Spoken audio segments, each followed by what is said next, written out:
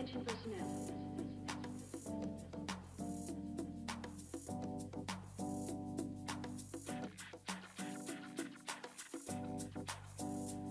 Prepare. Begin your Laing reports.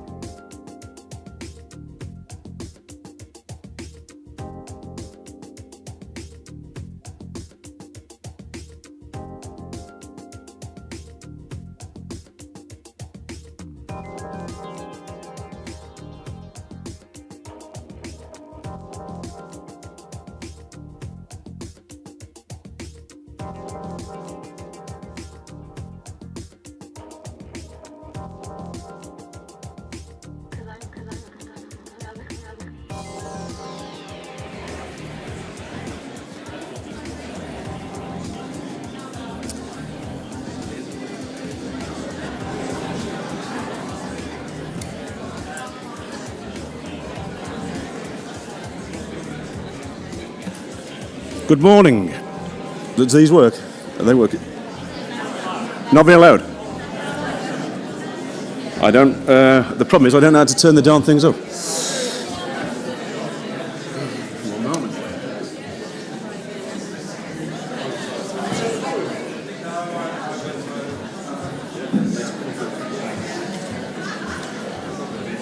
Right, let's try that. Yeah, much better. At least I can hear myself. If I can ask you to settle down, we've got a pretty tight schedule, so I'm going to try and keep everybody to time all through the day. So, first of all, I'd like to welcome everyone to Birmingham. This is the town that gave you heavy metal, Cadbury's chocolate, Spaghetti Junction, and now our latest attraction, Bin Bag Mountain. But today I hope we're going to be remembered for bringing 42 ICSs together to share data, intelligence and insights. And we've got some fantastic speakers with us today as well. So one of the things I always find about these conferences is it's not just about the speakers. They will definitely, give you, enthusiasm to do all the things where you're at. But it's also about the connections you make with the people sat next to. So when you get coffee, tea, etc., talk to the other shared care records. Find out what we're all doing. Find out what we're good at, what you're not so good at. Share the intelligence, share the learning across the nation so we don't have to recreate from the start again. So, pleased to meet you. I'm Carl. So, for NHS England colleagues, this is what I'm doing with your co-pilot licences. I also create music and take the mickey out of people at work. So I'm Carl. Nice to meet you all. So I look after the Mental Health Trust in Birmingham, I look after the Community Trust, and I look after our local shared care record across 3 of the ICSs. So this is the third sort of shared care record summit, second time in Birmingham, and genuinely thank you all for coming. I was thinking about, we're going to see more about AI today, undoubtedly.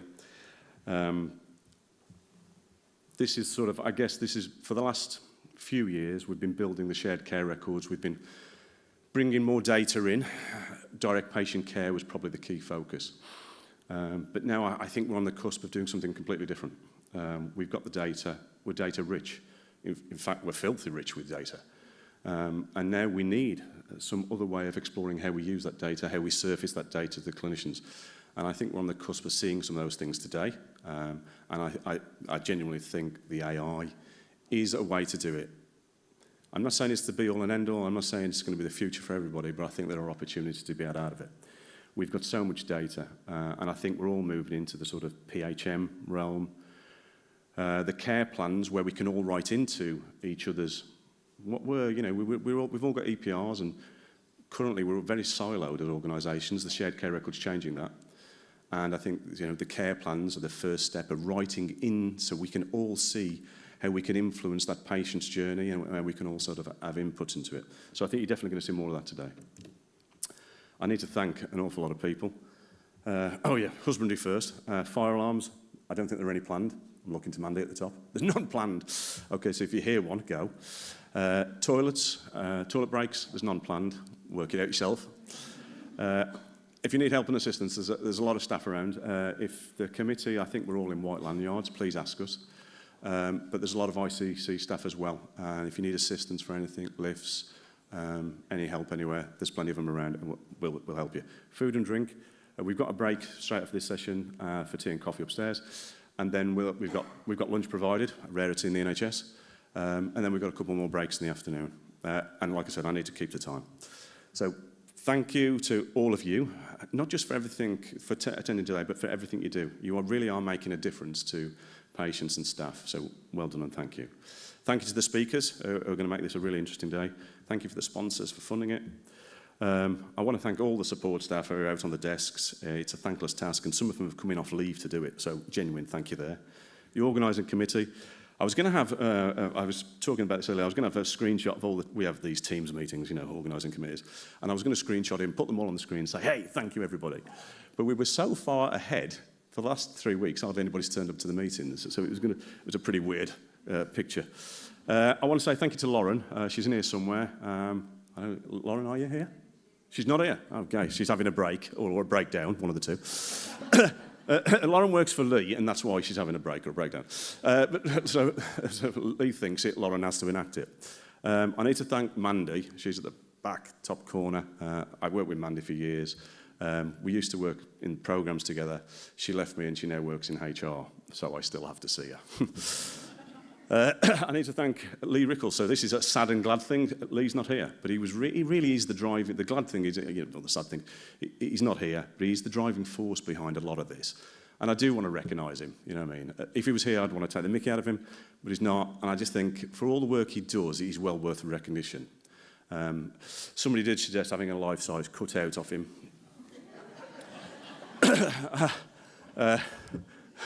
We decided, so the glad thing is I'm glad he's not here because I'd have to share the lectern with him and he'd probably sit just there.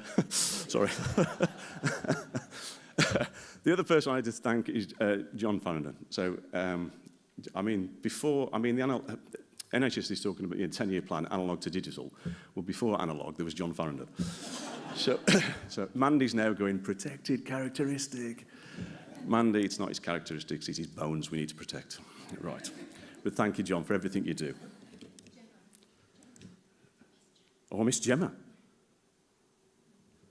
I missed Gemma because I didn't see Gemma's name. So, Gemma, thank you for all you do as well on this, genuinely, from everybody on the committee. Right, last year I showed this slide, mainly because it was a 2-day event and I wanted you to be able to amalgamate with society around in Birmingham. And this is how we talk. But it's a 1-day event, so I'm not going to labour the point. But what I will say, pick up out of it is this. I mean, you can all read it and work it out yourselves. If you've seen something good or you like something we've done, you know what? Tell the committee, tell the staff, tell them they're doing a good job. Genuinely, I'd appreciate it. If it's something that's, so if it's Boston, tell the committee. If it's bust, not so good, send an email to Lee Rickles. Okay? The rest of it you can work out. I won't labour the point. Right, so I do want it to be fun today. I want us to learn. I want us to talk about interoperability. I do want us to learn. I want to have fun. And I was going to create games and QR codes around the building, but I also didn't want to sort of detract from everything we're doing here today. So the acronym thing is really to get me to remind the speakers in here to try and not use too many acronyms. Okay, we've got a really diverse group of people from support on some of our clinical services. I was talking to a young lady today, she's admin support, and she's come. I think that's great. She really is the next generation of where we're going and the next generation of staff that we need to support through our journey. So that's fantastic. And we've got the real geeks in the room as well. Okay, so, and I'm sort of in between. So for all the speakers, I'd ask that you be mindful about the audience and try and keep it as plain English as you can. I'm conscious we've got the military in here as well, so we'll have even more jargon. So thank you, gents. I thought, I'd once again demonstrate what I've done with a co-pilot licence. These are some of the speakers we've got coming in today. So I think it's great. So it's not, I think for years we've concentrated on what we've been doing in the UK, learning from each other, all great. But now we've got an opportunity to learn from others, and we've got some fantastic speakers. So I've put the military guys on here, interoperability in the military. I think this is a fantastic learning experience there. They're worldwide. They're geopolitical. Think about it. And all the sort of problems they encounter are the problems we encounter as well to a degree. We've got Henrique, fantastic speaker. Really interested in what he's going to say. I'm sure you all are. And I don't want to go too far into this as well. And I've got Kate Ebrill. Now, I met Kate earlier, and I pointed out that this may not look like Kate. Okay, but the good news is, if you read in the bottom, she is alive, and she is from Australia. But she's in the hall, okay? So I might not have got everything right. So I'd like to say thank you very much. And I'd like to introduce our first real speaker, Astrid Fairclough, who's the Programme Director of the Dorset Care Record, to give us a bit of a flavour of other things we can see today and her take on it. Thank you very much.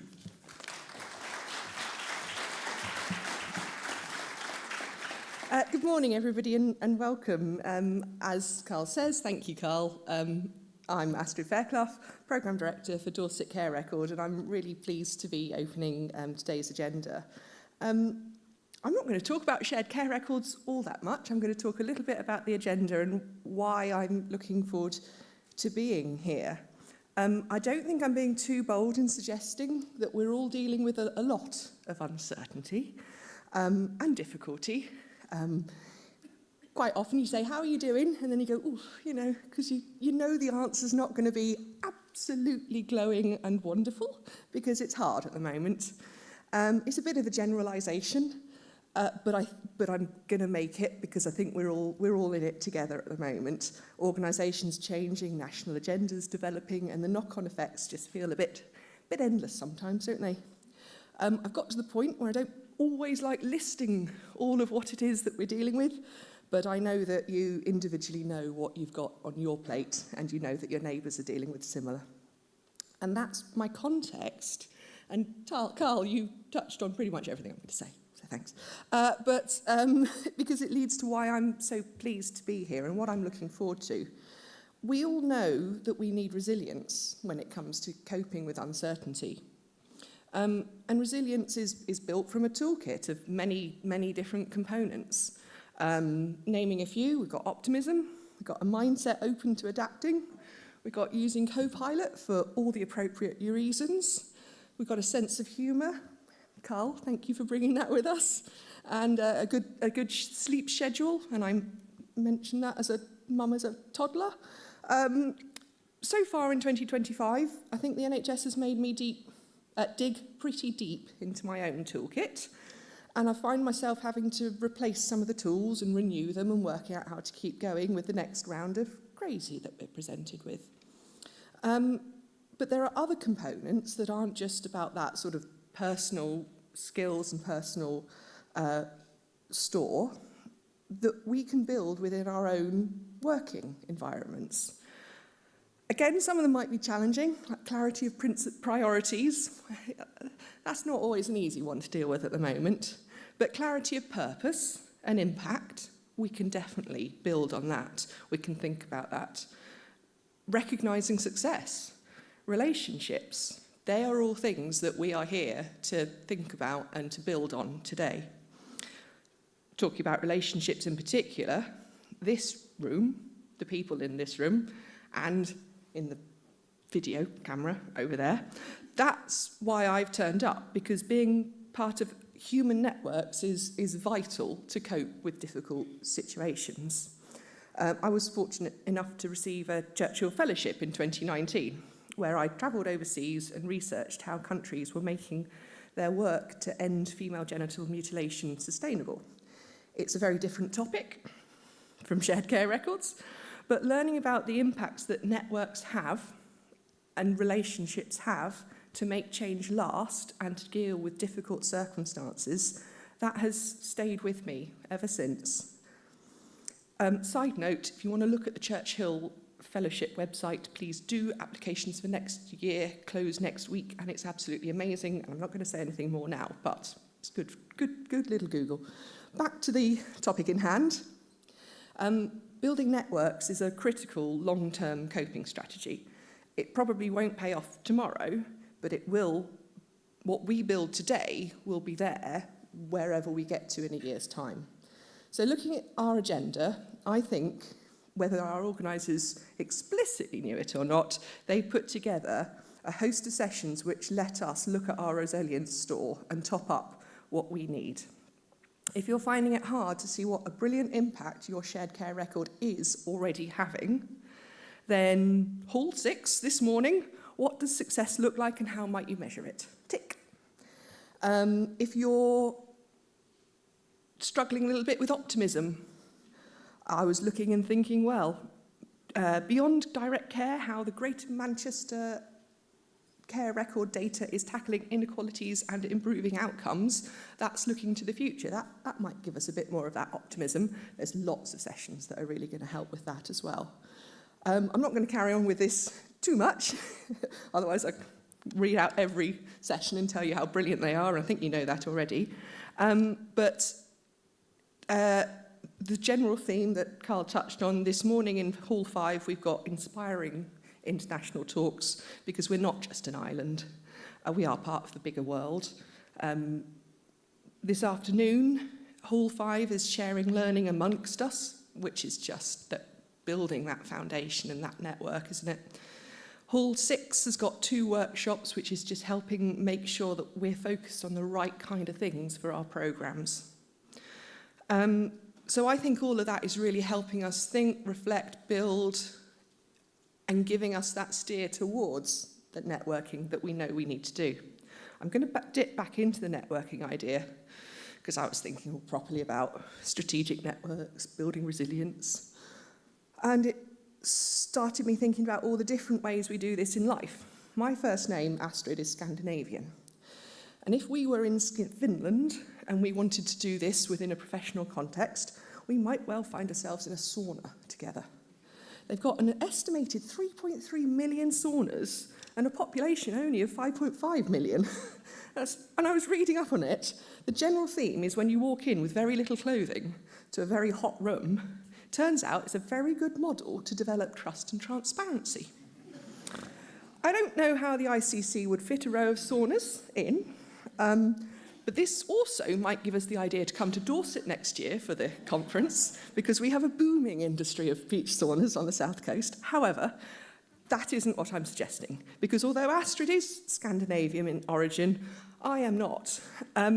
You might want to apply some of the stereotypes attached to our Norse neighbours and guess that the name was not given to me due to genealogy, but my rather lovely, deeply English parents just liked it. So I'm not going Scandinavian, but what am I going to suggest for today? Well, good old den making. Sheets, towels, chairs, cushions. What are we going to do to block out reality and build ourselves a den? We can build a fort, we can build a castle, we can add some crenellations to it. At lunchtime, there can be an outpost, I think over there. We can look back to reality. Today is Wednesday. I'm normally playing with my 2-year-old, for whom den building is very important. So please join me for a different Wednesday and see what dens we can build. The National Trust advised a good sturdy tree with some good nooks and crannies. I think the endless staircases we've got, that gives us the nooks and crannies. There's lots of places to sit, find 2 or 3 people, sit under that little cranny and talk, work out what we're going to do together. We've got all the supplier banners. Well, that could make a nice little space to have a little chat and a huddle. The uncertainties of finance are not front and centre today. But this is about building those sometimes unexpected alliances. If anybody would like to plot some mischief, I think it's very much on the agenda today. And a midnight feast? No, we don't. Toddlers don't get midnight feasts, so neither do we. But we can have a midday feast and come back together. We can share where we've got to and then get our plan sorted for the afternoon to do some more. So once I decided to go off-piste and talk about making dens, I realised I'd not checked if this works for Hall 7, the brilliant hackathon, using International Patient Summary for record sharing. However, I'm sticking with it, because if Hall 7 doesn't turn into a den of creativity expressed purely in binary code, then I don't know when my analogy does work. I urge you to give in to the fortress of the ICC and do your very best to block out the rest of the day. Quick hands up, who's had new functionality come out this year? Something shiny in there new? Yeah, loads of hands up. So you can all share, and share with anyone who hasn't put their hand up.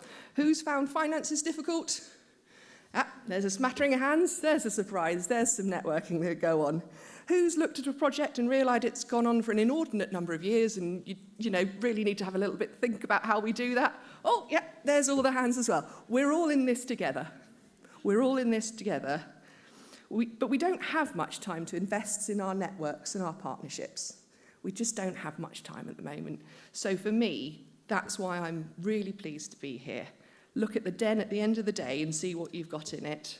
And then when someone asks you tomorrow what you did, please swap back to the proper language and talk about all the strategic networks and partnerships that we've built and how shared care records are a vital part of our health and care system.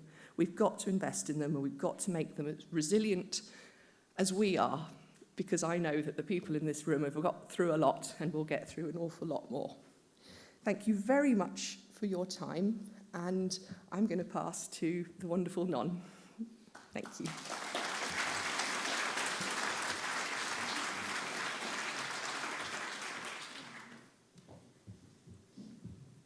Well, I've gone old school. Hi. First of all, I'd like to thank Steph for inviting me to speak today, and thank you all for taking the time to listen.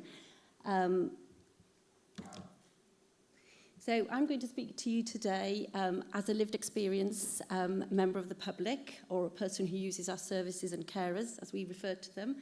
And I'm going to talk to you, I'm going to share some of my reflections on the human cost of poor information flow and why data sharing must become care sharing.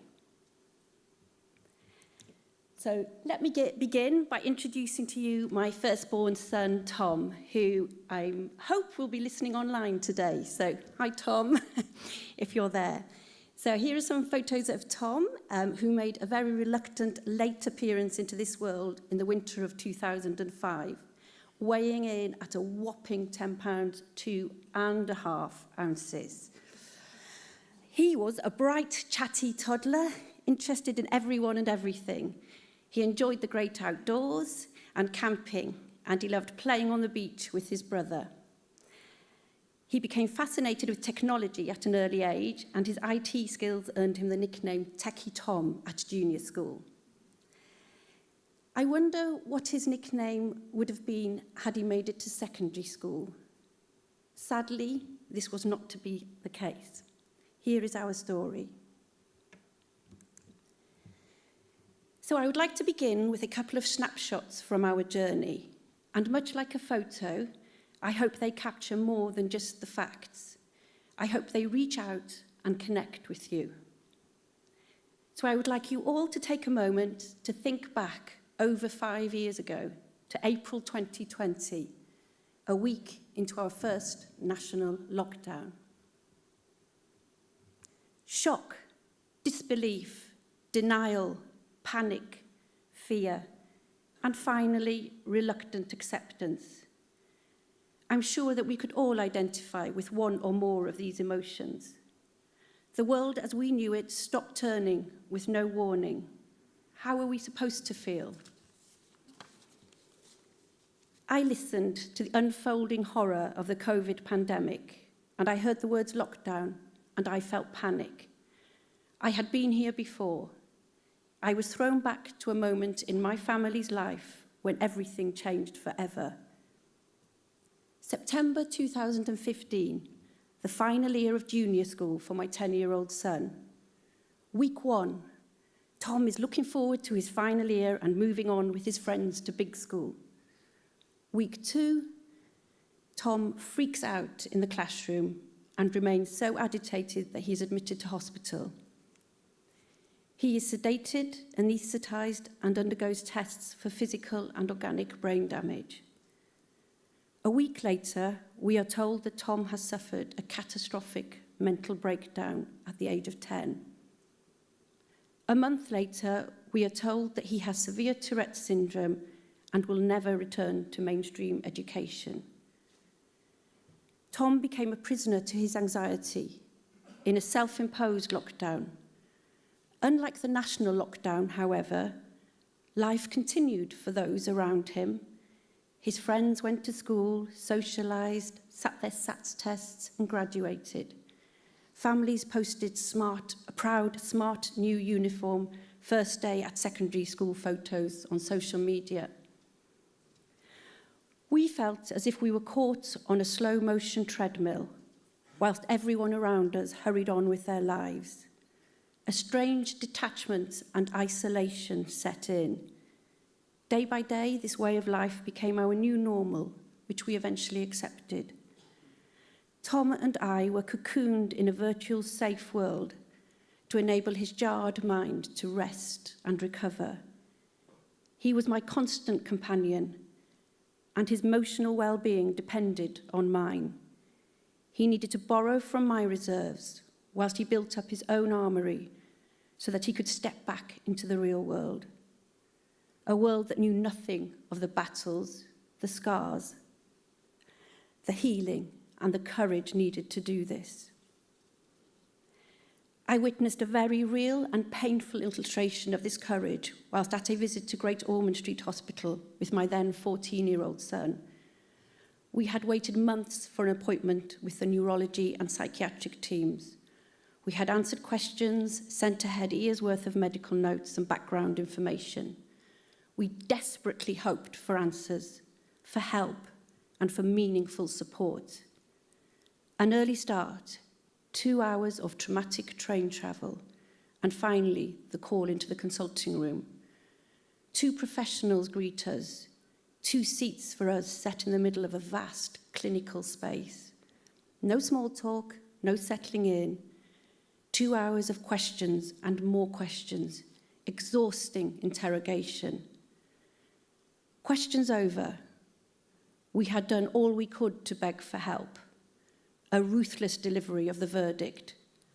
Label after label, this behaviour, that behaviour, medication, training, courses, referrals, it all swirls into an overwhelming sea of sounds.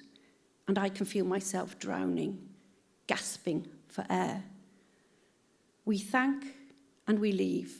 We step into the cold lift. Another mother and son step in behind us, and the doors slowly slide shut. The mother begins to sob, shaking with emotion. I put my hand silently on her arm, and she turns to me. It's so hard. The fight is so hard and so long, and it never stops. I know, I replied. The lift stops, the doors open, and it's time to face the world.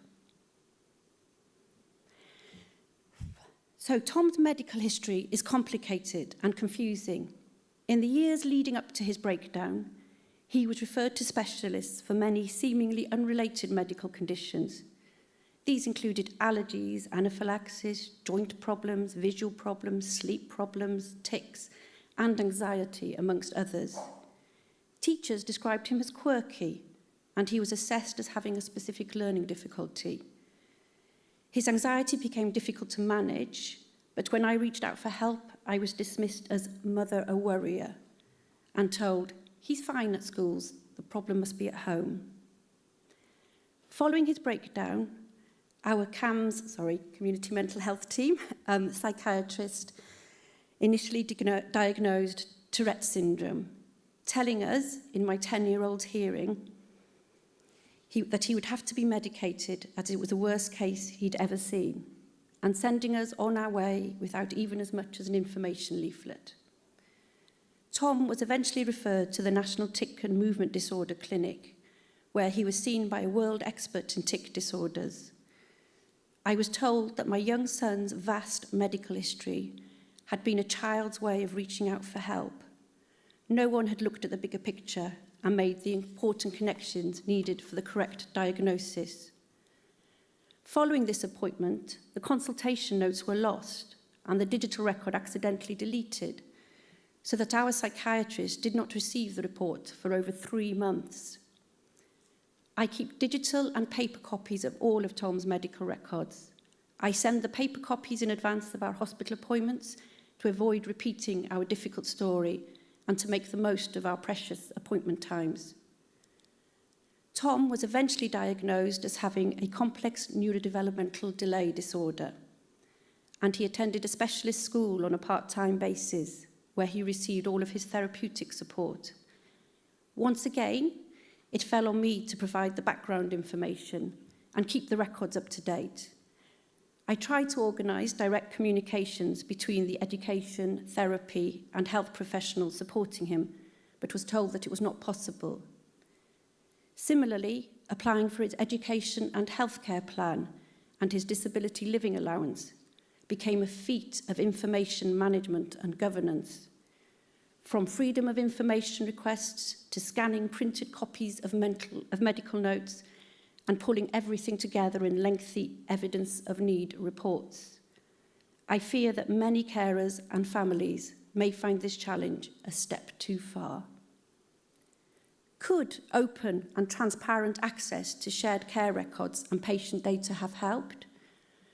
With his encyclopedic history of health and learning challenges, from anaphylaxis at 6 months to a mental breakdown at 10 years, surely there must have been clues to make those missed connections and to warn of his vulnerability. When he left the education system at 16 years old, everything seemed to finally fall into place for Tom. He secured his dream job, passed his driving test, became the proud owner of a hot hatch, and made new friends. We were so proud, and we dared to breathe again, looking forward to the future. At this time, he was still receiving regular monthly support from his CAMS psychiatrist. And then he turned 18. He transitioned to adult ADHD services. This transition was a 30-minute video call with instructions to share 6 monthly physical health check information with our GP and call the ADHD back in 12 months' time to check in. And then everything started to unravel. The socialising became festivals and raves. The good friends disappeared. Behaviours became risky. The car written off, job lost. Mental and physical health faded away. We did not recognise our own son. History repeating itself until the predictable crises. A broken young man and a devastated family around him. I reached out for help again, unfamiliar with this new adult system, with the added challenges of a secretive teenager and patient autonomy. For months, we were bounced around from team to team, each one telling us they could only help with their bit of the diagnosis. I remember one meeting in particular with a community mental health nurse. Tom was asked to complete a pre-meeting paper medical history form in the waiting room. Handwriting is a challenge for him, a fact that should be flagged in his medical records. I had to scribe. There was no privacy from other patients or from me. He was a teenager. Do you know any teenagers who are comfortable sharing everything with their mum? The meeting itself was scheduled to last for 2 hours, and Tom was asked to go from the beginning, to repeat every traumatic detail of his illness spanning over a decade. The nurse looked at the computer screen throughout, tapping at the keyboard. Tom became so anxious and agitated that I stopped the meeting. I took him home to safety. Why ask us to repeat our story and relive the trauma? Would you insist on breaking a person's bone again every time they attend a fracture clinic? 12 difficult months later, Tom is slowly rebuilding his life. He is gradually picking up the pieces and trying to put the past behind him. And as I dare to pause and reflect, our journey feels a lot like climbing the mountains, where I go to retreat and to recharge. So, on this slide, I'm sure that many of you have been to the summit of Arwyddfa. If you were lucky, you may have enjoyed the stunning views and even had a cup of tea at the Summit Cafe. There are many routes up this mountain, from the leisurely mountain railway, through hikes of varying difficulties, to the legendary Crib Goch, or as it's known, Red Ridge route. To set the scene, Crib Goch is a 500-metre-long traverse across a knife-edge ridge, over 3,000 feet high with no escape route.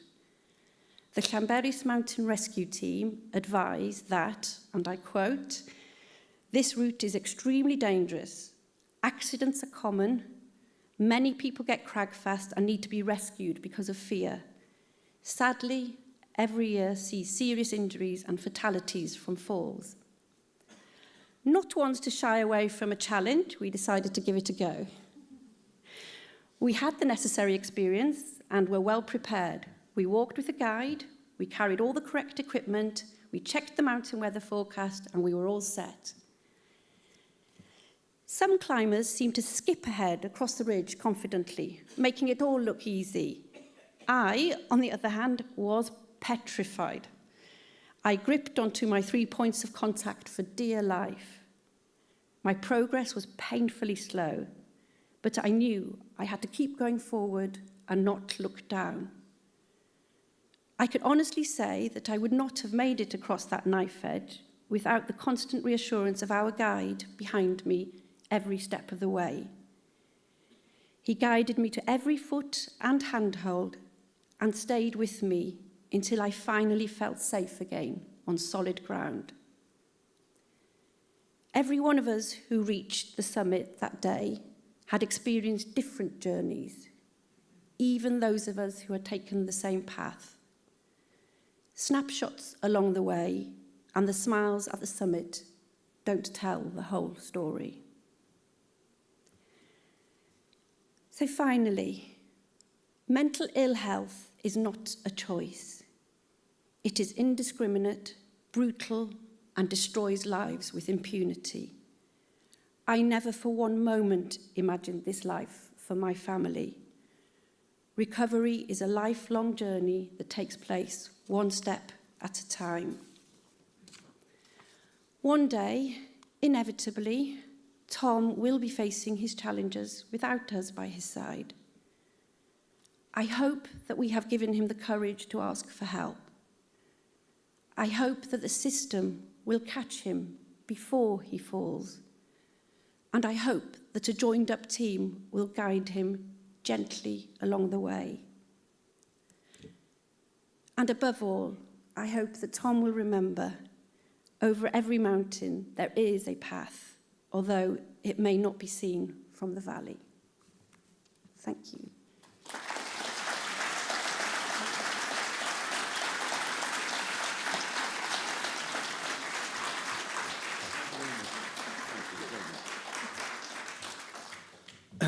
Yeah, I genuinely, I hope that was as impactful for you all as it was for me. And I think those stories, and Non's story and her family story, I think that's what brings it home, and that's what connects us all, the patients. So thank you very much for sharing that story, Non, from everybody in this room. Right, it's time for a break now. Coffee, tea, back in your whichever room you've chosen for 11 o'clock, please. So thank you all. Thanks.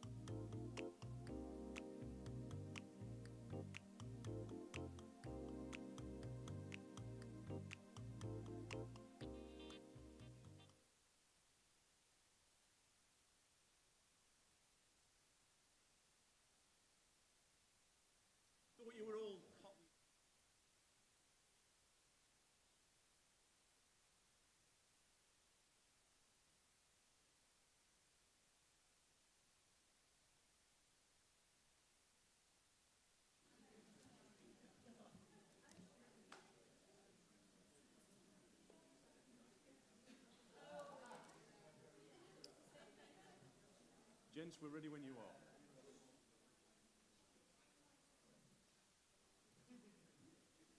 I'll let you introduce yourself.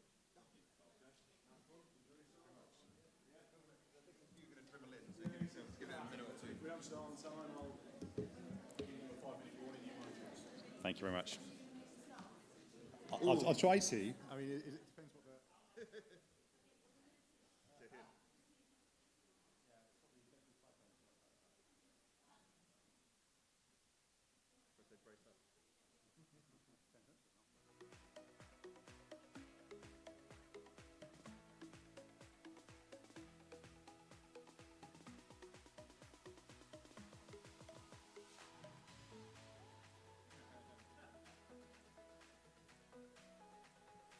Good morning.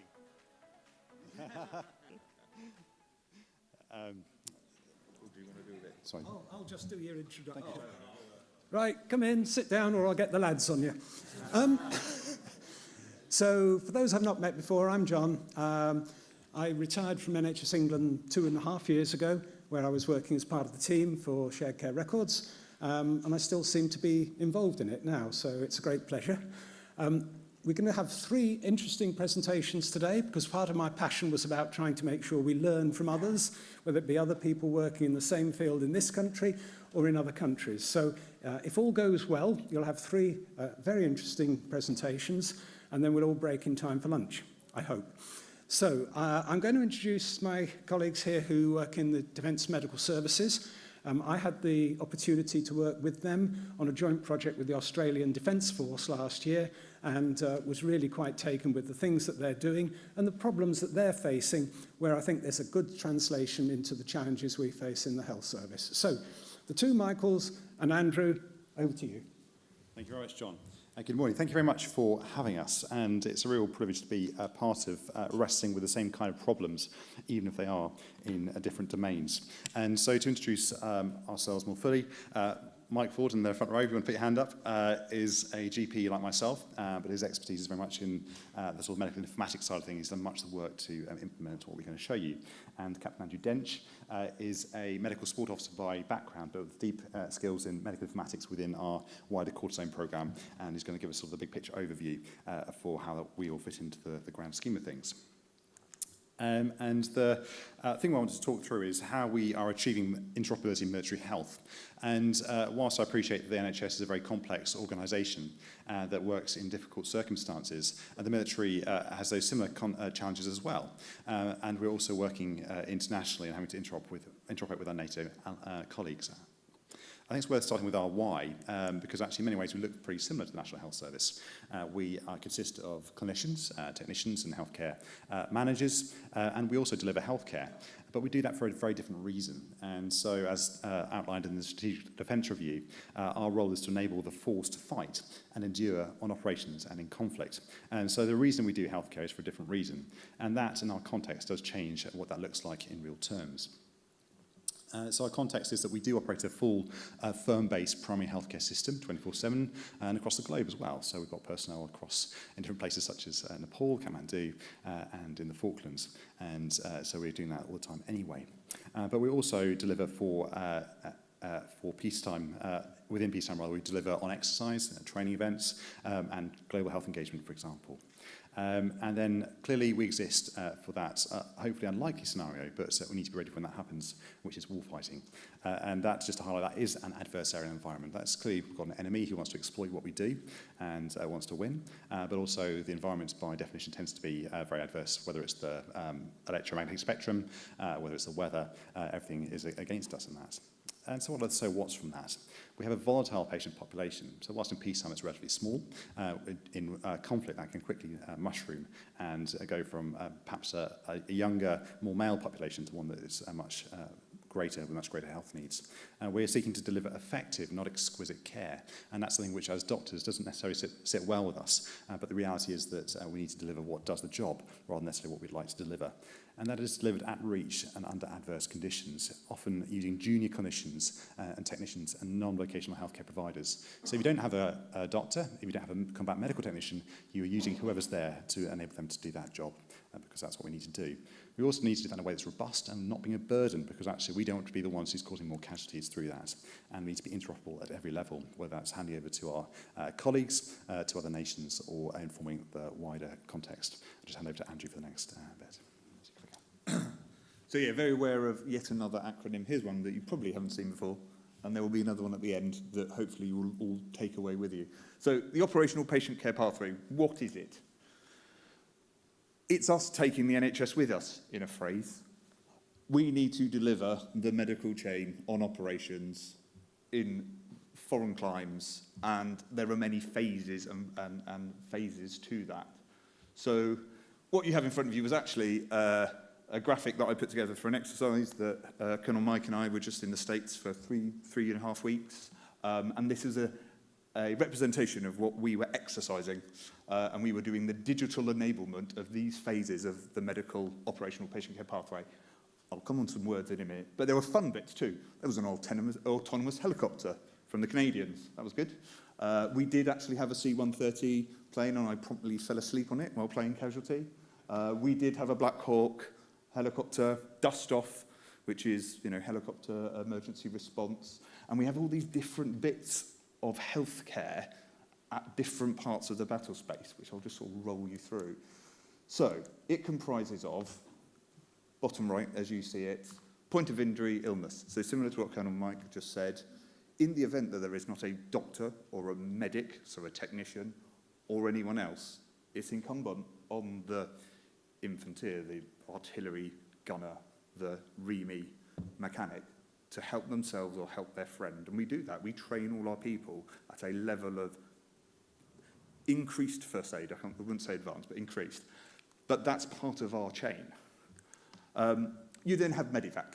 So medevac to us in the military, medical evacuation means medically supported patient movement. You then get to role one. So role one has two flavours to it. It's where during slow time, a GP would see a patient for primary healthcare consultation. However, within a serious injury or illness, they would also move into the pre-hospital emergency care space, which we're also trained in, and so on and so forth. So there's a dual role for the GPs there. They deliver that sort of passive primary healthcare, but then emergency care or the start thereof. Tactical evacuation, this just becomes silly names in the end, but essentially means from role one to another facility behind that in the battle space. Then we have what we call deployed hospital care, known as role 2 or role 3. The role 1, 2, and 3, and 4 are all in NATO standardisation. But we sort of have two flavours of hospital. It's kind of small and big, for simple terms. We then stratovac. And so that's, falling asleep on a C-130. It's very lovely. And that is you returning to your oftentimes national healthcare service. So for the Americans, for example, that might be into Ramstein in Germany as the first phase, and then going back to the States. So it's known as Role 4 healthcare, is your nation's military and national healthcare service as a whole, as a NATO definition. Repeating myself.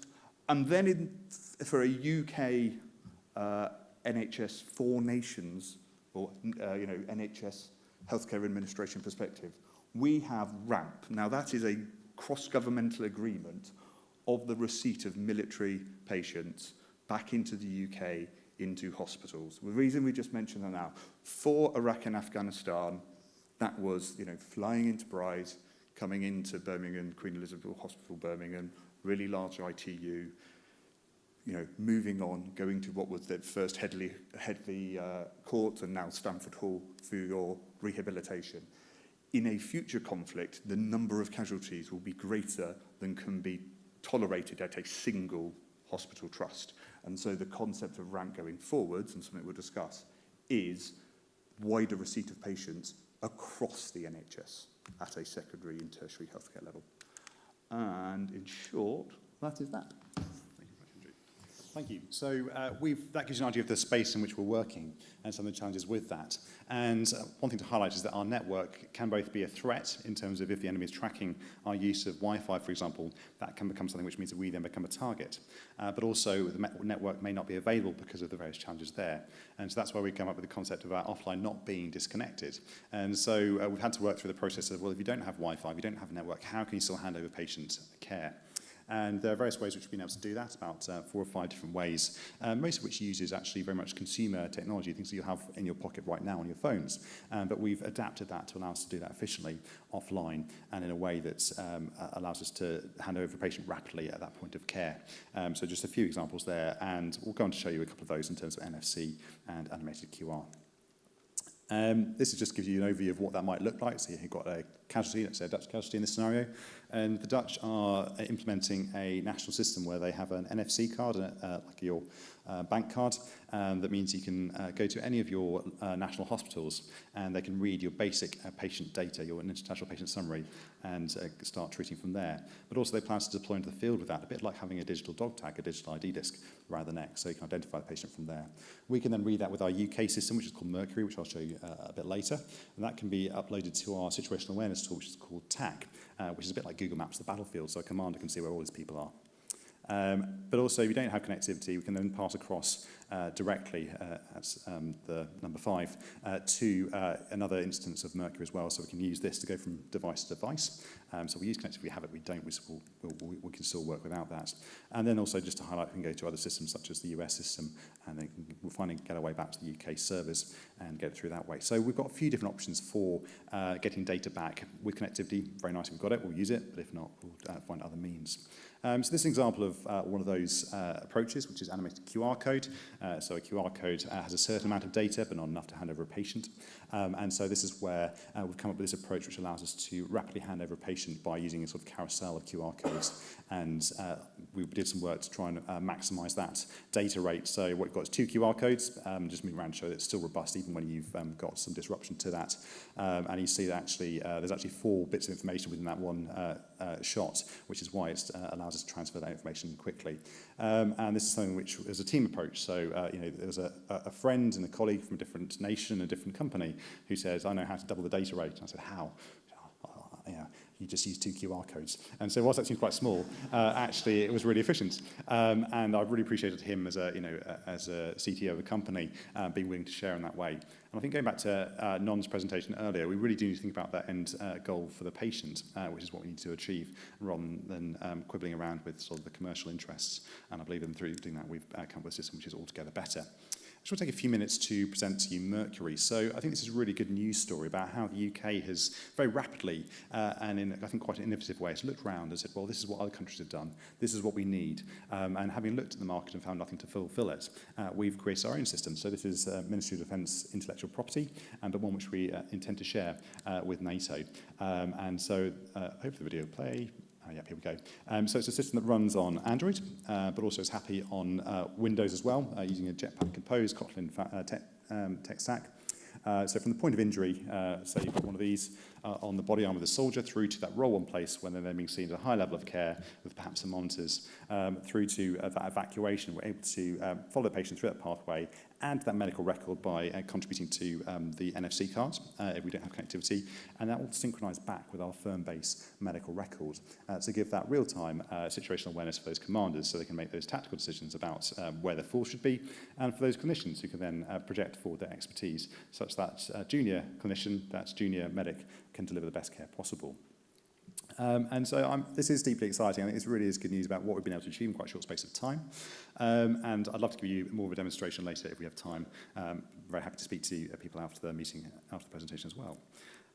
So just go on from there to this overview, which we'll broadly skip on from there. So we've had to go for a different kind of architecture here because of that disconnected environment. And the challenge for us was very much, how can you both serve that soldier on the front line, let's say in a trench in Eastern Europe, and also that sailor on a submarine under the water for 9 months on patrol. And those things seem quite different, but under the hood, an electronic healthcare record is just an electronic healthcare record, and how you skin that is probably where the differences lie. But the architecture which we've come up with is this approach where we've got our firm-based system called Portal, so you can imagine those are White Cliffs of Dover, and Portal links back to our firm-based medical record, and then I can synchronize directly with that helicopter that goes out on patrol with that single instance of the Mercury Medic running on an Android phone, and that medic can use that when they land, it synchronizes, and they can carry on quite happily. I can do the same with a surface ship, which perhaps has greater connectivity and is able to have several instances of medic running. But I'm going to have this thing called an edge, Mercury Edge, which is a sort of forward-mounted version of that, which is running locally. So if you are disconnected, it can still function. And again, on a submarine, so underwater, 9 months, how do you handle that? Well, again, we can have that full functionality with the same approach, such that even if you are disconnected, you can still continue from there. But again, if it breaks, you can then resynchronize when that does connect again. So to give a bit more detail, talk about the sort of firm-based side of things, which is under our Cortisone program, and then Orchestrate is kind of the back-end stuff, and then Portal is the user interface that allows you to build that deployment, so to allocate patients to that deployment from your main patient record, and then synchronize that data forward. So for me as a GP, that's important. If someone on a submarine has abdominal pain, the question of whether they've had an appendix out is an important one. It changes whether you give antibiotics or whether you might seek to evacuate them if you're concerned about appendicitis. And so being able to have that data to hand is very valuable, and that's what that synchronization forward allows. But also adding in this option for Mercury Edge, such that if you are disconnected, you can still have that full functionality from that. How do we interact between different instances of Mercury Medic? And yes, we could do that if we have connectivity, but even if not, we can do it via various means, which is what that slide earlier showed, and that's just showing that we can do it over a military radio rather than sort of a more standard network connection. But also export, so to other nations, to ourselves. Again, we can hand over that way with that NFC card approach. We do want to be able to give information to our commanders for situational awareness. So in my experience was treating casualty in Afghanistan in 2011, and trying to do that whilst someone badgering me for information about the patient so they could report to higher about that. And so having that created as a side effect of actually just the documentation is a really valuable way forward. And that gets sent up to our high-level common operating picture. And then this is where we get into the NATO interoperability. So NATO MedSuite is the idea that we're going to have a large number of casualties potentially which we need to handle, and that just allows us to track them both from the sort of hospitals and the forward locations all the way back through the different evacuation routes through the UK. So that's the architectural overview, to give you a flavour of some of the differences that we've taken and the reasons behind that. So 4 nations in the United Kingdom, but 32 nations in NATO. How do you catalyse 32 nations to do the same thing? And I think you have to say that's a difficult task to achieve, but we've taken the approach that we've got on and done stuff and then shared it. And that's actually worked very well in that because this has been developed by some, I think, clinical, so Mike, Forde and myself are clinicians, but actually we've been able to get on and do much of this in the first instance ourselves. And whilst that doesn't give you production-ready code, it gives you code you can share, which is really important. And that allows us to get to a point where we can then give both concepts, tools, and even code to our NATO colleagues so they can implement at a more rapid rate. And I just want to highlight that website at the bottom there, which is the website which Mike Forde developed initially as an experimentation thing, but it's very much grown into what has become our reference application for the NATO interoperability. And so that's what it looks like. And it shows you can exchange from different formats, whether it's HL7 Fire, CDA, our own sort of custom format called beer. It does it all. And that's been really valuable. And for example, adding in an additional API endpoint such that other groups can send their HL7 Fire NATO IPS to that and see if it meets the validation criteria. And I've still mentioned the NATO NFC tag, and I bet you've got one in your pocket in terms of these are just a bank card, but it gives you 8 kilobytes of data which you can squeeze an NFC, an IPS, International Patient Summary onto. And that allows us to do that in a way which it handles that emission-constrained environment. So that's what MCON stands for. So the fact we don't want to tell the enemy where we are by turning on the Wi-Fi. And also it's something which you can then use all the way through the system, all the way back to, so all the way from point of injury, roll 1, roll 2, roll 3, which are our hospitals on deployment, all the way back to the National Health Service here.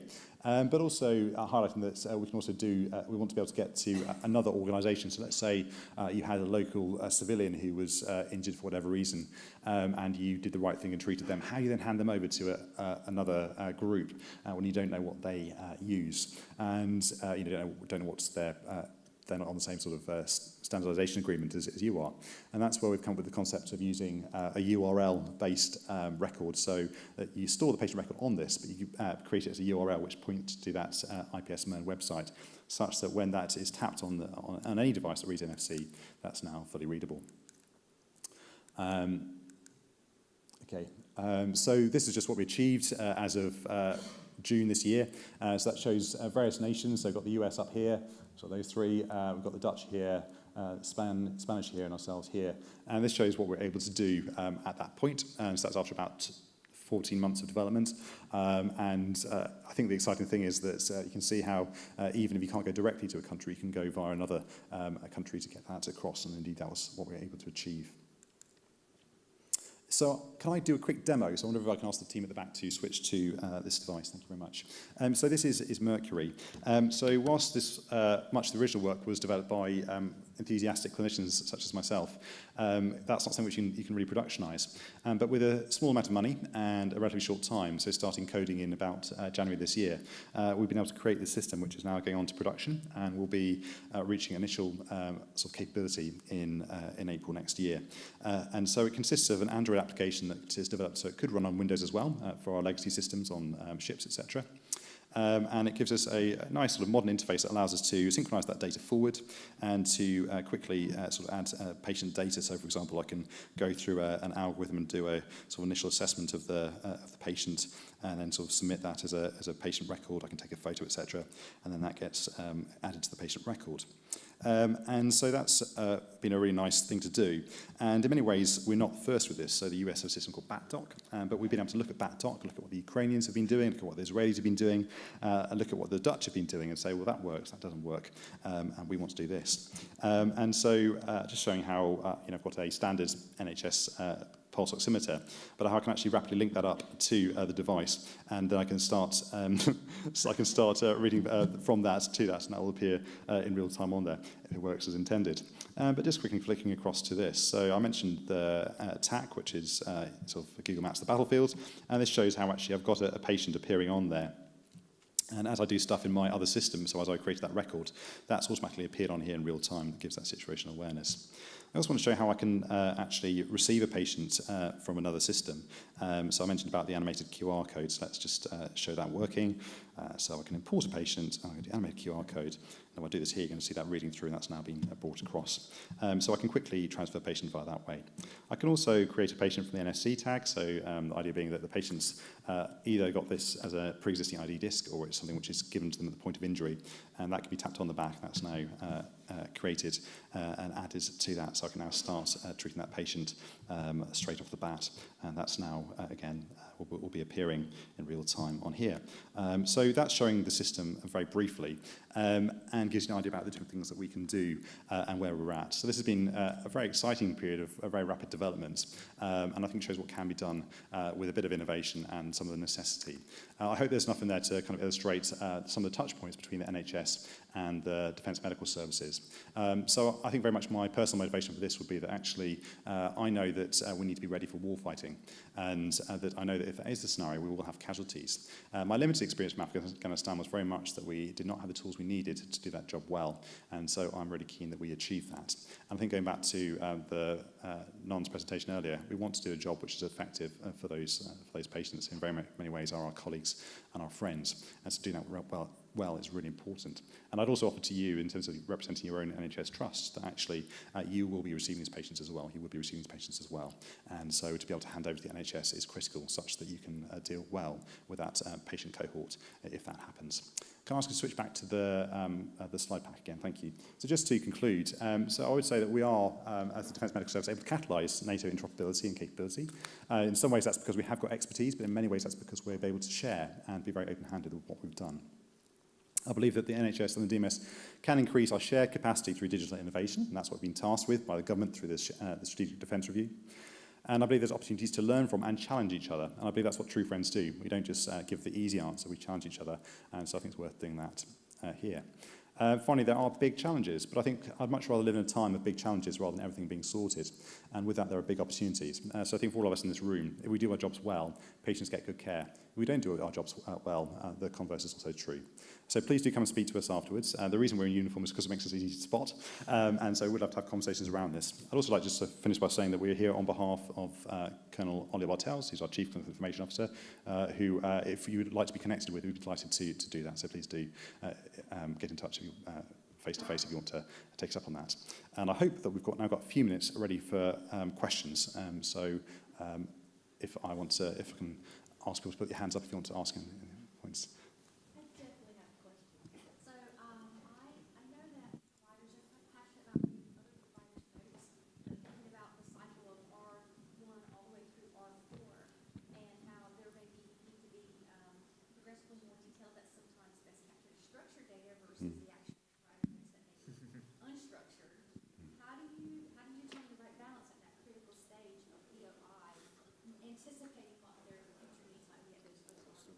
So I think that that's a really good question. And in many ways, we're here about moving data. My other real passion is the UI, UX side. So how can I enable that scared 19-year-old medic to do their job under difficult circumstances? And that's not filling out a form. And in fact, if they fill that form out perfectly, they've probably failed at doing their real job. And so the other bit, which we haven't talked about, is actually the user interface side of things. And there's much work we can do on that. There's some interesting research from the US, which looked at their paper form, the DD1380, and how between, I think, about 2009 and 2014, they added in extra fields to ask for more data, which seems very reasonable. But guess what? They got less data than they had originally, even though they asked for more. And so we have to be really careful about what we ask for. I suspect we're all data geeks in this room. We love data. We eat it for breakfast. But we have to be really careful what we ask for because it can cause real harm if we ask the wrong thing. So we don't have an answer yet. I think we push the test and we find out by doing it. Thank you. I think there's a question right at the back. There is a microphone if you want to wait for that. Thank you. Firstly, as a former naval medic who spent 18 years on the surface ships, thank you very much. We were crying out for something like this. It's wonderful to see that you brought it in. Also, an instructor at the Defence Medical Training College for my last 2 years of service. Question, is this adaptable to a civilian population such as bases away? I'm currently the digital program manager for British Children's Hospital, which is a new hospital being built. And we have an active service population in Cambridge, mainly with the RAF. But funny enough, we do have some Army and very few Navy up there as well. Is this something that can be applied to the civilian population that is deployed in bases such as over Europe to bring back to local GP services and local hospitals? Thank you. That's a really good question. And just to reflect back, so that's about how do we support our overseas patient population who are not in uniform but are there perhaps as family or as contractors. And I think the question is what's best for them in terms of, I think we're going to be in a position where we have a fully functional system which works all the way to that point of injury. And then you are also going to have a system which is currently being procured for our more firm-based UK scenario. And I think the question is where does that sort of watershed point lie and what's the best thing to do? So I'd love to be in a position where we could say, actually, you know what, you're in Kathmandu and you've got a population here. What's going to be best for you? And I think having two routes is a good thing. Technically we could. I think that it's going to be a question of actually having to work that one through a lot of sort of experimentation and working out what our technical limitations are, for example, what the network in that particular location supports. So yes, potentially, but I think again, one to work through. But also in slight answer to that, yeah, they are part of the military population at risk, as the phrase you'll know. Another acronym, sorry, PAR. So yes.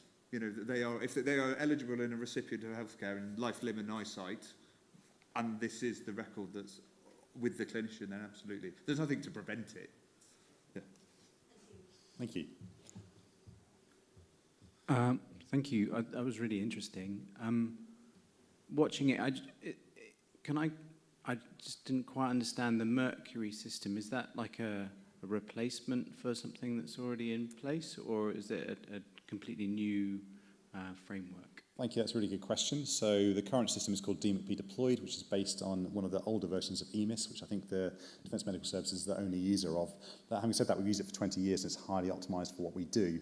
And it was designed at a time when things weren't on the cloud, so actually has served us very well in that kind of context. But clearly it's beyond its shelf life, design life, and we need to replace it. I think also building something in 2025, you do it very differently from what you do in 2005. And so the opportunity is how can you do that in a way that's very much optimized. So yes, we're replacing that, but also that system only ever ran on Windows with connectivity. It was never sort of, with intermittent connectivity. And so I think we can do much better than that. Also, I think as you move into the digital world, you see the opportunities. And, I came to this from the point of view of doing a master's in data science. I found there was no data to do data science on. And so I'm really keen that we both provide that electronic healthcare record that allows us to deliver effective patient care. But we also create data as a side effect of that we can then exploit we can reuse to provide good algorithms, good sort of treatment protocols for our combat medical technicians. And then finally, we talk about AI a lot. And I think in many ways, it's still a pipe dream in the military, in that you need three things for AI. You need to have the models, which we do have. You need the processing, which is getting there, but is constrained on the edge. And thirdly, you need the data set, and there's no relevant data set for AI. And so I'm really keen that as we gather that data, we can do it in such a way that we can explore the reuse of that for that kind of thing. It may not work when it comes to it, but I think we have to do the hard yards of getting the data in the first place. So brief question. Thank you so much for it. Apologies for the long answer, but I hope that gives you a bit of context. Thank you. Last question. Can I ask, very interesting topic, can I just ask, do you utilise the NFC token in order to authenticate and access secure systems, or do you use like a role-based access control mechanism in order to access the other systems? Thank you, that's a good question. So we've talked about using the NFC to, for example, initiate a connection, but it will be set up on that individual device. And we've talked about RBAC as well in terms of how much do you constrain stuff. And I know the frustration of having to answer yet another question before I can then complete the form. And clearly that's frustrating enough when it's in your home and you're trying to buy a ticket. But if you're on the front line trying to treat a casualty, it's absolutely an absolute killer. And so I think that we've tried to avoid constraints from an RBAC point of view. We're trying to hoover stuff up rather than be a sort of demanding system. I think that, security means we are meeting the UK civilian standards because we have to.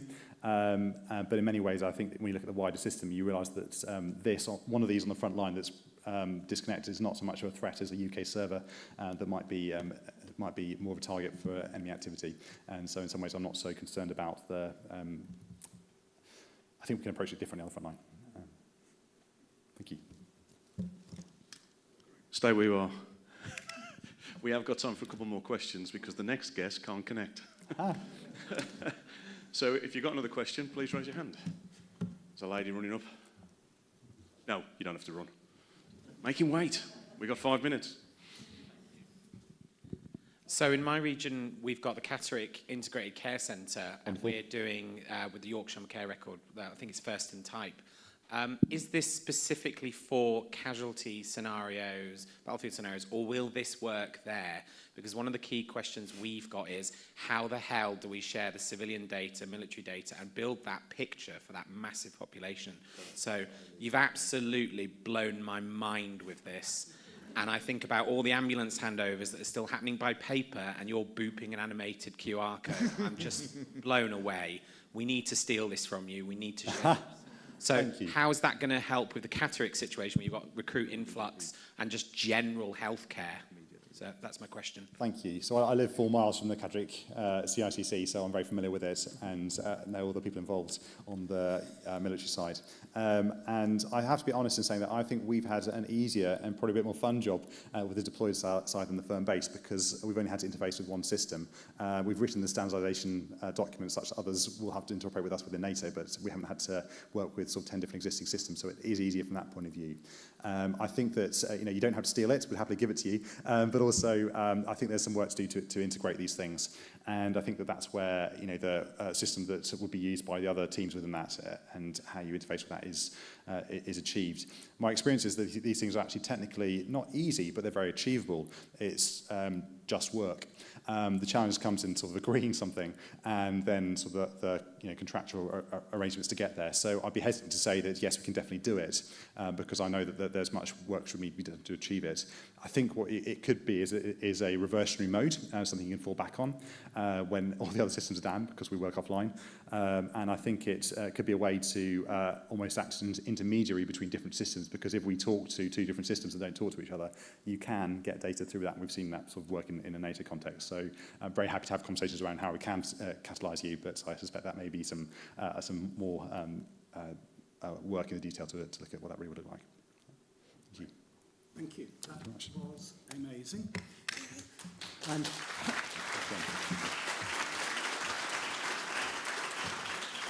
and you know who to go and talk to because you'll spot them. We're now going to jump across to the Iberian Peninsula. And hopefully, and the reason we were slightly delayed was because Henrique is in Lisbon, I believe, and they were having an electrical storm, which is why he couldn't connect. So fingers crossed, I'll introduce, and here he is, Henrique Martin, who's going to talk to us a little bit about the progress that's being made on the European Health Data Space and some of its programs. So, Henrique, we can see you. We haven't heard you yet. Hi, good morning. We can hear you now. Off you go. Much. Thank you very much for having me, and thanks, John, for establishing this invitation. And I'll be sharing some ideas. Let me share some slides with you, and of course, open to questions now or later, or by email at any moment.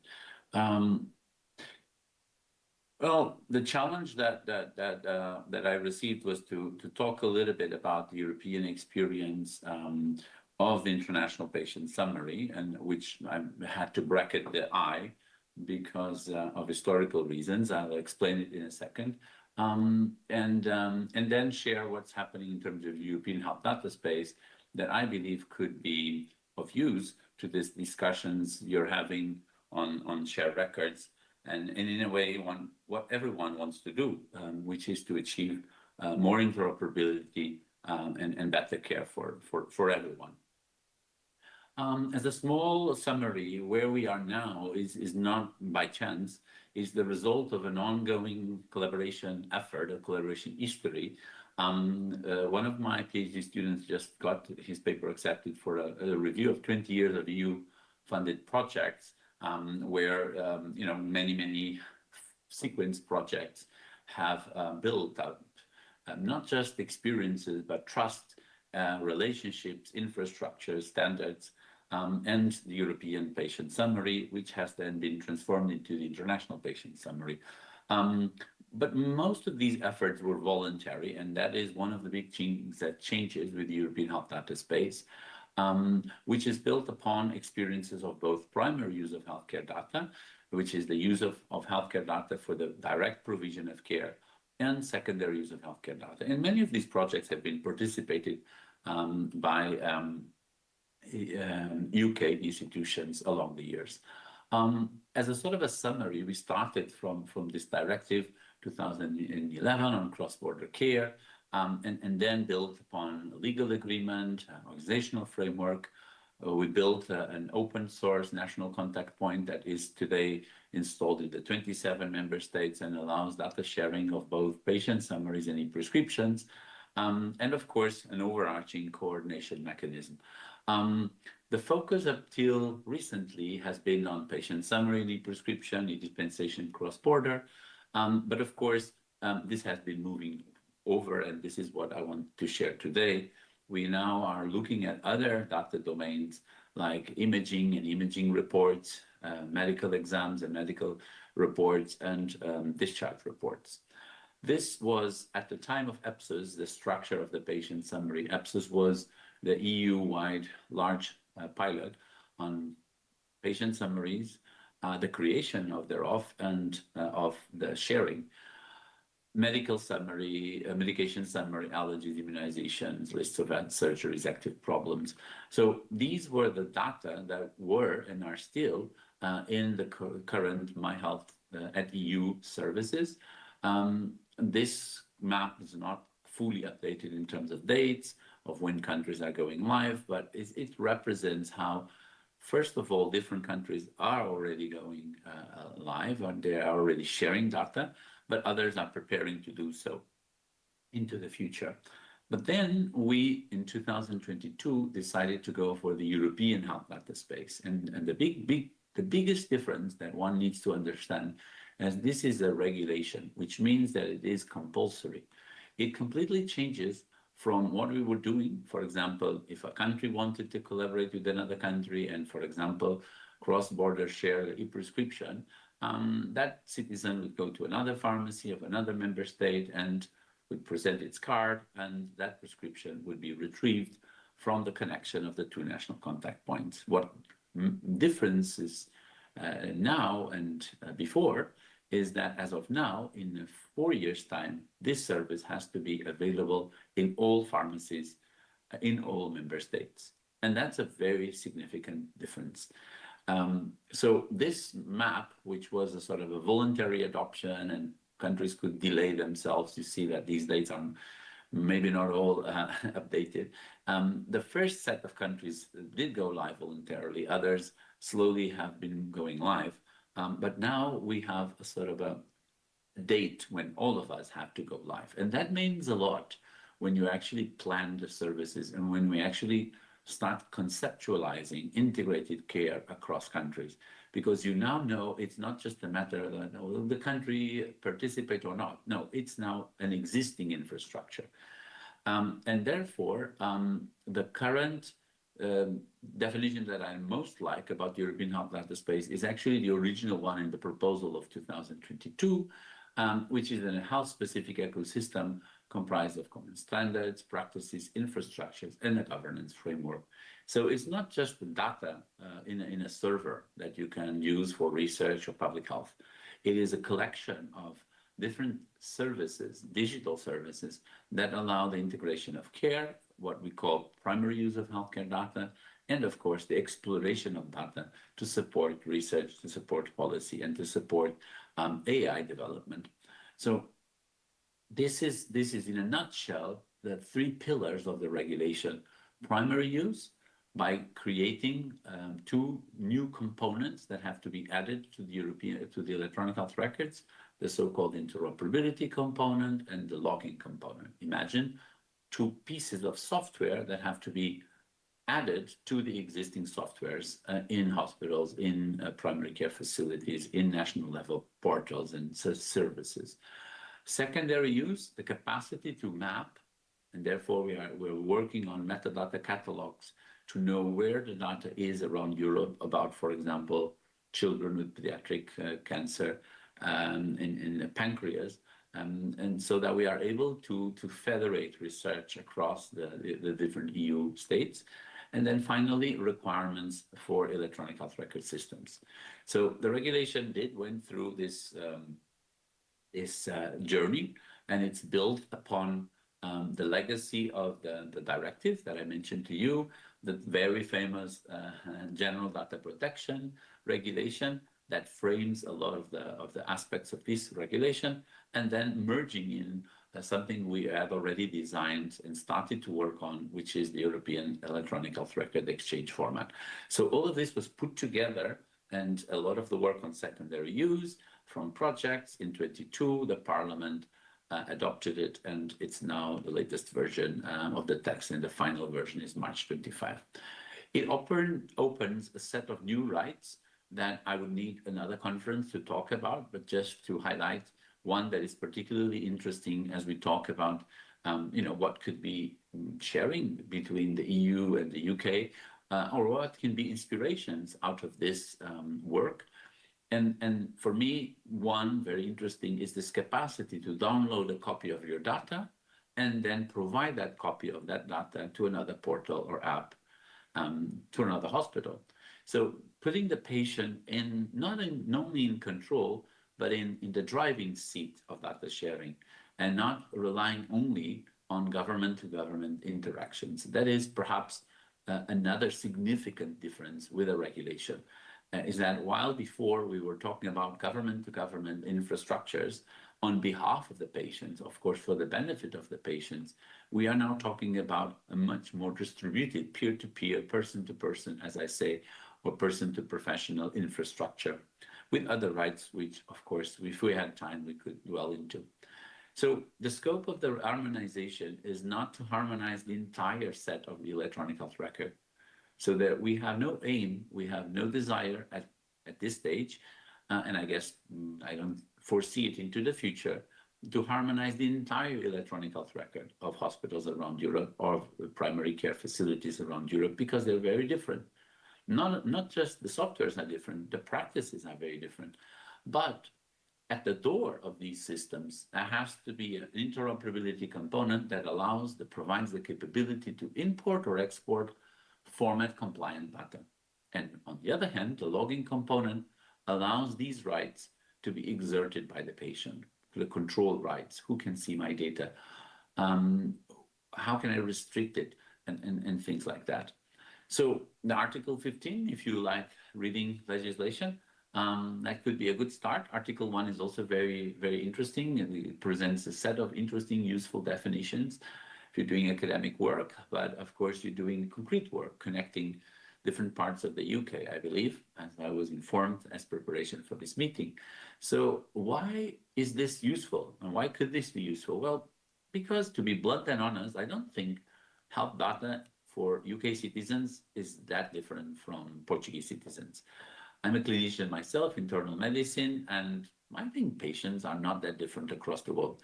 And as doctors, we kind of study not the same things, but very similar things across the world. So these are, with other names, with other formats, with slightly different characterizations and details, blocks of meaningful health information that is necessary to provide integrated care.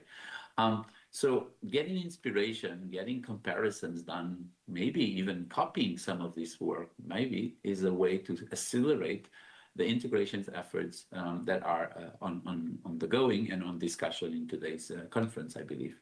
So just in a schematic way, it's about harmonized data sets, code values, and technical interoperability. And this is how we put it together. You need a data set, you need to refine the logical models, which gives you the formal model. And this has already been worked by a joint action where all the 27 member states participate in defining these formal models.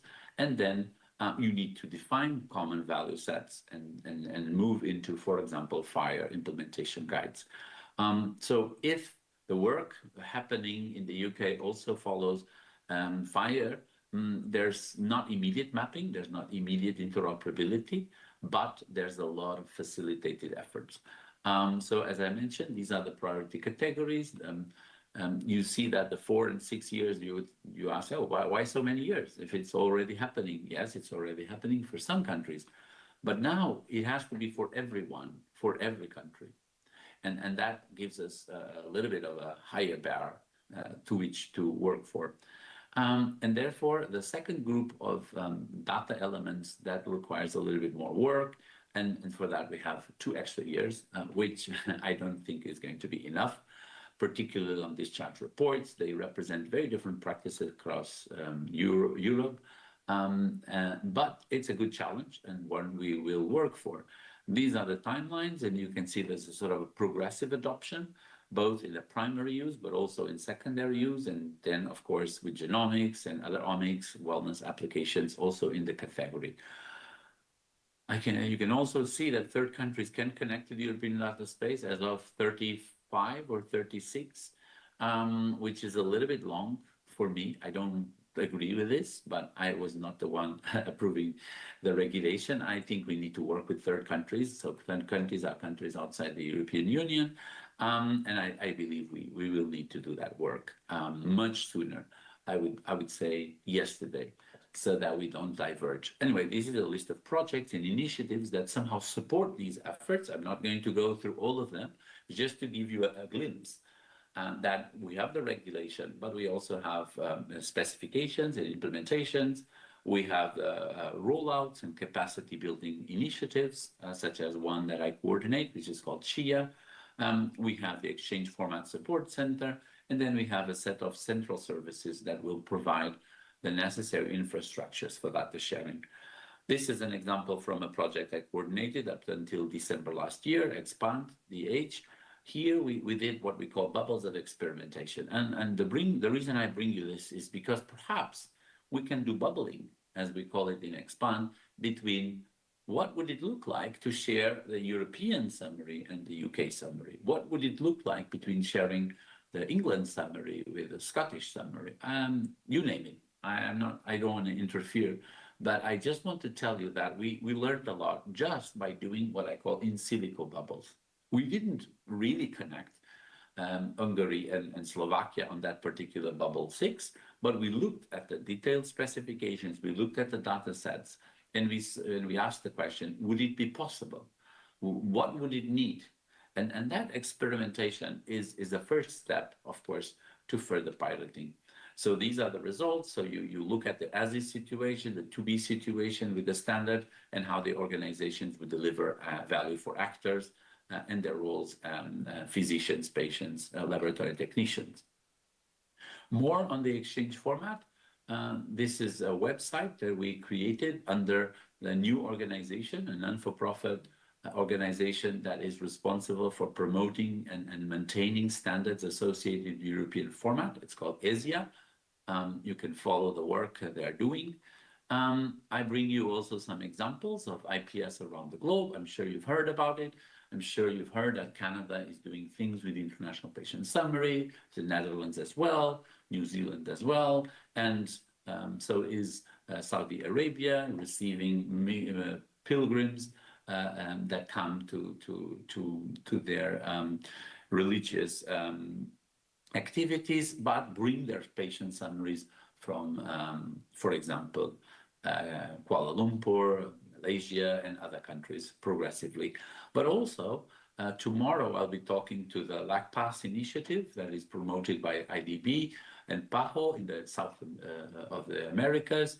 And therefore, there's a growing interest of different parts of the world to really connect. And I think that is really inspirational.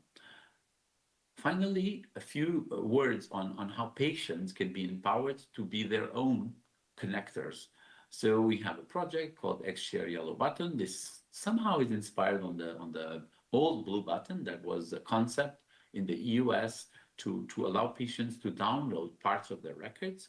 The yellow button is therefore a way to expand the use of the format, to allow the sharing of an effective use of health data across and within the European health data space. So we're developing technical specifications and deploying pilot sites. With a click of a button, you can download parts of your health data to your mobile phone, for example. We are developing and have already launched the hub that I mentioned to you about.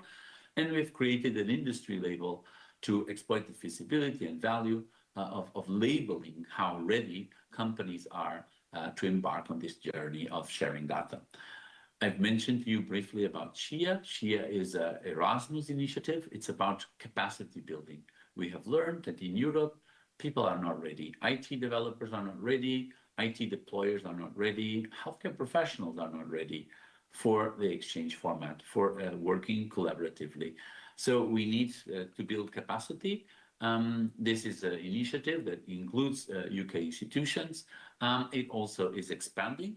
We have now more than the initial beneficiaries. We're now with more 22 associated partners since the beginning and growing.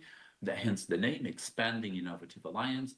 And what is this project about? The creation of small content blocks, online material, videos, PowerPoints, documents that will capacitate developers, deployers, and users of interoperable services, namely the exchange format.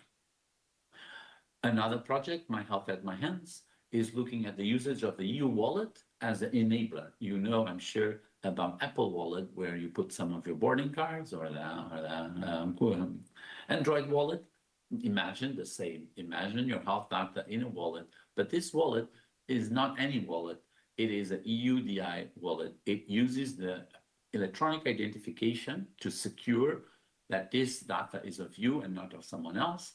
And it also uses this wallet as a transfer infrastructure, allowing patients to share data between themselves or with their professionals without necessarily going all the way up to national level infrastructures. And finally, I2X, the intelligent implementation of the format. In this particular one, we are using AI to enable the implementation of the format to facilitate, for example, data capturing from voice into a structured format compliant discharge report. Across Europe, 10 hospitals will be the deployment sites and different partners involved. And then finally, my dream, I want to share it with you, is why don't we all work for a global electronic health record? Why don't we start connecting the dots that are now starting to grow and shine around the world?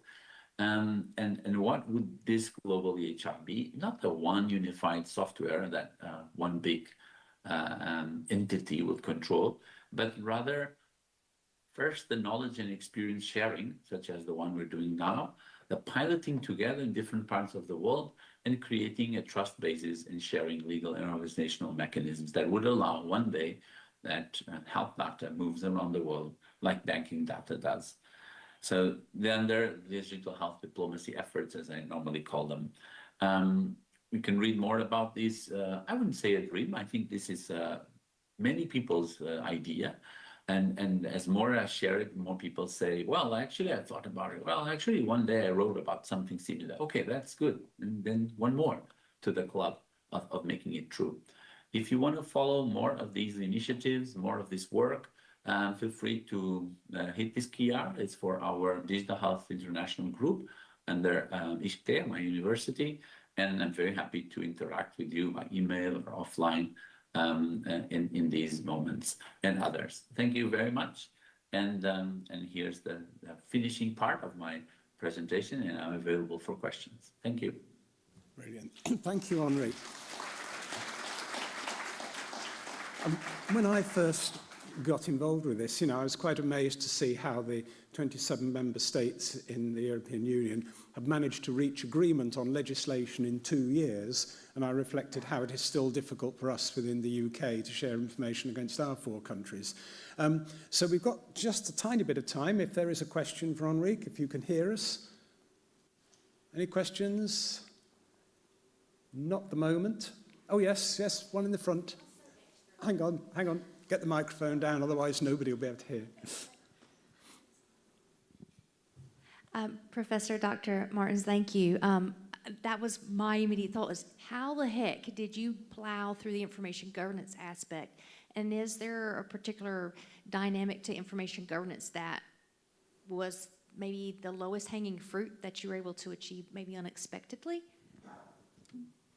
So I think we have had the luck of having a set of projects, which of course every EU project it requires you to create some sort of governance on data that you're going to share across that particular project. So I would say that there's a sort of an embryo there. We then, with the directive for cross-border care 2011, we established the eHealth Network. The eHealth Network is a policy body, which has one member state seat for each member state. It included the UK when the UK was still in the EU. And then there's 2 co-chairs, a member state co-chair, which I happen to have the privilege to be for the 2 years in 18 and 19, and the European Commission co-chair. Now, this structure decided many things regarding guidelines, many guidelines that are publicly available. And if you can't find them, drop me an email and I'll direct you to the website. These guidelines help pave the way to talking about data. So they clarified what data was in a patient summary and different aspects of data governance.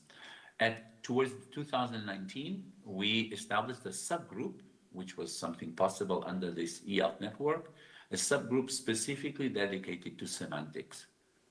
We wrote a 5-year common semantic strategy document, and that was an inspiration, high-level document, but it served its purpose for 5 years to help align the efforts that need to be done.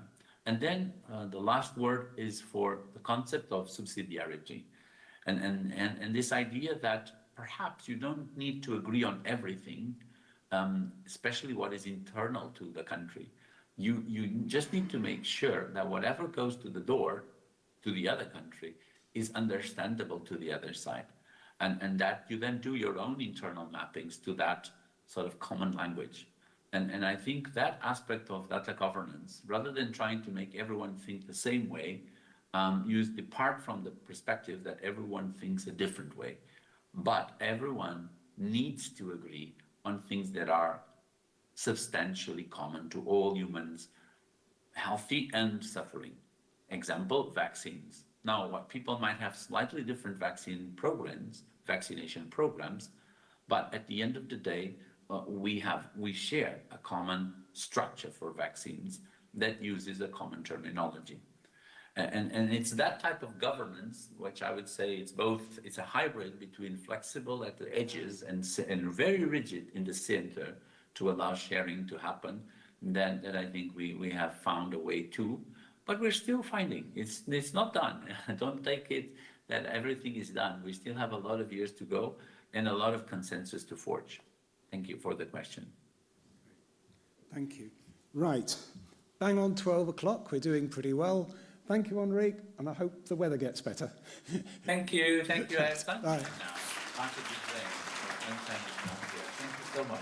So, for those of you who were here last year, you may remember we had a dial-in from the other side of the world in Brisbane. We've gone one better this year. We've actually got somebody from Brisbane here in the room. So I just wanted to introduce Kate Ebrill, who's going to talk to you about the Sparked initiative in Australia. Thank you so much, John, and thank you for having me here today. I can't stand still, so I'm going to grab the roving mic. So I'm Kate Ebrill. I'm from Australia. I am the lead of the Sparked program, which is Australia's fire accelerator. So I'm from CSIRO, which is a Commonwealth Scientific Industrial Research Organisation. That's Australia's national science agency. Our claim to fame is Wi-Fi, plastic banknotes, single-use contacts, Onto server, which is used as the national terminology server here in England, Scotland, Wales and Ireland. And we're also doing a lot of work around strengthening standards capability in low and middle income countries across the Asia and Pacific. So I'm really glad to follow on from the previous two presentations, and there'll be a lot of common themes. We actually work with the Australian Defence Department around their implementation of the patient summary and their health record, and Onto server is key to that in Australia. So we've had to deal with making sure that Onto server can operate disconnected down in subs and all the rest of it. And you're really trying to drive IPS across Australia and beyond. You know, I don't need to tell all of you in the room that there's a lot of global momentum in digital health, and we've just heard from Henrique and what's happening in across Europe. But our challenges are common everywhere. How do we actually get government commitment? How do we align policy? How do we address that workforce capacity, both at the clinical and the technical? How do we deal with our legacy systems? How do we deal with standards adoption? And how do we actually build community? So for me, the most important part around interoperability, it's not about technology, it is about people. And if anyone has heard Graham Greaves speak, who is kind of known as the father of fire, an Australian, he will say it's all about people. Everything is about people. So within the Australian context, we're 8 states and territories and a federal health department. We have funding and decision-making split across, so federal funds primary care, pharmaceuticals, pathology, diagnostic imaging. Our states fund the hospitals. So we're kind of 8 split in the way that we fund healthcare. And so we have our own cross-border interoperability challenges within Australia. Who's familiar with the Deming quote, every single system is perfectly designed to get the result it gets? This is where we've been for 22 years in Australia, and I started working on the first ever electronic health record trial in Australia down in Tasmania back in 2002. Clearly I was a child when I started. And you know, we've been on that journey now for 22 years within Australia, and we've been tackling this interoperability challenge. We're very privileged that we do have a national electronic health record, we do have national healthcare identifiers, but these were designed pre-smartphone and they need to be modernised in their standards, and we still have the same data quality challenges that everyone has around the world. And so we said, right, we have to try a different way. We can't keep approaching interoperability and standards in the same way that we've been doing it for the last 22 years. Something has to change if we want to start to improve the data quality and make sure that information can flow and follow the patient as they work through the system. And I think every single one of you in the room understands the why, about why we're trying to do this. And I'll talk a little about the what that we're doing, but most importantly, I'm going to talk about how we're doing it, because it's not what we're doing, it's how we're doing it. So back in the budget of 2023, the strengthening Medicare budget, so Medicare is our national health insurance scheme, the Department of Health and Ageing said, right, if we want to aim for this learning healthcare system, if we need to strengthen Medicare and we need to have the data to make the right decisions at the point of care, the right decisions at an organisational level and the right decisions at a national level, we have to improve the data that's flowing and we have to have quality data. And so the person responsible for Medicare reform was also responsible for digital. And they said, hey, let's trial a different approach. Let's change the way we're doing standards, let's change the way we're defining data, and let's take a different approach to standards development. And the government had been looking at what was happening in the US. Are people familiar with Argonaut, Project Da Vinci? Yes, there's been a lot of accelerators happening within the US under the 21st Century Cures Act, which kicked off around 2018-19, if I remember right, where every individual has right to access their data with little or no extra effort.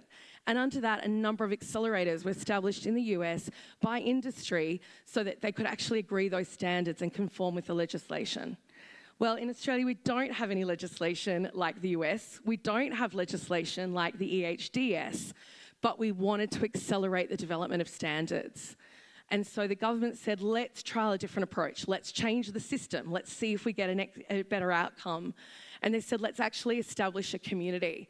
And with that community, let's accelerate the creation and adoption of those standards. And that community starts with a partnership, which is our Department of Health, Disabilities and Ageing, so those that fund and will regulate. The Australian Digital Health Agency that has the responsibility for establishing the national infrastructure, so the My Health Record, the National Health Information Exchange, National Healthcare Identifier Services and stewarding standards. HL7 Australia, which is the SDO for fire, and I'm a director on the board of HL7, and CSIRO to act as that independent, trusted voice between government, clinicians and industry. And they said, build this community of government, technology, provider organisations, practitioners, and let's accelerate the adoption of those standards. So we created the Spark community. And standards are only as strong as a community. And so this, again, is not about technology to me. This is about people. There's a proverb that if you want to go fast, go alone. If you want to go far, go together. Through this community, we're actually trying to change that, and we're saying if we go together, we will go further and we will go faster. So our standards, now we have over nearly 14, this slide needs to be updated, nearly 1,400 members who are part of this community of Sparked within Australia. And I'm sure there are a number of familiar logos on the screens there, and some of you may be in the room. So we have over now 120 founding members of industry, peak colleges, the Australian Medical Association, the Colleges of General Practice, our Institutes of Health and Welfare, and importantly, all our devolved nations, all of our states and territories who are at the table to work together to agree that these are the fundamental standards we need in Australia. We have to agree these standards, we have to agree data quality if we want to build those foundations. You're talking about in the defence, you want the data that you need to do the analytics. We need that data within our healthcare system, and we need that data to be representative of our population. If we want to take advantage of AI, we need to have ethical use of AI based on ethical data that is representative of the Australian population, representative of our First Nations people, representative of the diversity. So we couldn't keep looking at standards and data exactly the same way we've always done it. And you know the old way, and this may be familiar to some in the room, the old way, you get a select group of very esteemed, very experienced clinicians and technical experts. You develop something in-house until you think it's almost perfect, and then you put it out for consultation. You have separate discussions between industry and clinicians and government. Your testing actually kind of starts when you're towards the end. You actually build it and hope they'll come, and if they don't come, you start to try some carrots and then go for your sticks. You end up with a longer time frame for adoption. And implementation challenges are normally only identified when you hit the end of the program. Does this sound familiar with people in the room? I mean, this is the way I did it when I worked for the National E-Health Organisation for 20 years. This is the way we thought we had to do co-design and develop standards. So we said, well, we can't keep doing the things exactly the same way and expect a different outcome. So we said, how do we change this? How do we actually build this community and start with this process where it's open, it's transparent, it's consensus-driven, it's collaborative. Every single thing is publicly available. You guys can go to our Spark website. You can take everything we've developed. You can see all our program plans. You can see every report. It's clinician-led and data quality focused first. Our clinical workforce, and I trained as an allied health clinician, everyone is overburdened, overworked. How do we make the right thing to do the easiest thing to do? How do we make sure this is clinically led, this is quality led, not data for data's sake for what we need for government reporting? What does the clinician need at the point of care to do their job in the best way possible and have the data that they need at hand? So yes, not agreeing all these huge data sets, but what is the data that's most important? And how do we establish this large, ever-growing group of change champions? How do we build workforce capacity? How do we address this capacity need in clinicians, industry and government? And how do we be agile and iterative? So over 2 years, how can we just keep delivering and keep being really agile, not let perfect be the enemy of good, not boiling the ocean? I can throw all the terms out. How do we actually grease something and get on with it? And through this, when actually the standard is published, industry is already close to adoption. We've already tested the specs. We're ready to go live together. Policy implications are identified along the way much earlier. And really also making sure that it's guided. It's not the loudest voice in the room. Every voice in the room gets heard. And, build it together. Go live together. So what are we actually doing? Through Spark, and I'm going to try and break down these acronyms. First and foremost, we're developing what is that core data set? What is the core of the core? Not boil the ocean, not come up with thousands of data groups. What is the most important information? If we actually get that information right and it's structured and it's in the right terminology, that is actually going to deliver and enable better decisions at the point of care, enable better use of tools, and enable the right information to flow for the patient. So what is that core of the core? What is that core data for interoperability?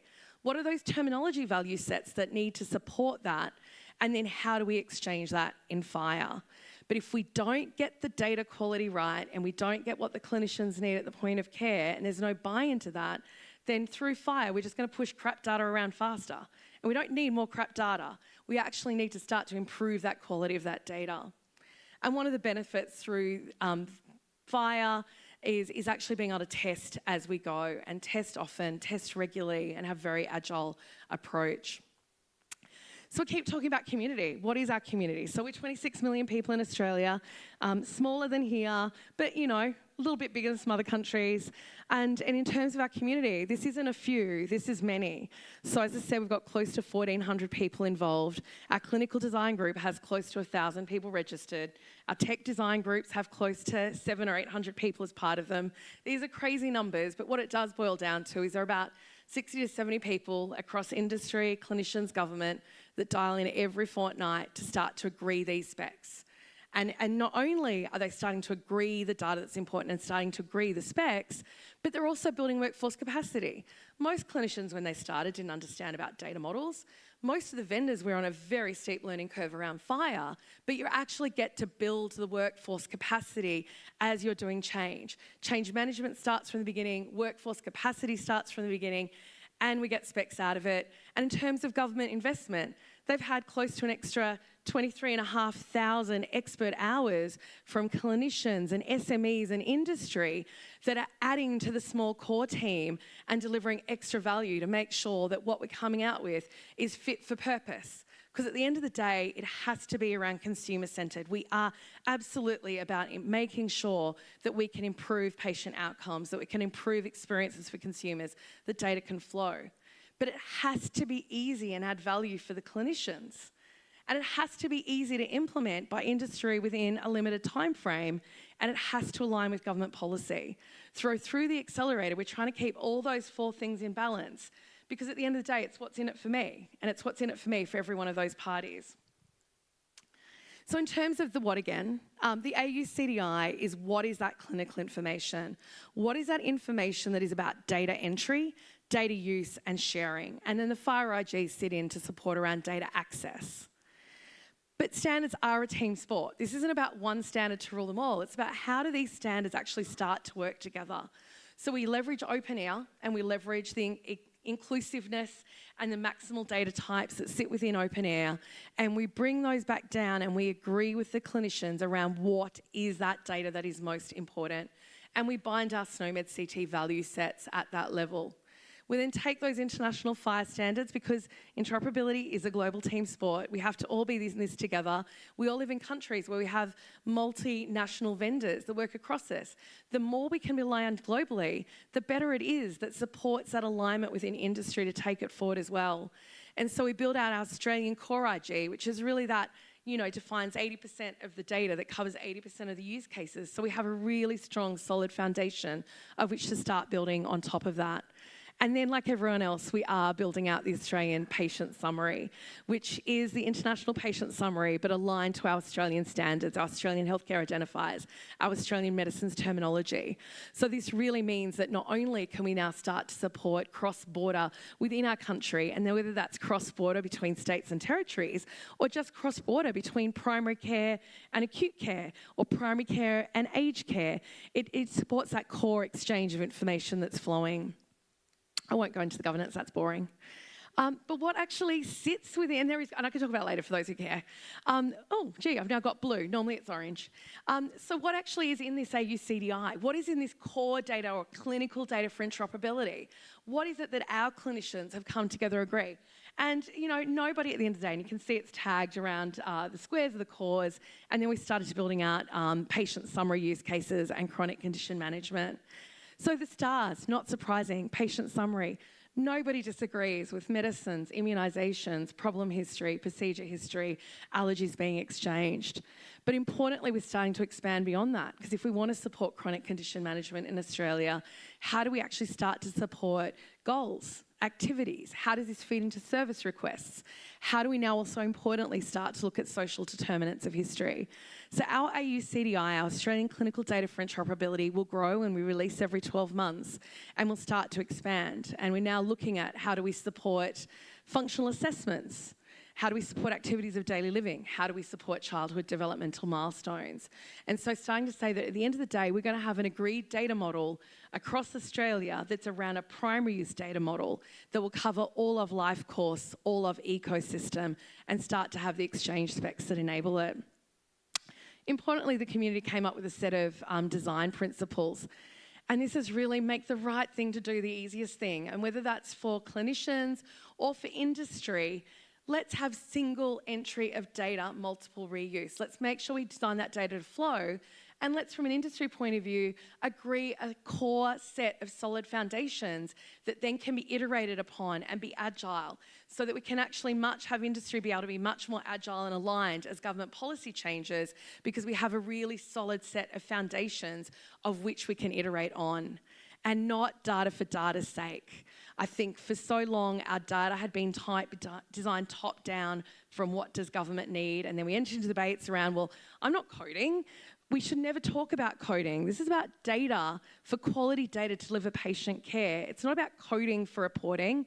It's about making sure that the right clinical information is in the system to support good quality care. And if we get that right, that data will flow. And at the regional levels, at the national levels, we'll then have the right quality data we want and need to make those decisions. And we wanted to make sure it supported best practice, clinical guidelines and workflow. And importantly, let's not let perfect be the enemy of good. Let's make sure that as we're designing this out, that it's what can be delivered now or with a little extra effort, so that it can be really iterative and keep delivering incremental benefit as we go. And importantly, we are a small country down the bottom end of the world. We needed to align with international standards. We do bring, as I mentioned, open air in to build what we're doing. So open air is core to us. We bring that in, we constrain that down, and then that feeds into the fire IGs. And one of the really great things is, as I said, clinicians really didn't, have any knowledge around mind maps or open air or information models. But one of the fantastic things, if you take such a great foundation like open air, which is a maximal inclusive set of archetypes, we've been able to take those archetypes and constrain them down. So it's really easy when we can get clinical buy-in if they know that we can agree what's right for now, but can actually see a large roadmap of where we can go. It stops all the debates because we can actually agree these are the important data groups and elements right now. And then we know in our next release, we've actually got that roadmap to expand to. And importantly, industry has that roadmap to expand to. Again, another governance. I'm not going to talk through this. And importantly, we do leverage those FHIR standards and use that as the core of what we're doing. In terms of the relationship between the two, this is very much clinically and consumer-led by clinical and consumer data requirements first.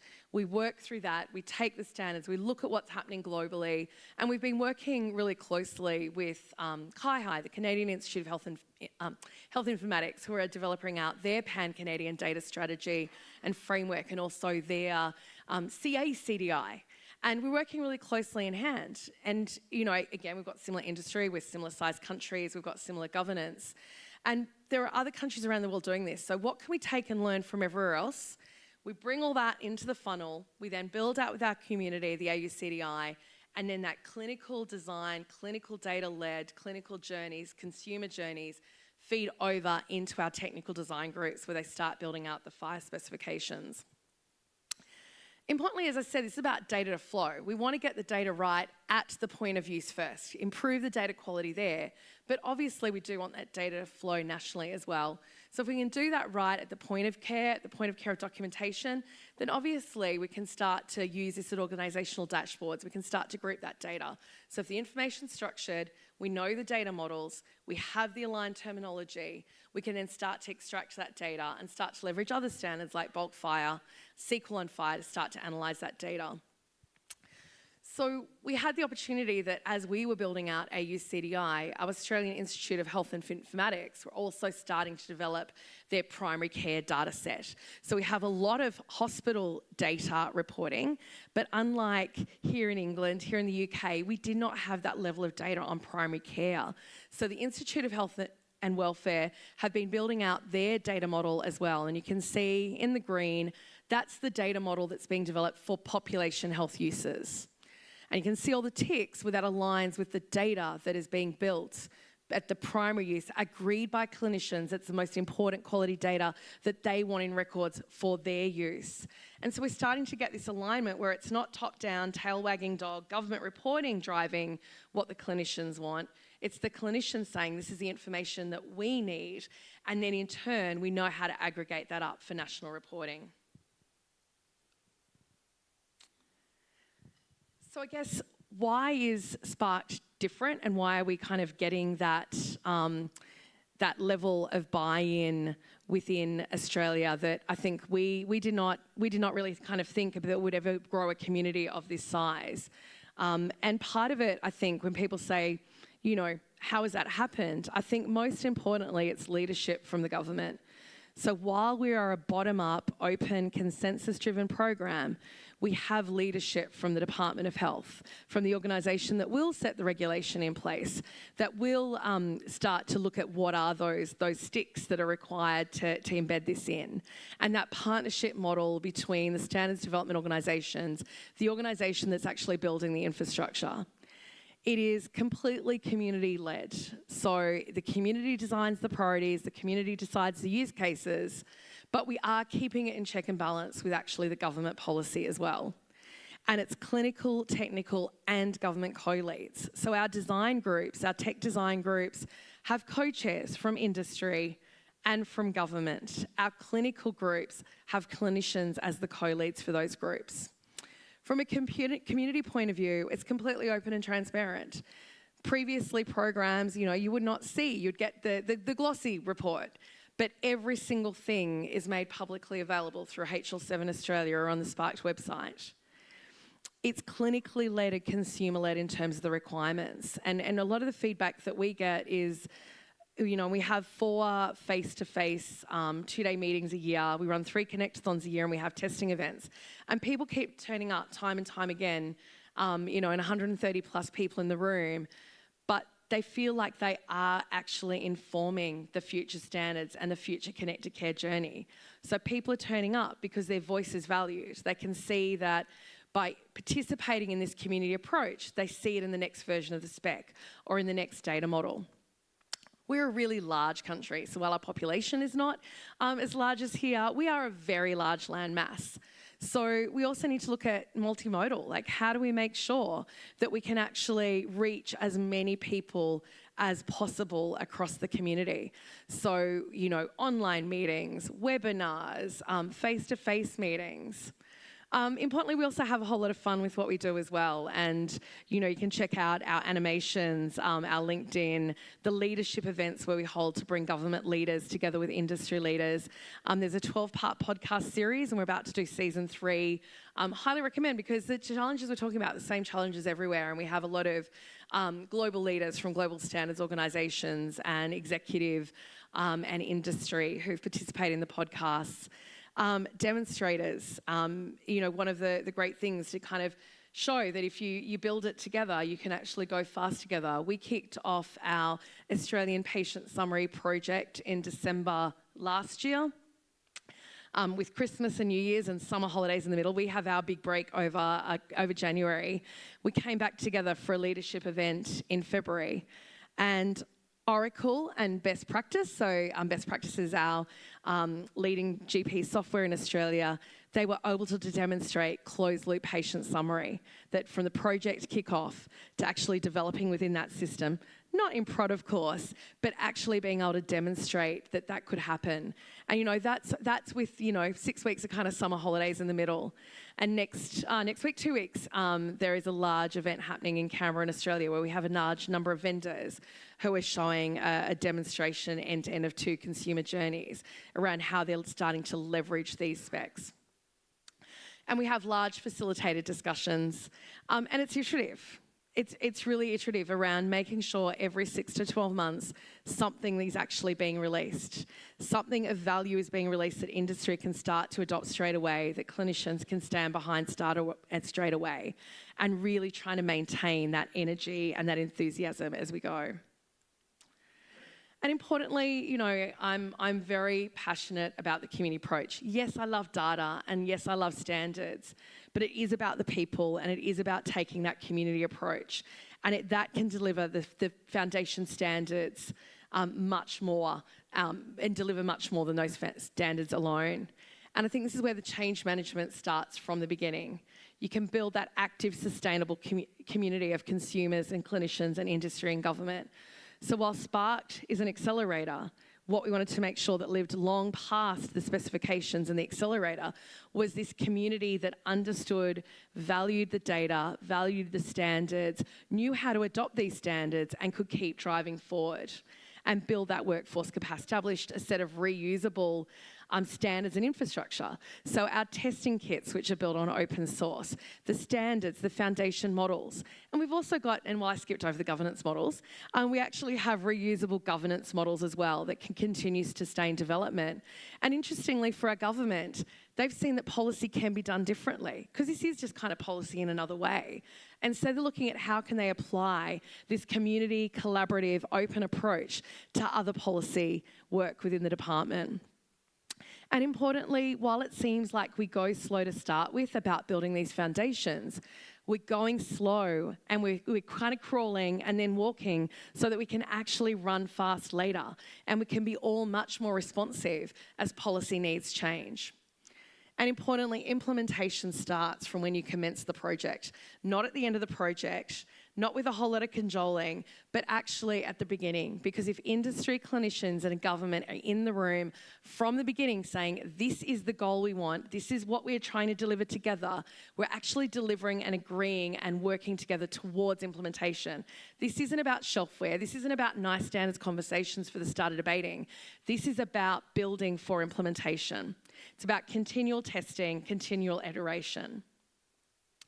And at the end of the day, where we're at now is industry are actually asking for the mandates. The clinicians are asking for the mandates because they've done all this work, they've invested all their time, we're all on this journey together, and they want to back it in.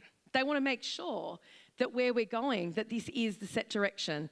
And, you know, for the next shiny new toy or the next idea that comes along, that we're not going to change, that we're actually going to keep driving towards these foundations. So here is the link to the Sparked website. Everything is available. Totally encourage you to check it out. And yeah, thank you very much.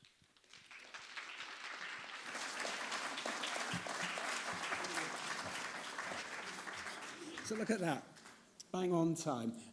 Have you got time for one quick question, or do you want lunch? I get it if you want lunch. So I hope you've enjoyed that. We've had some fascinating insights.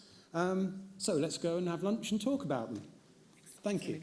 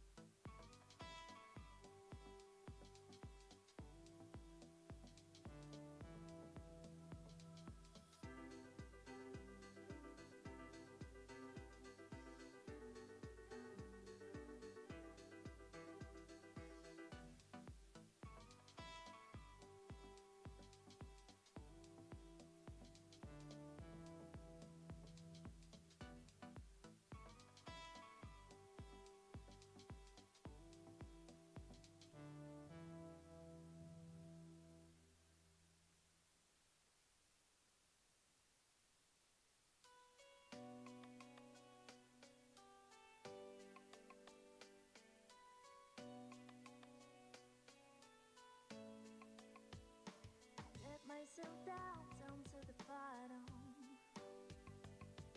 There is no place to hide, and no one can hold me. My name is so dirty, call me Dirty Pro. You made me a symbol, so I'm on my own. Falling apart, no stopping to lose. I'm clumsy and not for me a loser. La la la la la la. La la la la la la. La la la la la la. I swear you can call me a loser. La la la la la la. La la la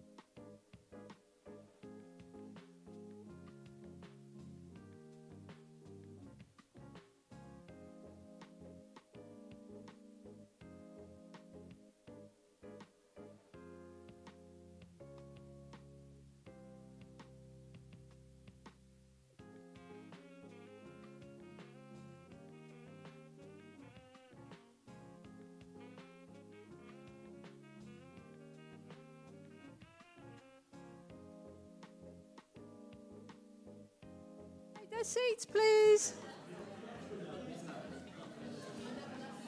No, look at you.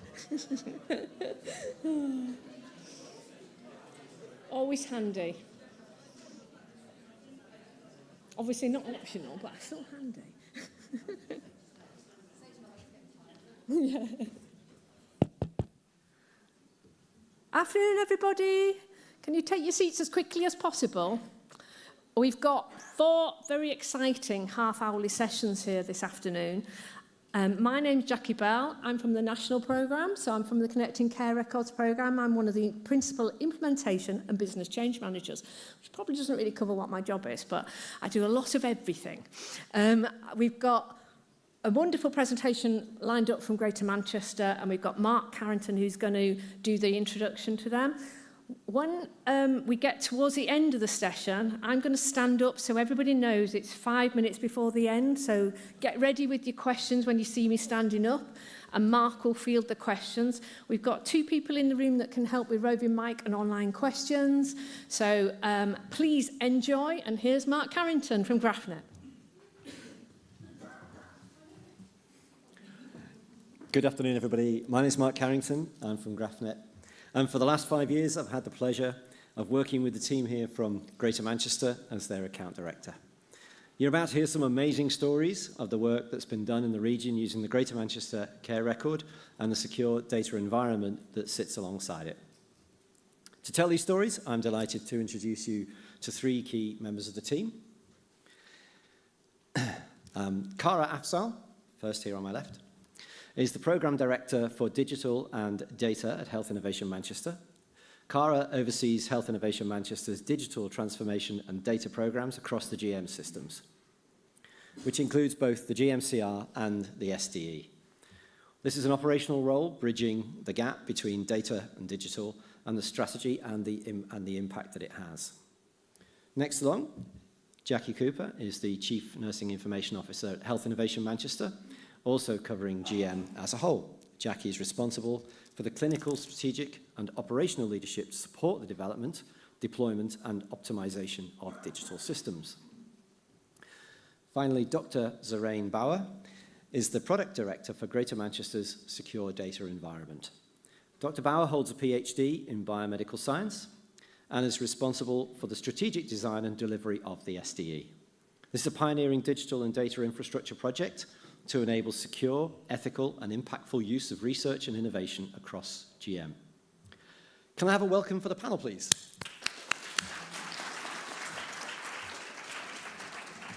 So that's enough for me to now. I'll be back with the questions later, but in the meantime, I'm passing over to Cara. Thanks a lot. Thanks, Mark, for that lovely introduction. Hi, everybody, and welcome today. I'm absolutely delighted to be presenting to you today on the GMCR. And really excited to be presenting with these 2 lovely ladies who have been working with on the shared care record and also the SDA. So what I'm going to do is just give you an overview of the strategic aspects of some of the work that we're doing across Greater Manchester, and then Jacqui will follow that to give you a bit more detail around the GMCR, and Zharain will close by talking about the secure data environment. So, in terms of Greater Manchester, some of this information you may or may not already be familiar with. We have essentially, in Greater Manchester, got quite a strong data asset. We have over 3 million people living and working across the city region, and we have developed a data set that actually records their information. And the wonderful thing about Greater Manchester is that some of the work that our ICB has been doing around joining up those data sets and having a longitudinal data record, it goes back for 20 years, and we've got that data for 50% of the patient's population in GM, and that really does allow us to look at the population in a different way than other areas, because that information is actually pure gold when it comes to understanding the trajectory and the way in which disease progresses within a conurbation. It's also worth saying that the data includes that patient-level information from primary care, secondary care, labs, results and social care, importantly as well. And what we've done in Greater Manchester is unique in sort of thinking about how we ensure that we maintain the trust of the population. You'll know there's a lot of noise out there about, you know, are we optimally maintaining the trust of the population in terms of the way that we interrogate their data and use their data.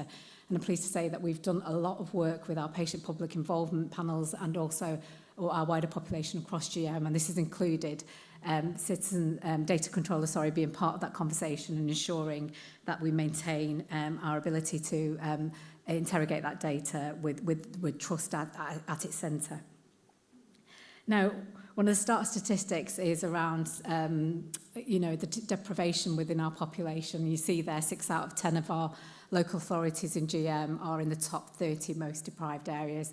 It sometimes is sad to see that statistics. It's been decades that we are consistently reporting that there is a lot of deprivation and there is a lot of need out there, and we need to be thinking about how we tap into the gold, as I mentioned, in terms of our data to see how we can start making a difference to our population.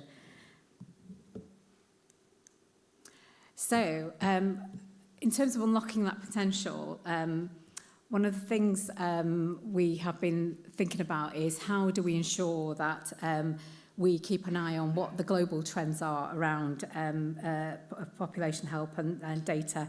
And you can see here, in terms of population health, there's rising inequity, there's also challenges around workforce pressures, which you'll be familiar with, also rising costs as well. But at the same time, we've got advancements in innovations as well. So there's lots of stuff happening around precision medicine, and if I care to mention artificial intelligence, which you'll all know as well, is being accelerated as well. So we need to be thinking about those national and regional strategies and making sure that the work that we do is aligned. And if Ben Bridgewater, our Chief Exec from Health Innovation Manchester, was here today, he'd say, in terms of our vision, what we want to do is be one of the world leading areas in terms of improving the lives of the local population. I mean, that's what gets me out of bed in the morning, is making sure that the work that we are doing is making a tangible difference. And what we have within Greater Manchester is quite concrete, strong assets around data.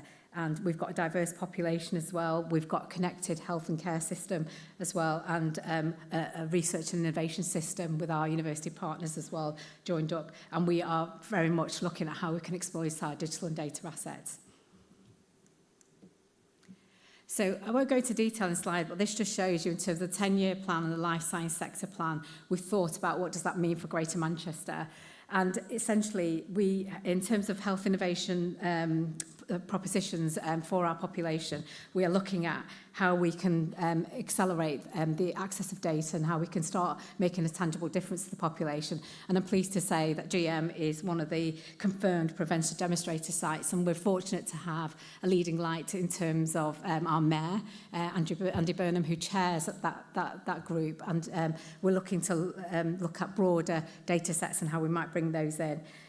There is also a lot of stuff going around around real-world data platforms and assets. So we've got the analytics data platform and also the secure data environment, which Zharain will talk in a little bit more detail about. But I wanted to just touch on some of the work we've been doing around the GMCR. So one of the things that myself and my colleagues consistently discuss is it's all well and good having the shared care record, but if no one's using it, what's the point? So what we've done over the past 12 to 24 months is looked at doing an accelerated programme around raising awareness around the GMCR. You'll be really surprised that areas that have shared care records, they're not always optimally used, and we make a significant investment in those shared care records. So we need to be thinking about how do you ensure that that the users out there are aware and using the record. So what we did was took a baseline measure, looked at our data and realised in terms of workforce assessment there was a significant percentage not using the shared care record. And we devised a strategy, and that strategy is involved ensuring that we've got that strategic engagement at the highest level, also looking at that frontline engagement and operational delivery. So we've been out doing road shows, myself, Jacqui, Cooper as the Chief Nursing Information Officer, and also our Clinical Transformation Lead, Dr. Saf Ahmed, have been out visiting all A&E departments across Greater Manchester. I'm pleased to say we've visited all of them now to talk about the shared care record, and we're looking at outpatients and various other areas and actually doing some face-to-face training sessions and making them aware. about what's possible in terms of shared care record. I won't go through the whole strategy, but you can see, you get a flavour of that in terms of what we've been doing. And important to mention, the communications has been key. So Catherine Ferguson is sat out there in the audience, and Catherine has been instrumental in ensuring that the strategy that we devise around communicating our users around the shared care records is strong, and that's ensuring that we've got blogs and we're consistently talking about the shared care record and what it can do. And then importantly, looking at the KPIs associated with that and making sure we're putting the measures in place so we can understand the difference that is being made. So I'm going to pass you over to Jacqui now, who's going to talk a little bit more about the GMCR and bring to life some of the wider work we've been doing around care planning, etc. Thanks. Hi, good to meet you all. The glasses will be on and off because I can see and I can't see.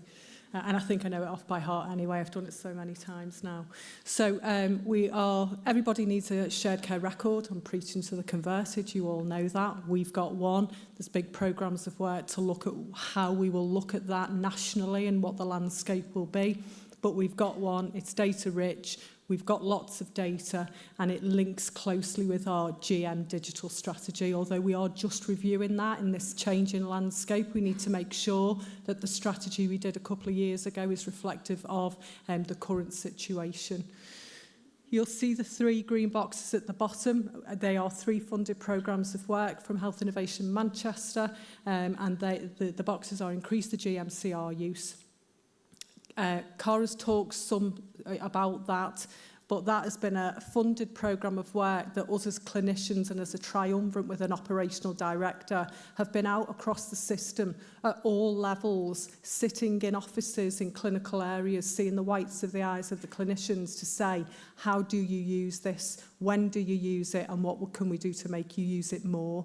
And I think it's been fair to say it's been a hugely successful programme. What we know is once they go in and use it, they never not go and use it. They always use it. And actually, we know we've got the engagement because they're now asking us, we want this in. This is what we want it to look like. Can you put this in for us? So it's been a hugely successful programme of work. And we've touched nurses, doctors, midwives, allied health professionals, the whole raft of people throughout the entire system. The middle box is optimising data feeds. That's really important. I think, pre-COVID, we had a few shared care records and we amalgamated them into the GMCR. I think it's fair to say that the data feeds at that point were probably put in haste, as was many things in COVID, and now is the right time to review that. So we're going out to the CIOs of all providers and saying, this is where we're at with your data. We need more of it. The feed isn't quite right. We want to get the feed up to 90%. Or actually a different conversation, what feeds do you want? And 2 big pieces of work have come out of those conversations. One is mental health data. So that's making sure that we're working with our mental health colleagues alongside our frontline ED consultants to see what data we need. What more can we do in this scope to make sure that you're getting the right information at the right time to make safe clinical decisions?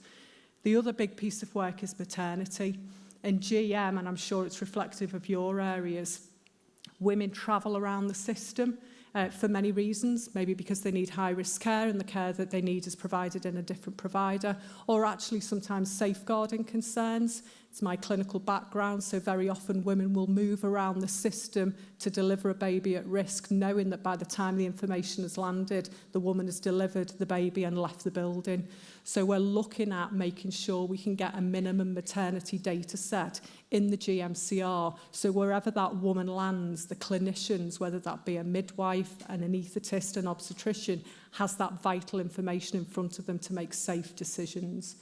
And then the other box is implementing new models of care. I think it's fair to say, and we will all say the same, we need to think differently with the shared care record, and models of care is the way forward. So you've got the longitudinal record and you've got a model of care that covers primary care, secondary care, community and beyond, social care. So we've all got a single source of truth, and we've done some really good pilots in GM around that, particularly with heart failure, dementia, and a huge amount of work in EPACS. End of life is really important. I always say as a clinician, that EPACS programme of work, when you're with loved ones and your person to make those decisions, for those decisions not to be carried out because either somebody chose not to look at the plan of care or didn't know it was there, it is a failure. And we know that with preferred place of death, we're failing our patients every day, our people, because they're dying in places that they don't want to die in. So it's a really important piece of work.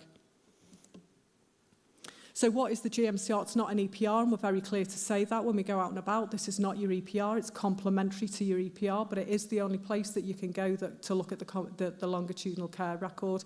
It's not utopia. It's not perfect. That's why we're here, because we're working to get it there. But it is the only place you can go, and actually you're failing if you don't look at it. To not have a person's information in front of you, the holistic view, and be expected to make a clinical decision is not the right place to be. We cover the entire population, we cover all of the localities, we cover all of the GP practices, the councils, the acute trusts, community services, mental health trusts, specialist services, including our cancer hospital and NWAS as well, our ambulance service. And why do we do it? Why do we have it? Well, we've had a really powerful patient story this morning about how they believe that we know everything about them and how frustrating and harmful it is to tell that story over and over again. So what this means is you don't have to tell the story over and over again, but you do have to log in and look at it to make sure you're getting the information about the person. And what we know is the minute you do that, you make safer, better, higher quality decisions for the person in front of you, and you can plan that care more effectively. I've talked a bit about integrated care planning, and we can go have some offline conversations around that, because that is the way forward, I believe. We do some great comms with our comms lead here, so we've got some graphics, and then you'll see at the bottom what we put in the GM care record. So the medications, really important. I think that's the one thing that you don't have to sell to a clinician. So whenever we go out and we go, what do you use it for? They go, meds rec. But it's like any EPR. When you've built something or put an EPR in, it bears no comparison on day one to what it is on 6 months in, 2 years in, 3 years in. So making sure that they know it's significantly more than meds rec is really important. Allergies, test results, doing a big project of work, which I'm sure you guys are at GM, about single limbs. So all of the tests will be in real time. PACS viewer, GP Connect, all of that real-time information is all fully in the GMCR. Care plans, and more importantly, social care support. As we get that left shift, we need a model of care that reflects that. And I think that hasn't happened. It certainly hasn't happened enough, because the social care story, and actually moving on into a story if a person's been in prison or if a person is in education, all of that complete story about the person in front of the clinician is really important. We always get feedback, because this is the stuff that drives us, and this is the stuff that we sell, and this is some of the feedback from the people that we meet, deal with, and optimise the GMCR for. It's always MDT, it's always all professions, health and social care, and we get great feedback. And like I say, the feedback is once they're in, they never stop going in.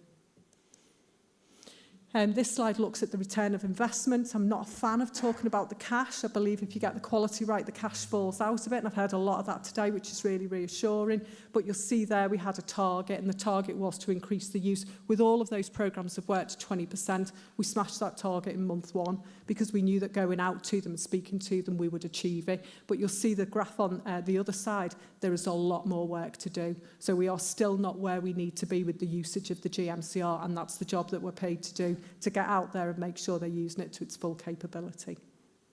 Thank you very much. I'll hand over to Zharain. Afternoon, everybody. I'm Zharain. I'm the Product Director in Greater Manchester and also work for the North West as well. So I'm just going to talk a little bit about more the secondary uses of our GM data assets, in particular with regards to healthcare research purposes and secure data environments.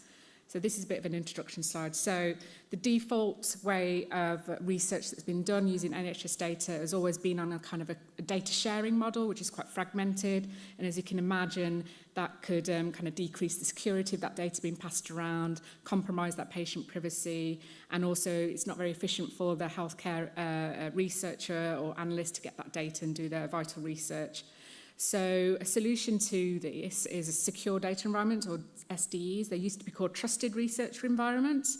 And the aim of those are to kind of increase that security, get that patient privacy up, and also get the data to the research in a more effective and efficient way. This has been, and then the thought is that this is going to then speed up those clinical trials and clinical research that are much needed in the UK, so that we can get those novel therapies and technologies to our population and patients quicker.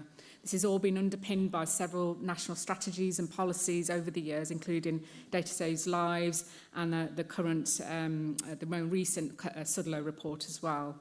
So what's an SDE? There's lots of definitions out there, but basically it's a highly secure data and computing platform that allows access to healthcare data sets for research purposes primarily. And the key word there is access. And you're probably wondering why I've got a picture of a laboratory scientist there working in a closed cabinet. It's essentially our fun analogy for what we're trying to describe an SDE to be. So it's a closed cabinet with a researcher, got all their reagents there, doing their experiment, and only the products would leave that. And that's the same as a secure data environment. You have the raw data inside as a secure platform or software platform. The analysts would do their research, and only the analyses would exit from that. So that's essentially a secure data platform. And we govern this around the Office for National Statistics 5 safe frameworks. So that's safe data. So is the data de-identified? Safe project. So are we asking a ethical question, an appropriate question on the project? Safe people are our users and analysts from trusted organisations. Safe settings, is the platform secure? And then safe outputs, is it an aggregated result? So we are part of the NHS England Data for R&D research programme. We've been funded for the past 3 years. We're part of the NHS Research National SD Network, part of the North West, and we work with our geographical partners, Cheshire, Merseyside and Lancashire, South Cumbria, to build a federated data platform. And this is in development right now. This is where we can interrogate a larger population data set, as you can imagine, with those 3 ICBs combined.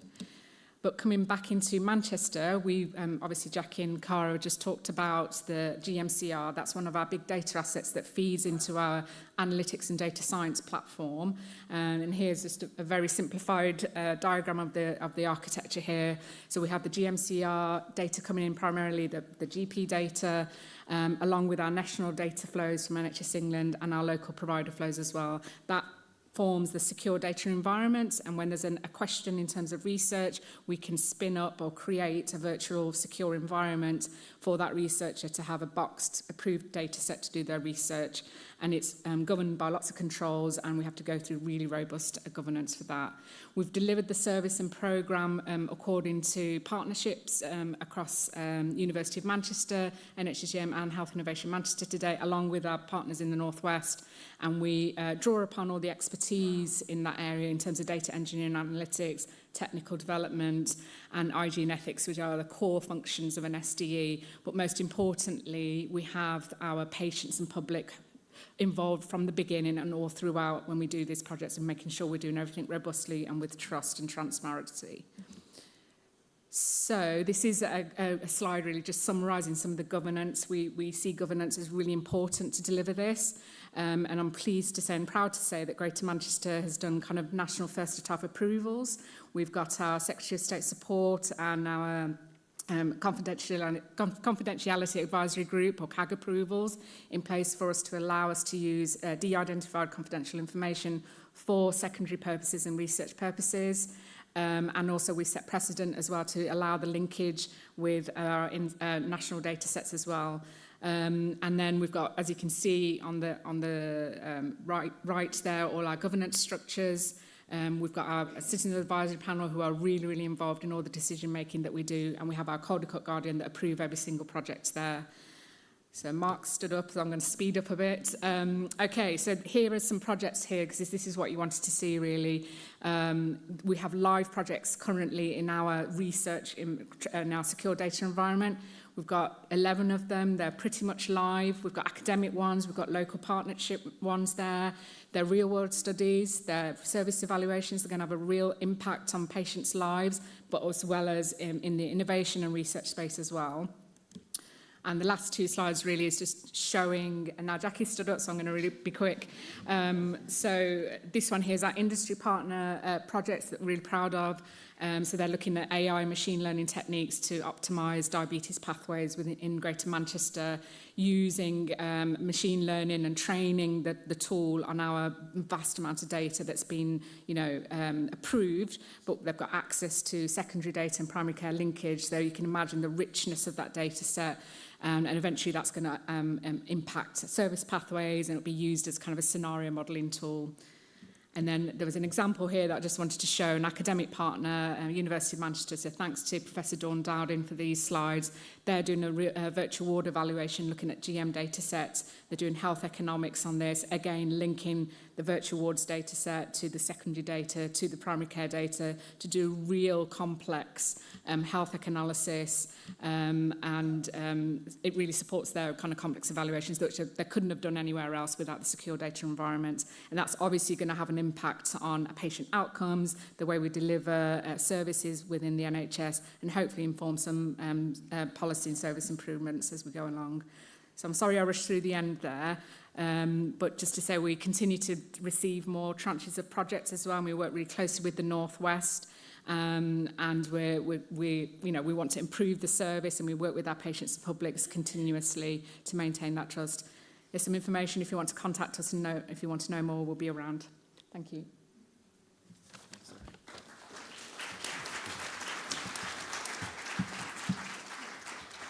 Thanks, everybody. Thank you all. Okay, if anybody's got a question, if they could put their hand up. So somebody will bring a microphone to you. I've got a new hip. You've got a new hip. Is there anybody closer? Right, I've got to get you the mic because we're streaming as well, so hence... So if you could just say who you are and where you're from, and then ask your question, that would be appreciated. Thank you. It's Kaz Russell Surtees. Hi, yeah, again. I'm currently the Digital Programme Manager for the New Build Children's Hospital in Cambridge, which is also going to be basically setting up the Cambridge Children's Research Institute. I'm curious how our shared care record, which I used to work on, is based on consent for direct care only from patients. How does that work with the SDE? How does the data from your shared care record go into the SDE without going back out to the public to gain that consent, or did you? We did. We did a massive consult. Can you hear me? Sorry. Yeah, we did a consultation on that. So that was the confidentiality advisory group, the HRA approvals through that. So there's a big consultation on that, not only with our public patients, but with our GPs as well, to gain that consent. Awesome. Thank you. Okay. There we go. The question here, right here, because I'm not walking. Thank you. Oh, okay, thank you. My name is Uzoma. I work with the Lincolnshire ICS. Currently the Digital Business Change Manager for the Shared Care Record. And I think something caught my attention in your slides, where you said that you made people understand that your Shared Care Record is not an EPR. That's a major conversation we're currently having, trying to convince different service providers this is not an EPR, because in order to be able to do what you've done, that's the brick wall we're facing now. So how were you able to actually overcome that? I mean, Mark should probably... I'll give an answer. So I agree. I think we are drifting into, boundaries of what once was a data repository to drifting into EPR functionality, certainly with the models of care programme that we're looking at now.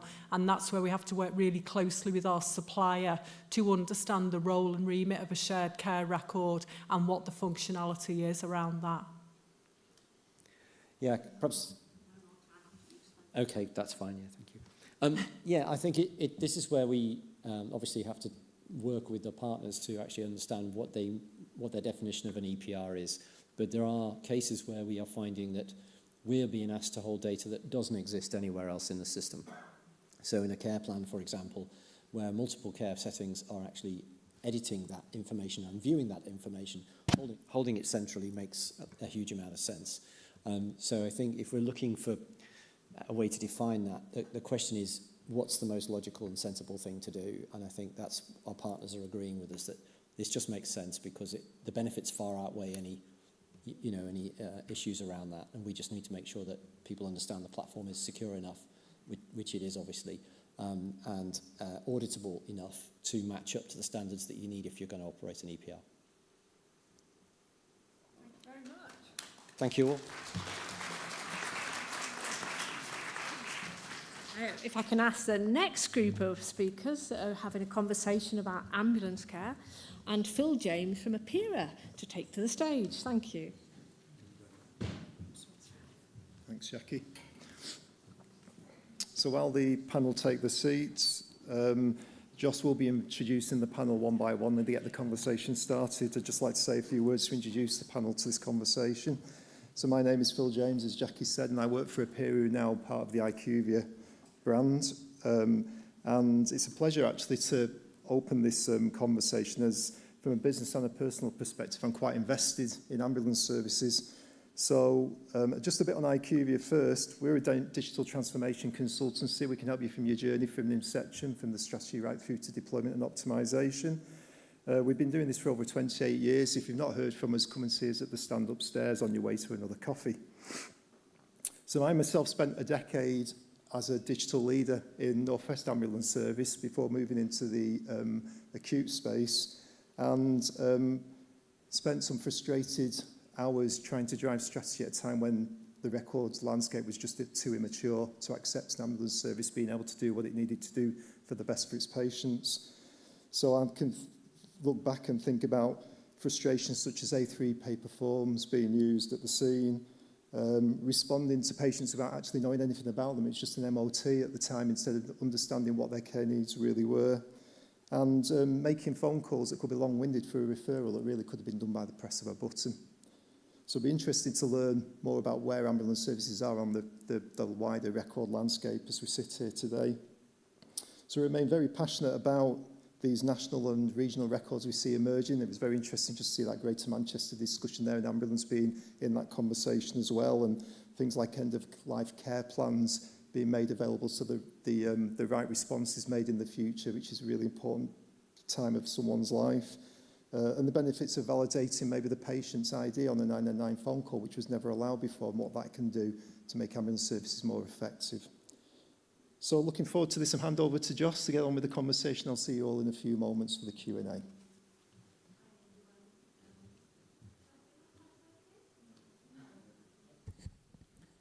Is that right? Yeah, oh, that's now, yeah. So hi everyone, I'm Joss Palmer and I'm the Programme Director for One London, and have worked with some of you in the room before for many years on shared care records.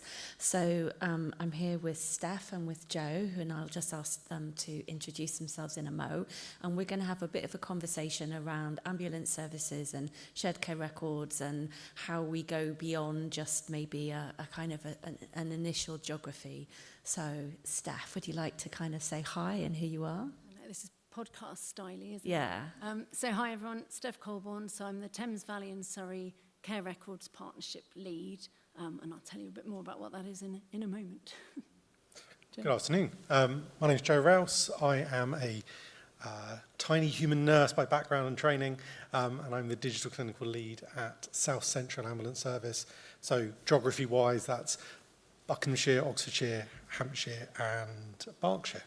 Oh, so Joe, can you maybe like set the scene for those of us who don't work in an ambulance service or haven't done before, and like just tell us what it's a bit like nowadays, and is it like off the telly? Depends which programs you're watching. If you're watching Casualty, maybe not. So I will speak for our area because we're all slightly different.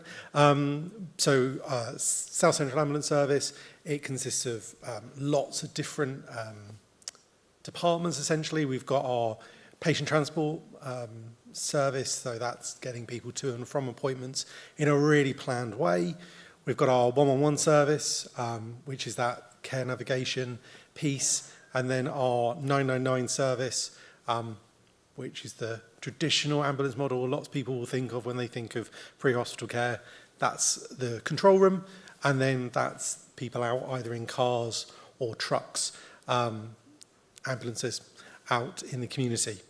Most people, when I talk about ambulance service, they sort of naturally assume that most of the time what we're doing is CPR and cardiac arrests. I think cardiac arrest and CPR last year was something around the 12% of everything we went to. Everything else is more that urgent care space, from someone having chest pain through to someone that has fallen and can't get up, and we need to go and assess and then safely lift them. Thank you. I think it's me next. Yeah. I've got a simple question with probably quite a complex answer. So simply, why are shared care records so important for ambulance services, and why is it, emergency and pre-hospital settings, why is that different to planned care when it comes to shared care records and access? So it's a really easy question to answer because for SCAS, we only got access to the first of our shared care records last year, operationally. So in our control rooms, we've had access for a little while, but out on the trucks, on the ambulances, that's only come in last year. And I've been there that long, so I can speak to folks and find out, and a lot of people have got a memory. So the difference it's made is humongous. Because of absolutely humongous.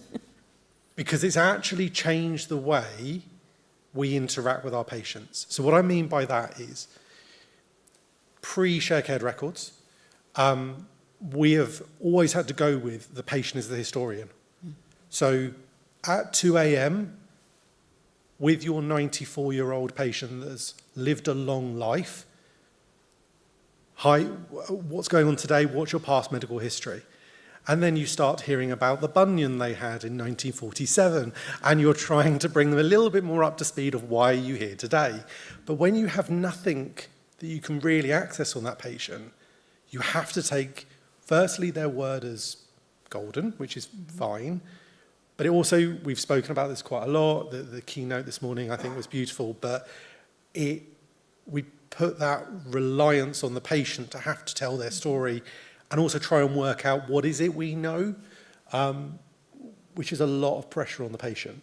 Now what we have is it's a lot of, in clinical practice, we'll turn up, we'll have a look, we'll do that initial assessment, and it's, I can see that you have this diagnosis. I see that you have these allergies recorded. Is that true? Is that valid? We do that sense check. But the patient can almost sit back a little bit, and from an emergency, so from a 999 response, people haven't generally planned for us to come through their living room, their front door into their living room with my case size 12 boots. So they are, even if it's an urgent care situation, it's still scary, it's still frightening. They weren't expecting this today. So for them to be able to take a little bit of a load off and we can just sense check with them has made a massive difference, to the point that, like many of us probably in the room that have done or are clinical informaticians or done clinical informatics, sometimes you are not always the most loved person. I think that's fair to say, sometimes when you give them a new field to fill out. But deploying this and being able to have access to our shared care records, I have had more smiles. I've had one particularly large bear hug from a 6'7" paramedic. And people are just genuinely happy. Thank you for making my clinical practice that much easier. Wow. And so from my career, it's one of the things that's had that massive impact really speedily. That's amazing, absolutely amazing. And I want to know your favourite stories then. So what are your favourite clinical feedback, or your colleagues that have told you where's the difference being made? Because that's what people want to know, isn't it? What's the difference on the ground? So for one of my colleagues, he was talking to me about this the other day, went out to a gentleman having chest pain. It's quite a common bit of information that we get down via our dispatch system. Turn up, and he was so inconsolable. It was so difficult for him to articulate himself. One colleague was putting on the dots, doing a ECG, a heart trace. You will keep me to touch if I start using acronyms, please, because I'm awful for it. And what we're able to do is actually see, well, we've had previous presentations to their ED with very similar symptoms. Now, that wasn't a oh, this must be exactly the same again, right, we're off. But it can, from a really human sense, oh, I see that you've had a couple of these before, you did go to ED, this is what happened, is this different? Is this what it felt like before? Oh, I can see in the record, you sort of presented with these symptoms, and we can look at things like ECGs. Have we got those changes that are showing? Because ECG interpretation isn't my area of specialty, but just looking at one is hard to know whether it's right or wrong. It's best when you can look at multiples and see whether you have those changes. So that was one of my colleagues who was telling me that one. My personal favourite one, because it really could have ended very differently and I could have had a really difficult night, was a lady in her 80s who'd somehow tripped and fallen over nothing in our home. We still couldn't work out what it is she'd fallen. She'd just fallen over probably. Was laying on the floor in a assisted living, and husband was profoundly hard of hearing, so it was really difficult to try and get any information out of him. It was about 11:30 at night, and I was by myself, and sort of doing that initial assessment to sort of try and get her up, essentially, because she was laying on the floor, she wasn't hugely comfortable. And doing sort of the standard checks we were doing, okay, that's fine. What past medical history have you got? The bunion from 1947 started coming out again. But went through, I thought was a fairly reasonable history for this patient. And I thought, right, let me just double check the Sharecare record before I get the lifting cushion out of my boot. And I could see a discharge, I think it was about 2 weeks or 10 days before, from orthopedics for a hip replacement. And I went, have you just had a hip replacement? Oh, yes, I forgot to tell you about that, which slightly changed the clinical plan and me going, I am not going to try and lift this lady by myself with a lifting cushion here. I will definitely be getting a backup crew and we will be doing this very slowly. In the end, that patient actually ended up being conveyed because we did actually need some more imaging. We weren't comfortable, even the three of us, to sort of just sit her up and leave her at home. But that could have been so easy. I'd followed the process. The patient just neglected to inform me of something fairly important. We could have been in all sorts of bother at that point if it had actually been something more serious. So that was one of the ones that really sticks in my brain.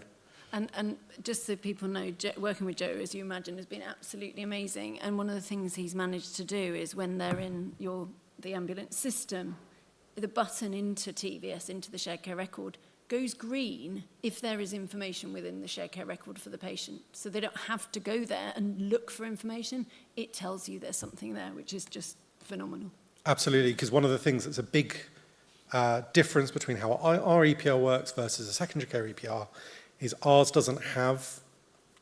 isn't master patient index based. Ours is incident based, which is a huge mental leap to get your head around when you start working pre-hospitally, because you don't have encounters against a patient, because we might have one incident number for one patient, or you might have one incident number for a coach load of patients. And if there's 15 patients, it will still be the one incident number. So our pre-hospital EPRs haven't quite caught up yet with the record being super inpatient context, because that urgent care element has developed over the last sort of few years more rather than just purely the emergency care. And that's part of our technology that hasn't necessarily kept pace. But that's where the shared care record has really helped us with that. Okay, so I'm going to come in now and maybe ask a question to you, Steph. So we heard from the GM team about how they've been extending their shared care record and moving into some of the areas around SDEs. But I'm really impressed by the work that you've done, which is to bring a number of different shared care records together, which is no mean feat. So I don't know whether you cover the whole of the geography for SCAS or not. I don't think so, but I think it certainly made a big difference, hasn't it? So could you maybe just share a little bit about that challenge and maybe some of the main things that you learnt from it. Yeah, and what we did. Yeah, no, absolutely. So our consolidation journey. So yeah, we've ended up with a shared care record that covers, I think it's 4.2 million people now, residents. We connect over 375 organisations together over 3 ICSs. We were one of the original Likers, so we had the E on the end. We were the exemplar, and the aim in 2018 was to share, to connect local shared care records together. Sounds familiar, doesn't it? Like an aim from 2018, fantastic. And we did it because about approximately 20% of our episodes of care would have benefited from shared care records that linked those patient records across those arbitrary administrative boundaries. And we had good partnership working. Our landscape was predominantly a GraphNet landscape, so we had my care record in Buckinghamshire, so covering SCAS covering. We had the Surrey care record, which I know you pick up some sort of on the borders. We had Connected Care that was covering Frimley and Berkshire, and we also had sort of Oxfordshire in the middle on a different supplier. So we have basically moved. So we started in November 2022. Finished in April 2025, so there's lesson number one. It takes a huge amount of time and effort. We obviously wanted to reduce the amount of times data was being moved, try and get more efficiencies to come in, get a better return on investment. They're all really good reasons to do it, but also to have that single place where the ambulance service could come in and see. So what we did, well, I dug my list out, but I'm probably not going to do everything, but just a few kind of ideas of the big long list of the plan. So we had data migration. We had to migrate it from the other systems. We had to do all the endpoint switches, whether that's for the viewing or for the actual feeds or the real-time viewing and the real-time data. All the user accounts had to be verified and migrated across. IP whitelisting, that was fun, doing that across 375 organizations. Things that you wouldn't necessarily think about, like legacy audit preservation, because obviously it's sitting inaccessible from somewhere else at the moment, so bringing all of that together and then decommissioning those legacy systems. Contracts, data protection impact assessment, communication, configuration, agreeing the configuration. You'd think 4 GraphNet into 1. No, we all had done slightly different things, so we had to agree all of that.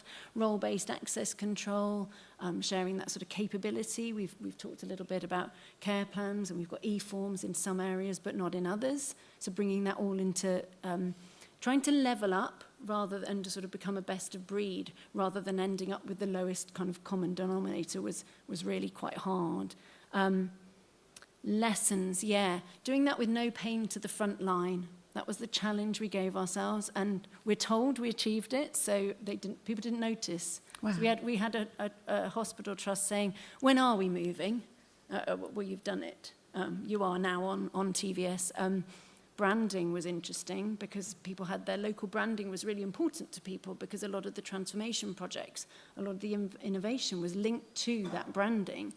So now we talk about those, so Connected Care, people might have heard of the sort of Frimley work. It is on the TVS platform, but it's still the Connected Care transformation work that goes on. We also work very much in partnership with GraphNet, as long as we weren't talking about money. And we've got this sort of Lego brick approach. So different partners can move further forward with new capability. And then when other partners come on board, it's already there for them, but we've got those sort of display conditions and those constraints, so not everyone has to take the same thing. So you don't have to have all 3 ICSs and ICBs agreeing what's important. We can run sort of separate things at once, which is, I mean, it's a master art of collaborative working and partnership working, but it does work. We've got a really, really good kind of community of the willing that wants to work together on it. So, yeah, so in answer to the question about the geography, everything sort of apart from the Hampshire, we sort of drop off halfway down the A30 Forde for you, don't we? Sorry. I think that's really impressive, and I know we're going to be hearing a bit later from some of the shared care records that are connecting up nationally, and I think what you've been through, it will be really valuable for us in London, but also some of the national work as well, so it's great. In terms of, I mean, you still are dealing with more than one shared care record. So how does that impact, and is it a bit clunky or yes? Yes, it is. So we've got the share care record, and we've got obviously now coming up. We've got we're in the process of deploying NCRS as well. So part of the big challenge about your office being on wheels is that well, big challenge for me is I can't chase them because they drive faster than I do. But one of the big challenges is you have to know your postcode of where you are to then work out what you're going to do with that patient, whether that's from a community service or what record I need to now look in. So, yeah, we have access to broadly our patch through the two main shared care records. And that's great for a lot of our residents, but I cover Oxfordshire. We have a huge amount of tourism that comes in Oxfordshire. I've got a colleague here from Swast somewhere who, there he is, and I'm going to butcher the statistics, but it's something like 15 or 20% of all the Swast activity is from tourism. Well, having access to your own share care records is fantastic, but you've now got this big inequality for those that are visiting and then need healthcare. We then have the people on the fringes, as we are potentially going to start looking at, well, we do help out our neighbouring ambulance trusts as part of an agreement. And when you're right on that border, we don't have access to those things.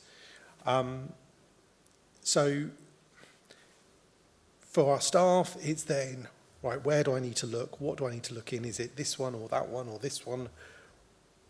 Okay, when we've got a real calm scene, full urgent care mode, but when it's somewhere in between that emergency and urgent care, sometimes you have to just prioritise the doing the patient bit, whereas if we could make it simpler, make it that there's a single source of truth, I'm sure that was on the bingo, that they would access it more, they would be know that it's there. What I would say is recently we had a blip where we weren't able to access it. I knew very quickly we weren't able to access it because my inbox got very full from people I've never heard of, who'd never talked to me, but as soon as the thing that I took that had been taken away that they loved, they got hold of me very quickly to express their dissatisfaction.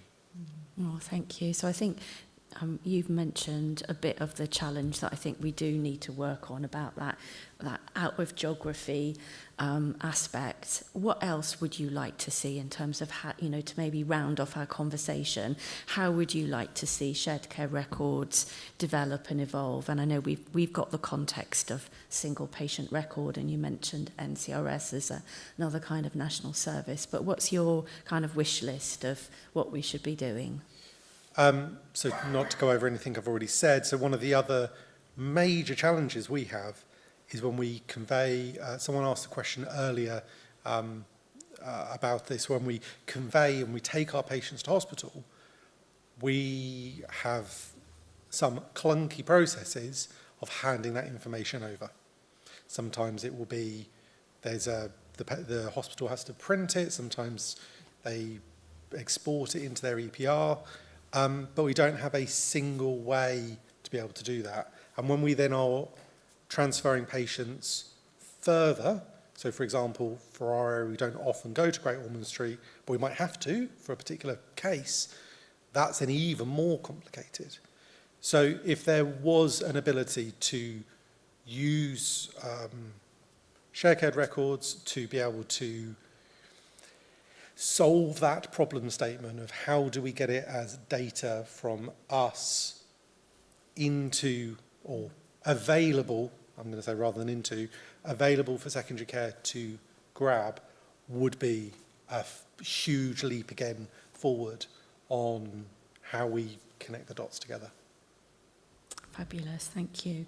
And in terms of, are there any, do you think there were any, like thinking about the content, is there any kinds of data that you would really want to see or that feel increasingly important to you I know like the Manchester team were talking about, I think, mental health as an example. So is there anything where you felt it would be good to focus on? So anything where we don't have to ask the patient to go through the whole story again is obviously a really important thing. Specifically thinking around, Jacqui mentioned it around preferred place of death or respect, that whole conversation. At the moment, it's like playing a really low market escape room, because you go to the patient, to their fridge, you find the lion pot, and hopefully it's filled out, hopefully it hasn't got wet.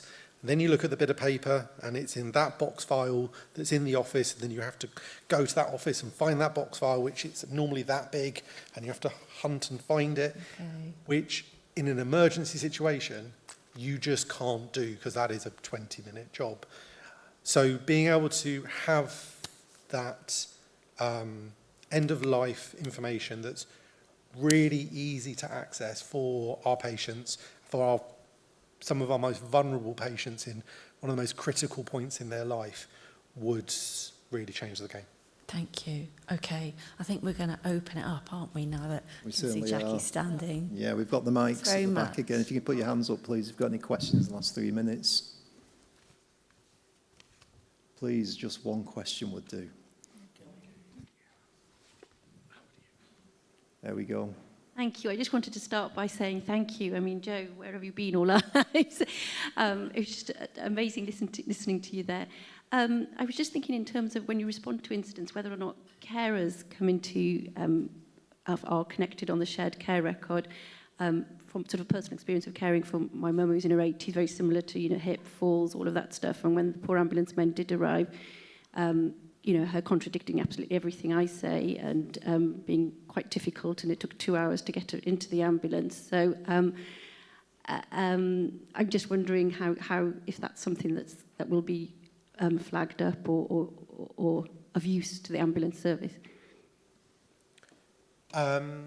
So if we've, maybe not that exact scenario, but if we've got patients that are more complex, we have got specific care plans. Now, at the moment, they're held by us as an ambulance service. There has been some desire, because all different ambulance services have a similar model, to try and hold those more centrally, so that we try and move to that single point of truth. Fundamentally, in that example, digital probably can help, but that is one human being engaging with another human being in a really kind and compassionate way. But you can only do that as a clinician when you don't have the mental workload of trying to think of all of these other things that you're trying to do at the same time, because the amount that is having to go on in your brain when you're doing that clinical assessment, if we can minimize that mental load, it does then allow for those really compassionate conversations for really vulnerable patients, and allow us to get the best outcome for them.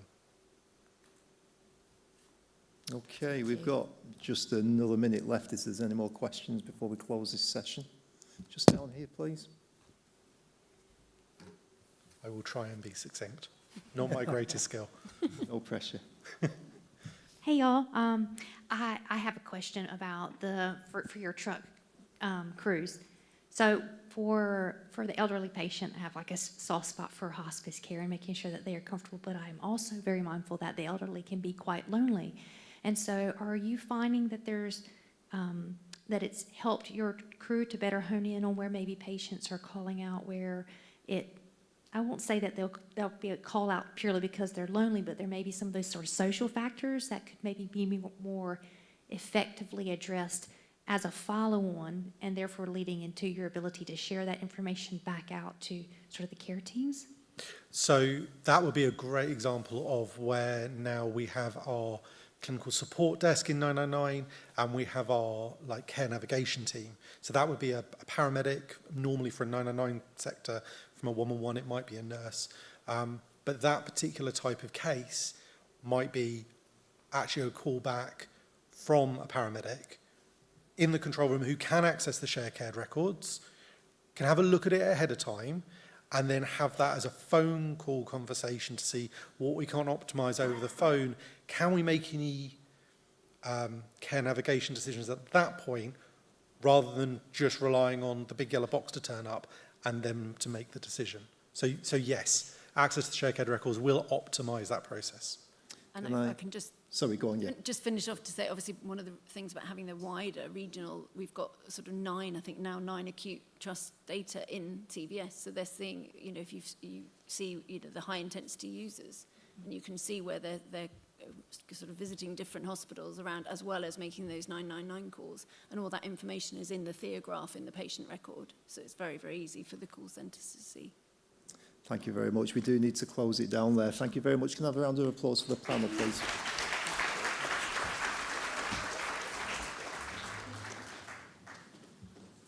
Thanks very much.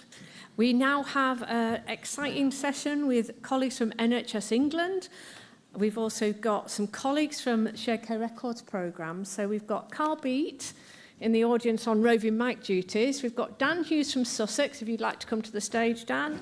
Laura Godtschalk, who's from LLR, Leicestershire, Leicestershire, Leicester and Rutland.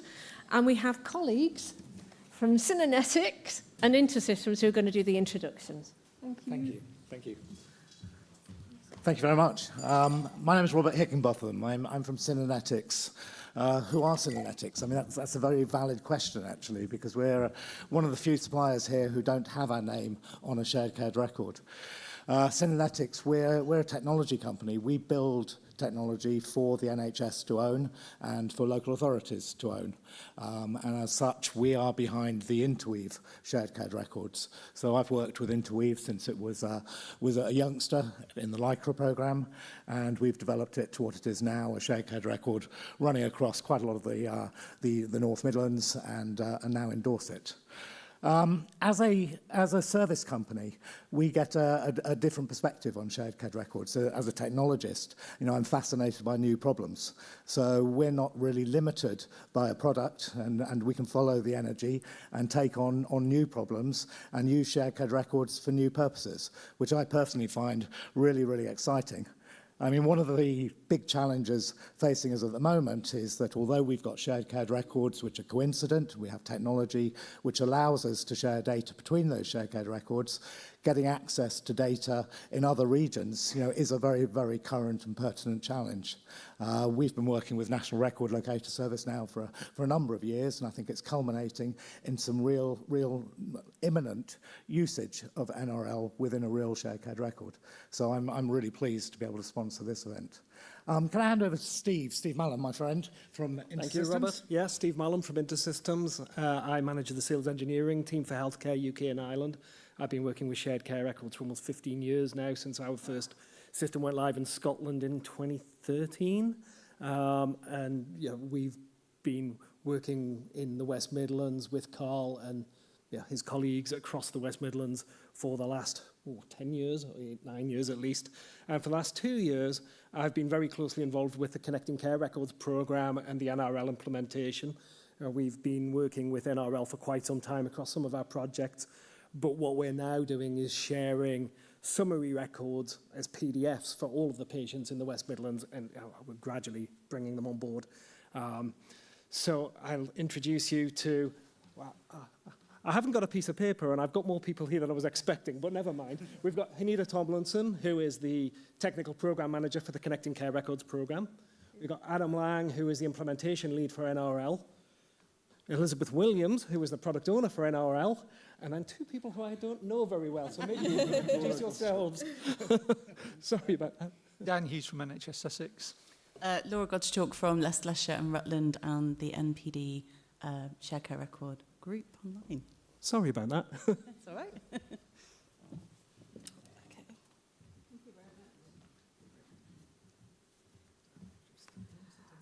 Hello everyone, hi, my name is Hanida Tomlinson. I'm the Senior Program Manager and Interoperability Lead for Connecting Care.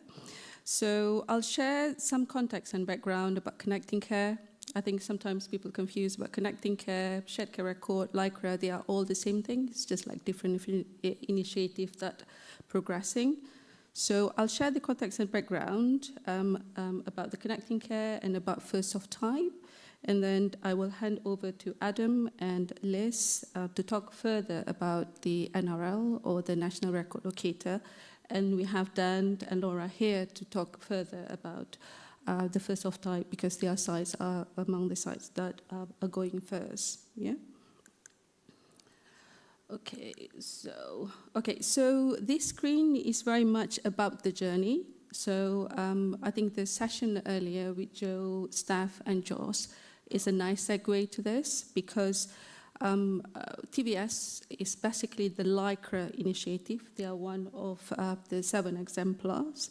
It shows that the LICRA initiative moving to the shared care record, and which actually shows that all the 42 ICSs have some form or shape of a local shared care records.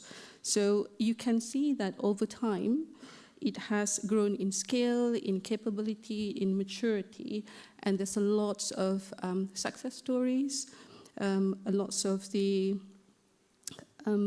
benefits that you can actually see or have read, I think, throughout. I think I'm not going to dwell on that. I think you are basically very much the SMEs of the shared care record.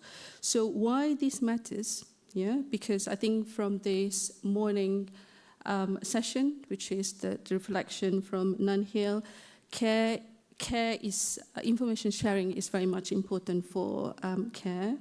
And to deliver truly integrated patient-centered care, clinicians need to access joint information across system, across organization, across levels of care, and across geographical boundaries. I have difficulty to say that. So it begins with LICRA, 7 exemplars, many evidence of benefits. It moved to all then to shared care records between 2020 to 2023. So all the ICS have some form of shared care record, and connecting care that this program is about is still about shared care record, but the aim is connecting all those local shared care record, all the 42s are connected, and also connecting with the 10 ambulance services.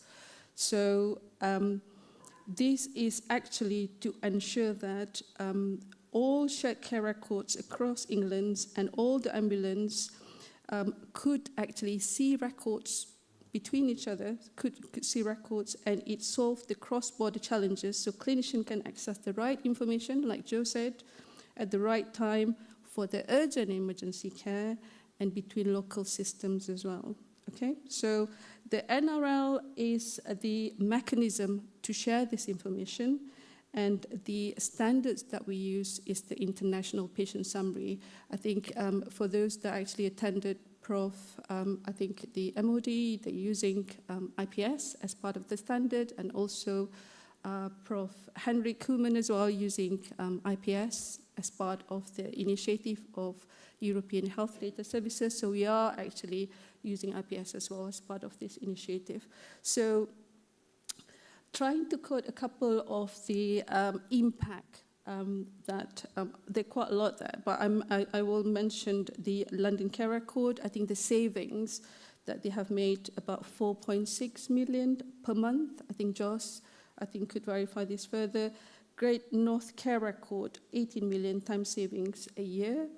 Humber, North Yorkshire, 2.1 million the first year, and Meath and South Essex, 3.7 million efficiencies a year. And the aim is trying to scale that so that all the shared care record, all the others, are actually going to benefit that as well. All right, so the national interoperability.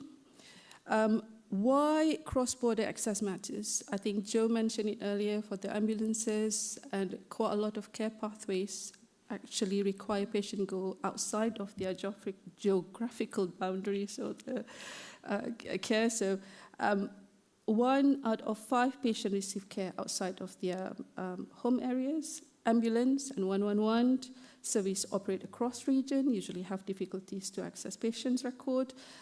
This work is very much one of the key priorities for urgent emergency care 25-26, And it helps again for patients that live near ICB boundaries, frequent travelers, especially like swaths that have a lots of tourism and things like that.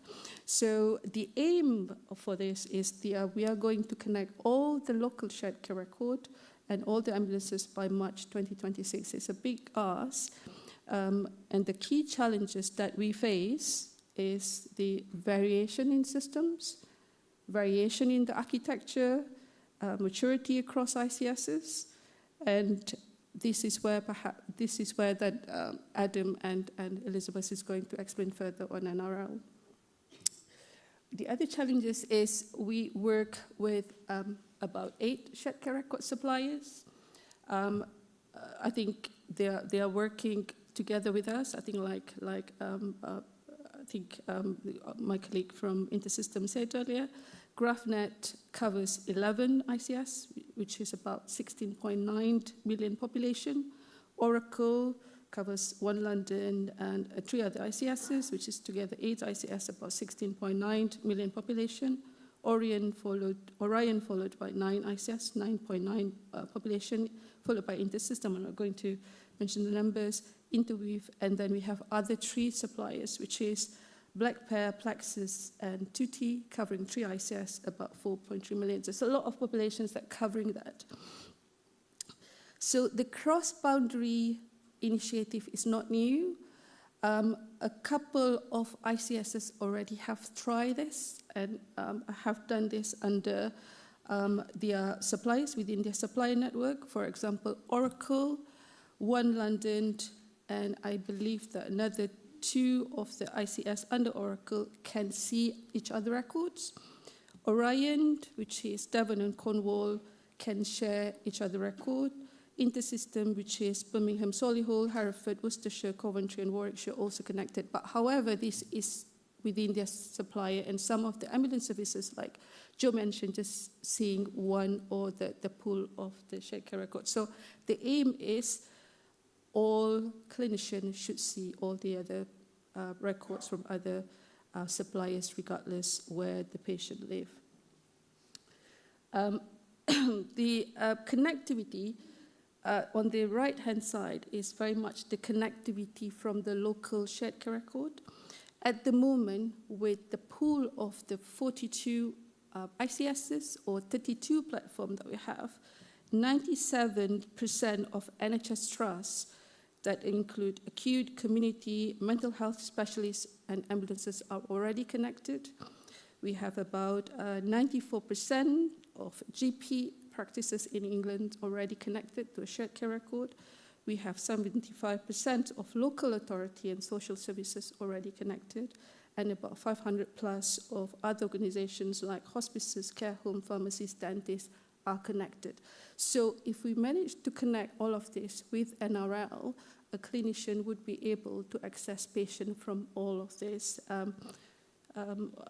those care providers that are already connected.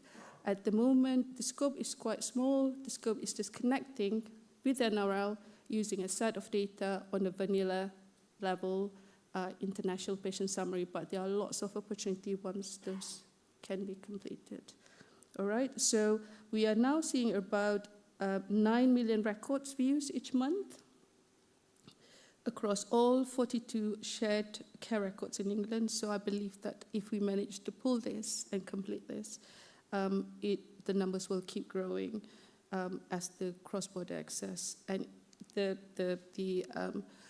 platform or the connectivity that we are doing for the national interoperability using NRL is also one of the options for the single patient record, so that we can reuse the components, the data assets, the agreements that are already in place, rather than go for something different. I'm going to pass to my colleague Adam to talk further about NRL. Thanks, Hanida. So I'd just like to bring people up to speed with what we've done so far, the work that we've done with Hanida and the Connecting Care Records team, the suppliers, and the ICBs. So as at today, of the 8 shared care record suppliers, 4 of them are already live on the NRL sharing data. So that's Black Pear, GraphNet, Orion, and InterSystems. Now, I had hoped that it was going to be 5. We got down on the stage. Haven't had a message today, but we're doing the final live configuration with the Plexus record in Sussex. And so I'd expect within the next week or so, that'll be 5 out of 8. And then Interweave should be next, probably sort of end of November time, we think, showing an international patient summary, so that'll be 6. So we've made pretty good progress so far. And of the 42 ICBs, you can see there's 8 up there who are sharing data already. So the approach that we've taken in the NRL team has been quite a pragmatic one. There's been lots of talk about the international patient summary, but there's still some question marks around what the business rules are about it. And you know, we had the hackathon before, and that's going on at the moment. We're hoping that's going to solve quite a few of the problems. But from an NRL point of view, we're sort of agnostic as to the data types. We leave, you know, what is an IPS to the Connecting Care Records team. We'll share anything if there's clinical relevance there. And so where an ICB maybe hasn't had IPS data available, but they've got a care plan or respect form or whatever it might be, we've said, okay, connect now, share that information, and then when the IPS, when you've got the data ready and it's been agreed what the format is, you'll be ready to go. Because the difficult bit for the suppliers is onboarding that first time, going through the NHS England assurance process, as I'm sure quite a few of the suppliers will tell you, isn't the easiest of things. We try and help them through as a team, but it does take a bit of time to get there. And so Black Pear, for example, they went live with the Somerset cider record. It was a couple of years ago now. Originally, it was just end-of-life care plans. As more information has become available in Somerset, it's been pretty easy for them to share that. So there's now mental health crisis plans, advanced care plans, treatment escalation plans, personalised care and support plans. You get the idea. It's really easy for them to add additional information. And similarly, once a supplier is live once, it's easy for them to bring on new customers as well. So just a couple of weeks ago, InterSystems, as well as bringing on Birmingham, Surrey, Hull, brought on the 2 other ICBs that were connected as well, Coventry and Warwick, and Hereford and Worcester. Orion, who went live recently with Devon and Cornwall. They've got Hampshire and Isle of Wight lined up next, who hopefully will be going live next week. So I suppose my plea is to the ICBs out there, don't worry if you don't have the IPS information. If one of your supplier is one of the ones up there, please get in touch with us. Let's get the data up there because we know it's going to be used. So I mentioned Orion, so they went live in June of this year, so just about 4 months ago. They posted, I think, 35,000 records for their patients. So these are treatment escalation plans for Devon and Cornwall. In that time, they've been downloaded by clinicians about 3,000 times. It's been 467 different clinicians who've been looking at this stuff. So it's not just Tom Hart, South West Ambulance, who's looking at it. It's lots of different people. And we expected it was going to be South West Ambulance who were just going to be looking at it. But in fact, there's been lookups by East of England Ambulance, London Ambulance, and North West Ambulance as well. So that is all about the out-of-area patients that Joe was talking about before. And that's the real selling point of the NRL, I suppose. So I think the other thing is I wanted to give a bit of experience of the ICBs and of the clinicians who've already onboarded. So first up, this is from Jim Miller. And Jim's the digital change lead at BSW. So they've started sharing their digital respect forms in June 2024. And they've been viewed 6,800 times. And it was a real collaborative effort between South West Ambulance, the Digital Respect team, the ICB team, and there's been a comms piece going on as well. And they've seen, just from that, they've doubled the weekly lookup figures just in that time. And as part of the benefits analysis piece, Jim and his team did some interviews with the South West Ambulance paramedics. I don't have time to read out all the quotes, but the one on the top left was the one that Jim was particularly proud of. So it makes the entire process more professional without having to ask the family if they can try and locate the form, often leading to them having to dig through the patient's house and stress about finding it, rather than just being able to stay present with the patient. And you know, I think we think about, we want to give the clinicians the best information we possibly can so they're completely informed and they can give the best treatment to the patient. And we don't really think of it from the family's point of view. And it was something Joe touched on there before as well, you know, having to go in and find that respect form, look in the fridge, that sort of thing. If it can be digitised, it's just so much better. And so just finally, from me, we also talked to London Ambulance. So this is from Nigel Wong, London Ambulance. So London Ambulance is the biggest user of the National Care Records Service and they use it 20,000 times a week. So London Ambulance have really bought into this. So all the paramedics, 4,500 of them, have got iPads in the back of the ambulance. They can authenticate with their fingerprint. They can see the NRL and the NCRS. And I think because we've got a ready and willing audience out there, it's meant that we've got 7 out of the 8 mental health trusts in London. We've got the universal care plans from Better, so there's 81,000 records there. And so they're our biggest user. So you can see there we've got 350,000 documents just in London alone for patients.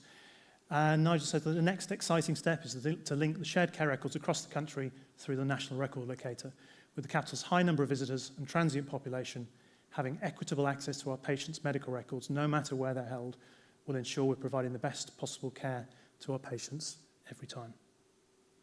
I'm going to hand over to Elizabeth, our product owner, who's going to talk to you about the exciting stuff we're doing right now, but also what we've got coming up in the future.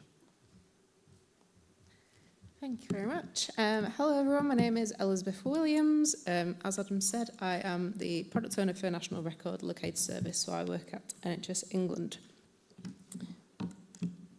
Figuring out how to use this button, there we go. So I'm just going to talk a little bit about where we're up to, the work we've got in flight, both with regards to supplier onboarding, but also the technical development work that we've got underway. I won't try and repeat what's already been said, but in terms of supplier onboarding activities, out of the 8 suppliers that we have provided shared care records, we have 4, nearly 5, on board as providers of data. So when it comes to onboarding activities tend to fall into 3 different categories. So our number 1 priority is always onboarding people as providers first. The reason being, so we have the National Care Record Service, often referred to as NCRS. That is already integrated with the NRL Consumer API. And there are 50% of the ambulance services across the country already using NCRS, like Joe. So they can see any data that you put up as a provider. So yeah, with provision, we've got 4 of the 8 suppliers live: GraphNet, Blackpear, Orion and InterSystems.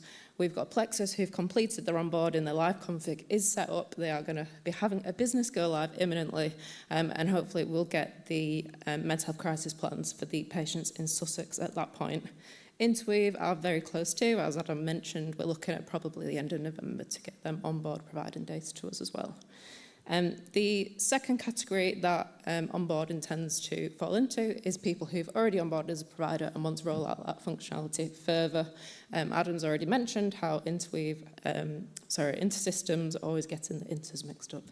InterSystems are looking at the other 2 ICSs that use the West Midlands Shared Care Record, but the big example we've got at the minute is Orion Alive providing treatment escalation plans to us, and they're looking at onboarding Hampshire and the Isle of Wight ICB next, which is one of our big focuses.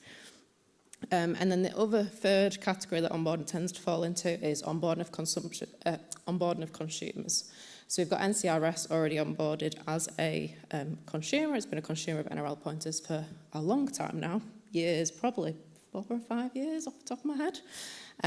But we're looking at onboarding direct consumers. So, for example, InterSystems have been through their onboarding and assurance to onboard as a direct consumer, so they can get the pointers from NRL and show them in the context of the West Midlands Care Record, which will be really good. So, as I've mentioned, InterSystems have completed their onboarding, business go live imminent, hopefully, and shortly after that, hopefully we'll have Orion and Oracle as well. Let me go to the next slide. So next slide is on development work that we've got at the moment. So as we've mentioned, the kind of vision for the future is moving towards structured data. So everything on NRL at the moment is an unstructured PDF. We point to those PDFs like respect forms, etc., and you can go and see them. And there's lots of work underway as to what a structured international patient summary might look like. However, what we are doing in the meantime is this initiative called In Context Launch. People might know of this functionality as Deep Link. It's sometimes referred to as that in other contexts. But the idea is that we want to provide the ability for NCRS users to jump and launch a shared care record application like the Greater Manchester Care Record from within NCRS. So you've got that more dynamic view of the patient record in the meantime whilst we're working out all the structured data stuff. So we're working on that development at the moment in collaboration with GraphNet, and the initial pilot is going to be involving what I just said, so launching the Greater Manchester Care Record from within NCRS.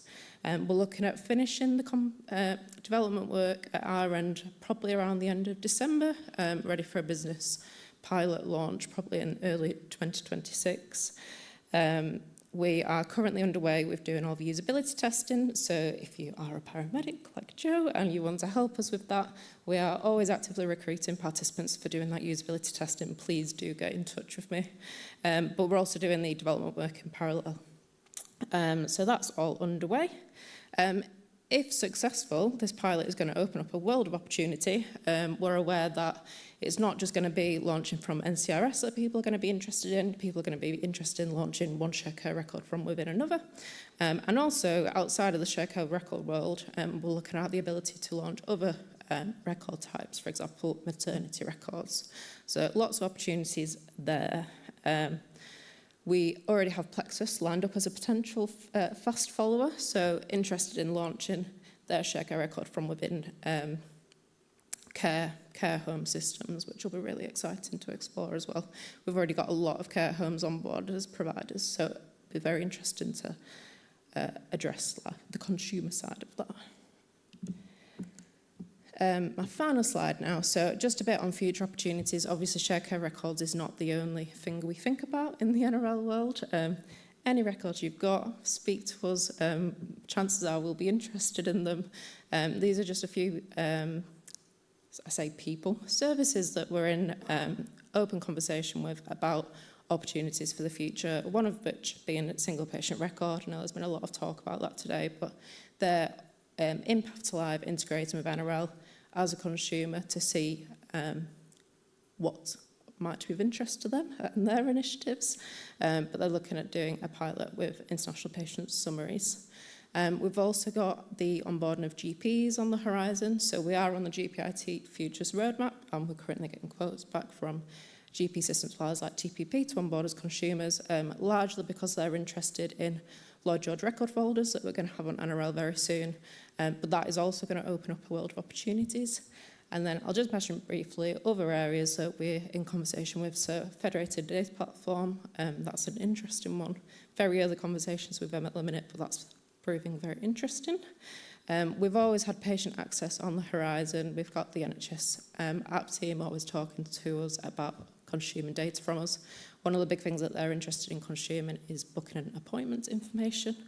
But we have been talking about some other use cases as well. And then in terms of other consumers, we've got 111 services and maternity, which we are always interested in. We already have about 5 maternity services onboarded as NCRS consumers. We are looking at other opportunities in that space, including the provision of maternity records. So yeah, some food for thought, lots of opportunities for us to explore in the future. And we're always trying to juggle lots of different things, so we're always context switching. Yeah, that's all I had to say. Does anybody have any questions? We've got 2 minutes for questions. So we've got members of Shared Care Records community as well as NHS England team here. So does anybody have a question?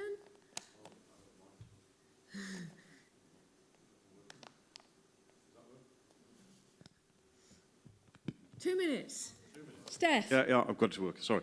Yeah, I've got a quick question. So, Birmingham, Solihull, big fan of the product and what you're trying to do, genuinely. One of the problems I've got is I want to consume now, and we've got this smart card problem. So not everyone's got a smart card in the world. We've got all these endpoints. We've talked about all these services today. How are we dealing with this nationally? Good question. Can you hear me? Is it on? Forward. Hello? Yeah. Good question. So not a smart card problem per se, but I understand what you're referring to. So the NRL API has a requirement such that end users of consumer applications integrated with it have to authenticate their users to something called AL2, which is technically two-factor authentication. That's the simplified way of thinking about it. So it's not quite smart card access. We don't enforce that everyone has to come in through smart cards. So Joe, as an example, using your iPads, you probably use fingerprint access to get into your iPads. That's one of many examples of how people access it. That is a requirement at the moment. We have recently lowered that requirement from smart cards, because it was smart cards previously, which is ale-free. So it has already been lowered. We've also introduced something called a count endpoint, so you can do a data availability check. So you're not always having to authenticate users if there's no data to see, because that would be very frustrating for a user if they're going through to potentially getting one-time passwords, the rest of it, and then you get to the NRL page and there's nothing there, which is often the case when we've got largely care plan content on NRL at the moment. So that is a current requirement. We understand that there are some edge cases where particular users in particular organisations and clinical settings can't necessarily do that. Maybe they don't have a phone on them because they're in a prison setting, or they might be in a basement in a hospital, or they might be, it might just not be feasible. So there are conversations that could happen about what two-factor authentication options might be more suitable for them. That is a requirement at the moment. I know that this is kind of a problem wider than just NRL, because there are other NHS England APIs that have the same requirement, not just us. So we have brought it up with our cybersecurity team, and I know that there are discussions taking place at the moment. That is the current situation, and we will keep you informed if anything changes. Thank you. Steph, did you have an absolutely burning question, because we're over time? Yeah, okay. Fabulous. Thank you. Ian Binks from Orion is going to present the introduction to the next session on applying AI. Thank you.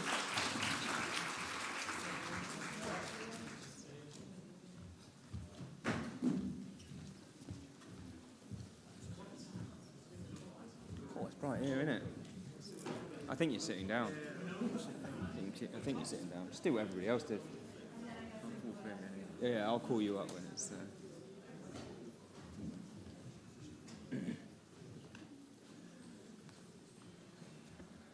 Okay, are we on?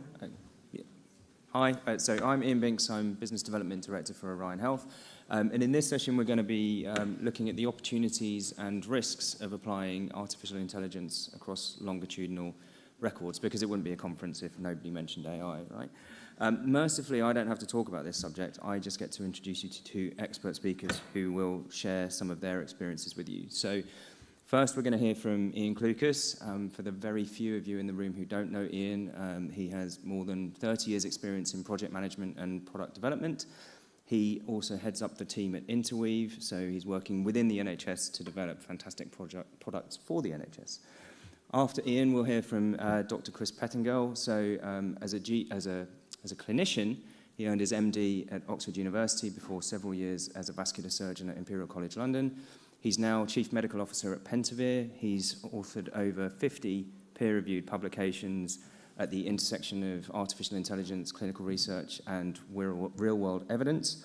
And he's recognised as an early pioneer in the application of artificial intelligence in healthcare. So proves to be a really exciting 30 minutes. Without further ado, call you up, Ian.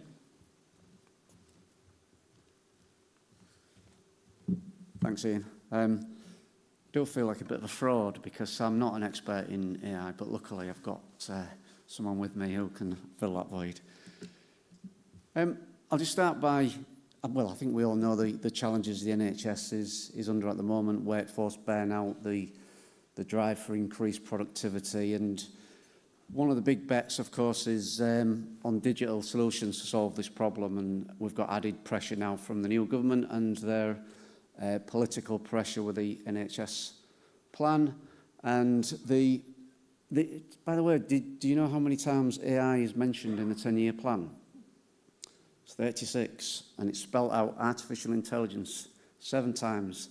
Now, I didn't sit through it and count, by the way. I got someone to do it for me, but you might be able to figure out what that was. So it does mention it a lot, and the aim of the government is for the NHS to be the most AI-enabled care service in the world. I don't know how they're going to measure that. But anyway, it certainly warrants investigation. So at Interweave, we've been looking at a couple of things that we might leverage AI to do. So I'll talk about those, and then I'll pass over to Chris, who's got some more real-world examples.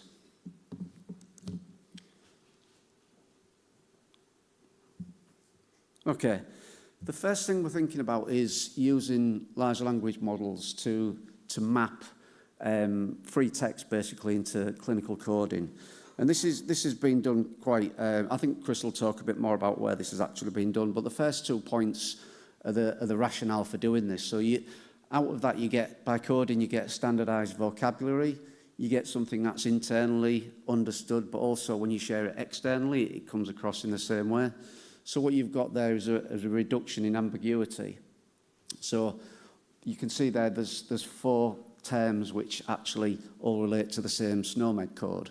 So that's useful if we can code that up, because then we can do things like analytics, we can do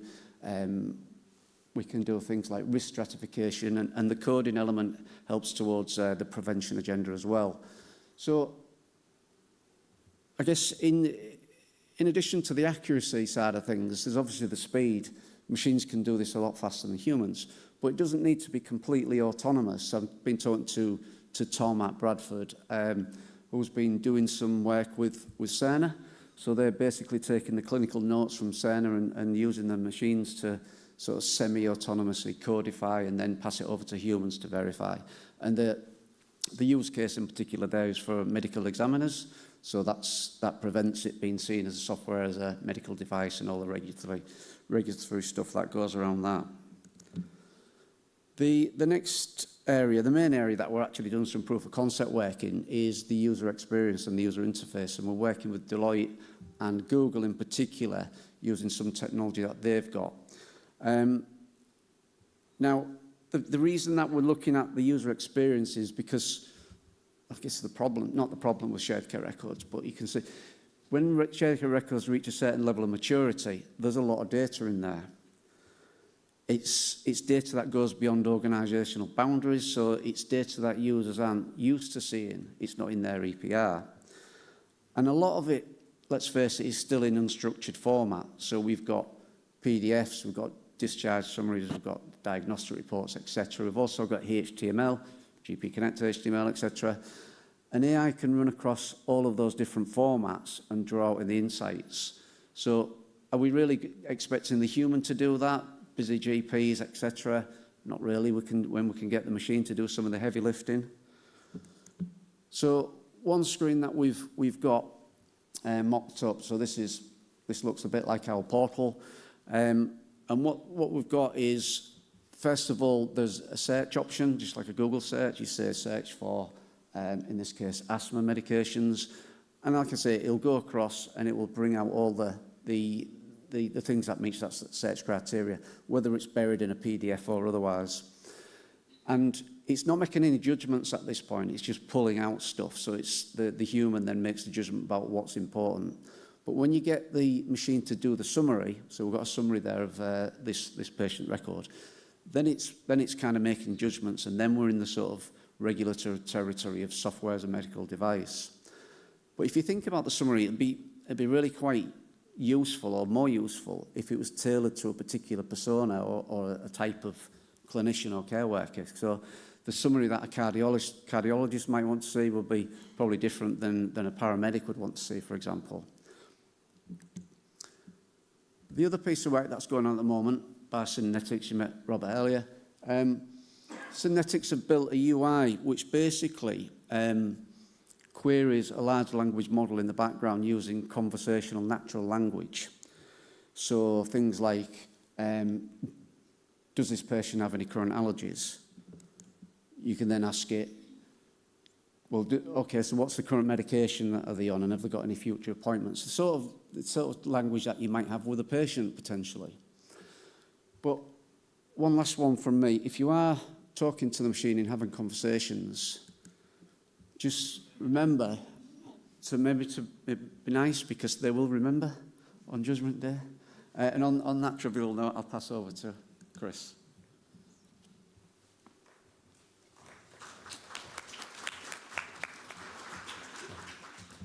Hi, everyone. So I'm aware that I'm the thing standing between you and more coffee, but I am grateful to be able to share a couple of use cases with you today and how we're really using trusted and validated AI to try and solve some pretty significant problems in healthcare. As Ian said, I'm a clinician by training. I was practicing down in London before I made the leap across and joined an AI company, and now I'm the Chief Medical Officer of a company called Pentavere. We're based in Toronto, Canada. Go Blue Jays. But more importantly, for the last year, we've been part of the Heal Well family alongside another company you'll know far better, Orion. And so what I'm going to be sharing today is some of the early work we're doing with Orion and some of the exciting opportunities we have coming up.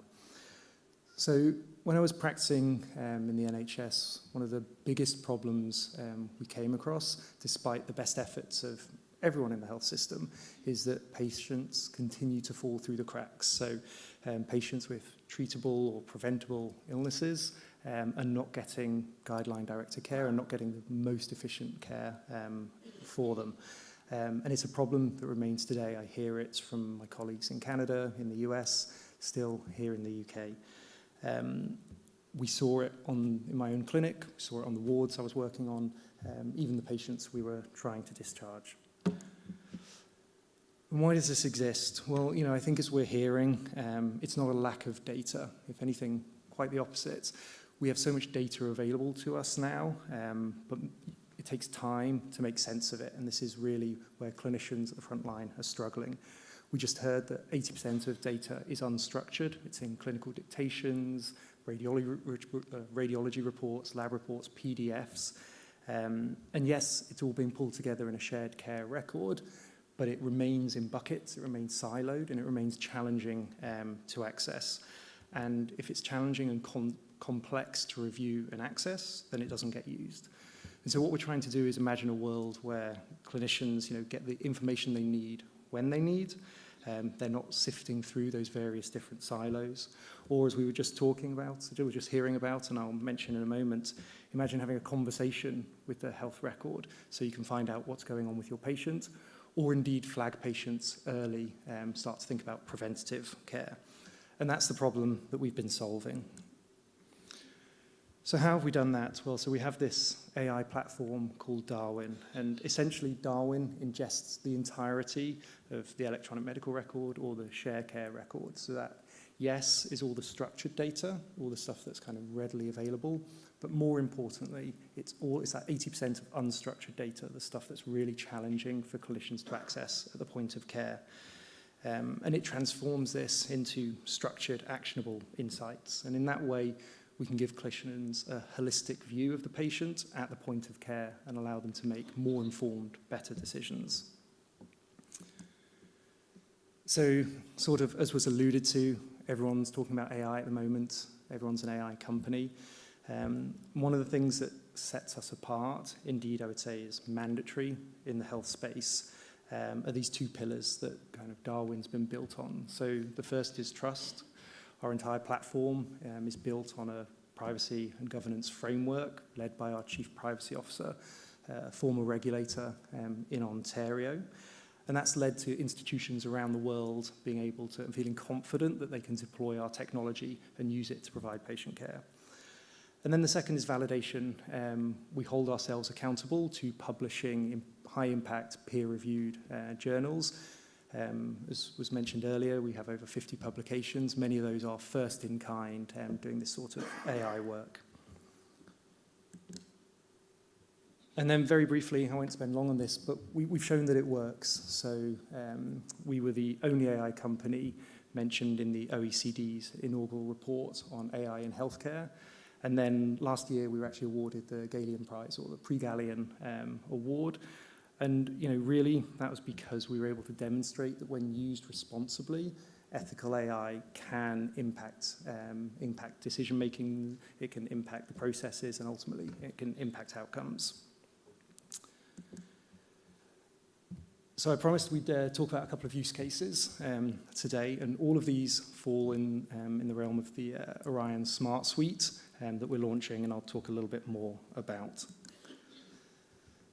So just a quick slide to say what I'm going to be talking about over the next couple of minutes are Smart Search, Smart Summary, and Smart Identify, but they are part of a broader package or a broader suite of AI solutions that are kind of in various stages of development.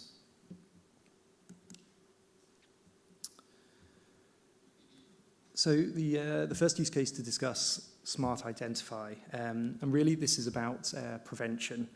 This is using AI to gather clinical context, clinical details from across the care record and start to use that to flag patients that may be at risk. And what does being at risk mean? So it can be all sorts of things. It can be patients, as I'll talk about in a moment, that aren't on the correct medications or aren't being treated appropriately. It could also be patients that may be at risk of having a rare disease, should be tested for a rare disease. Sometimes we don't talk about rare disease patients, I think, enough. It can take on average 7 years for them to be diagnosed. And when you tot up all the hundreds of different rare diseases, I think I read a stat that 1 in 17 British citizens have a so-called rare disease. So it's a huge burden.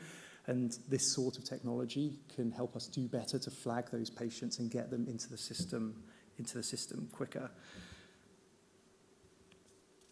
The goal of this is really to move away from reactive medicine, where we're being kind of reactive and only treating patients when it becomes an acute problem, to more proactive. Ultimately, patients getting better care and hopefully, as we'll show, decreasing the burden on the hospitals.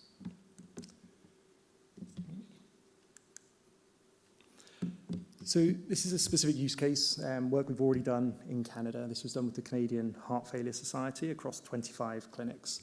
So heart failure in Canada, same as in the UK, is one of the major causes for admissions into hospitals. And people not being on guideline-directed therapy is one of the major causes of those admissions. So just getting patients on the right medication as per guidelines reduces admissions and can actually free up hospital space. So for this particular work, we ingested data on over 360,000 Canadians. It's over 11 million clinical notes. And in that, we found over 4,000 patients. So these are known heart failure patients in the system being treated, but are not being treated according to guidelines. And about half of those were at particularly high risk of having a cardiovascular event. And what we did was we gave that information essentially as a list back to the clinicians. Obviously, it wasn't just a list, it had to be put in context, so it had to have all those kind of clinico-demographic information to make the clinicians, or to enable the clinicians to be able to act on that information quickly and efficiently. So things like blood pressure, the medications they were on, renal function, labs, things like that. And although it sounds relatively straightforward, I think, as we've been hearing all day, because of the way the data is fragmented in silos, even within a shared care record, generating these lists together with the information clinicians need can be very, very challenging. By providing this information back to the clinicians in this particular project, we saw 40% of patients were optimized, which is, of course, good for the patients. It's also good for the families of those patients. Every one of those admissions not only impacts the patient, impacts their family, potentially their place of work. But it's also really important for the health system as well. By preventing those readmissions, we're actually saving money for the health system. And I know, we often don't talk about the impact and the cost of things and cost savings, but CHFS actually estimated that based on that 40% improvement, we probably saved the health system around $17 million in readmission costs for the system. So significant cost savings for the health system. So the next use case to talk about is Smart Summary. This is really trying to address one of the biggest challenges that we've heard, I think, a number of times today, this idea of information overload. Even once you've brought all the information together, there's so much of it that it can be very challenging for clinicians at point of care to go through and synthesize and summarize all that information in the limited amount of time available to them at point of care. And so summary, that's exactly what it does. It synthesizes that information into something that's clear and concise and can be used at the point of care. It essentially allows the clinicians to kind of cut through that noise and make safer and hopefully better, more informed decisions. So I do want to acknowledge, and I think something that Ian just alluded to, summaries are important at every stage of the patient's care. So, in this case, from admission right through to discharge, multiple summaries. Summaries can also be different depending on the user.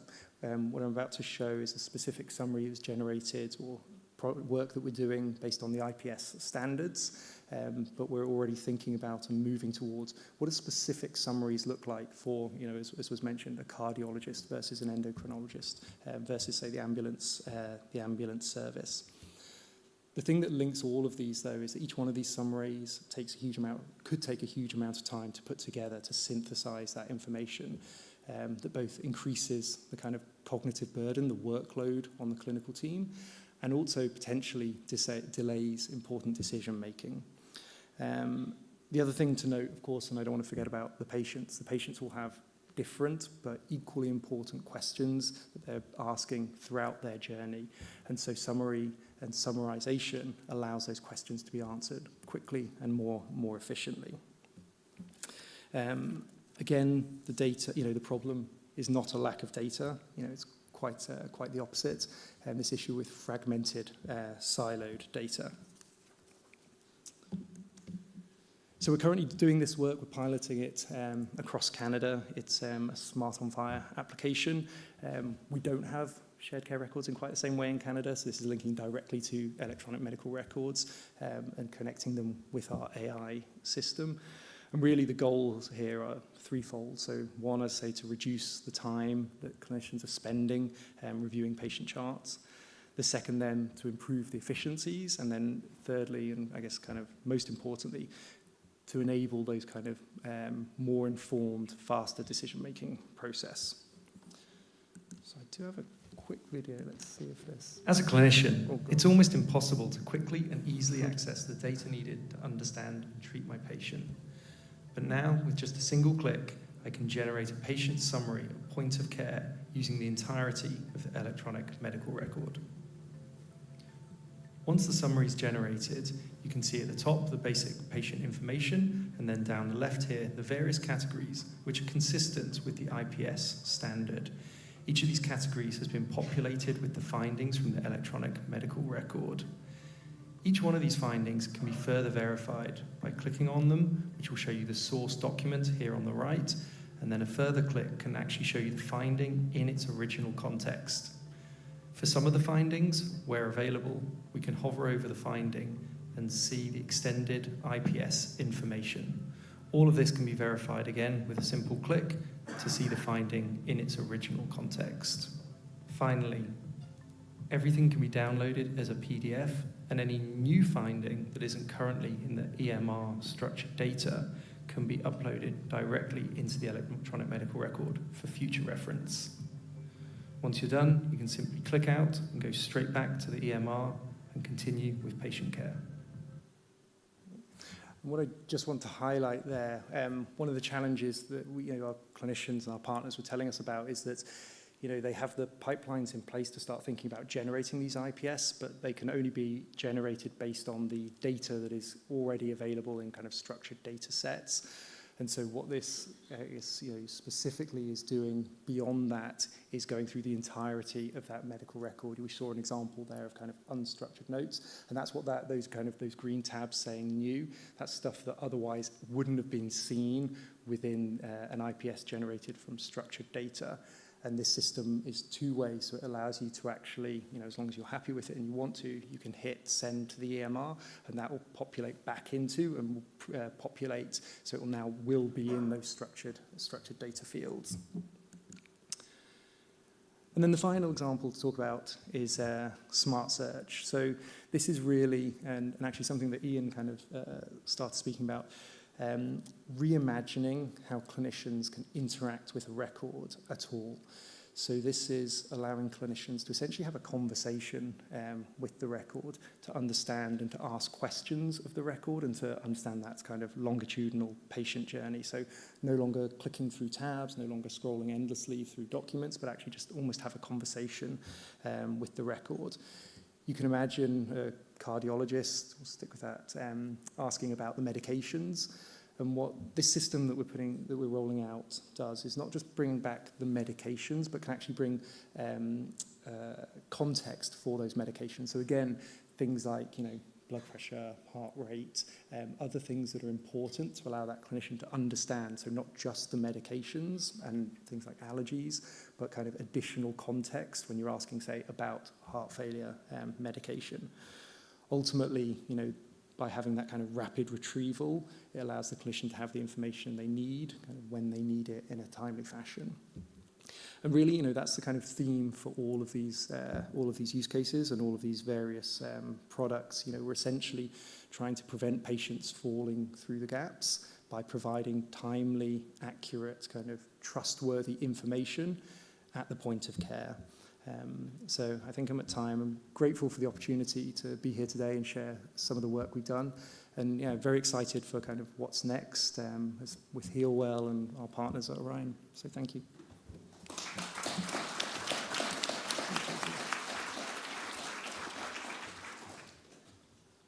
Okay, so we have a good amount of time for questions. I think I was probably supposed to give a sales pitch at the start or something and have us running to time, but here we are.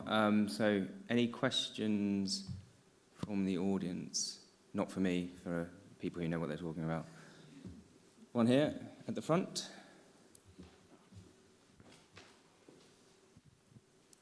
Thank you. Really impressive work. And as a clinician, I really appreciate the effectiveness of those tools and how that really can improve patient care.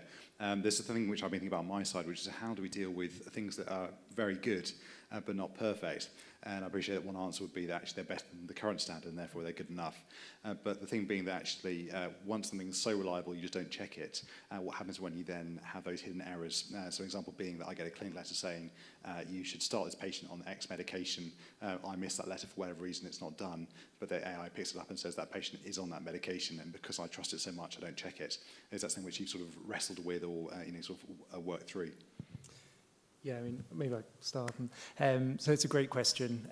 It's something we think about a lot. So our platform, and we get that question a lot now in the context of large language models and things like hallucinations. So our, first is our platform is a kind of ensemble of techniques to kind of reduce those errors. But I think probably more importantly, at the moment, it's always clinician in the loop. And so, thinking kind of a year, 5 years down the line, exactly to your point, when something becomes good enough that people are just relying on it day in, day out, it is something we're going to have to think about. And particularly as we start moving into the more regulatory space. At the moment, I say this is very much supportive for clinicians. And so they're always within that loop, everything in those examples, clinicians are able to see the source text and click on it. But as it starts to get kind of higher utilization, then it is something that, we're going to have to make sure we address and have those fail-safes, because going back to my first slide, like trust and validation are everything. It's less so in other industries, but in the health space, you can't do anything without that. I don't know. Okay. Oh, another one here. Yeah, on a similar note, you showed an example where the system analysed the record and found the IPS data. Does it then check the actual data? Because the examples you actually showed it showed the medication, the results and their conditions. Presumably that probably wasn't that difficult to find in the EHR. Does it check against the actual list of medication and problems and results?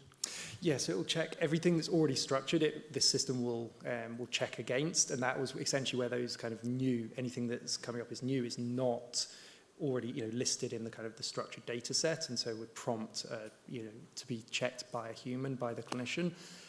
To ensure that, and it's a quick click to take them to the source. So if you didn't agree with that, then you could hit, your thumbs down button. It would X that out. If you could either leave it there, or you could actually feed it back into the EMR, so that it now was in that EMR, in that kind of structured data set. Thank you. In the example I was showing from Synonetics, what I didn't explain well enough is that it's the UI is having a conversation with the Firestore, so the database where it exists. I don't know if you noticed on the screenshots, but it actually said the source of where that was coming from, so it was validating itself as it was going through. So there is that those sort of guide rails built in. Yeah, hi. Picking up on, I guess, a similar theme in other areas of AI in healthcare.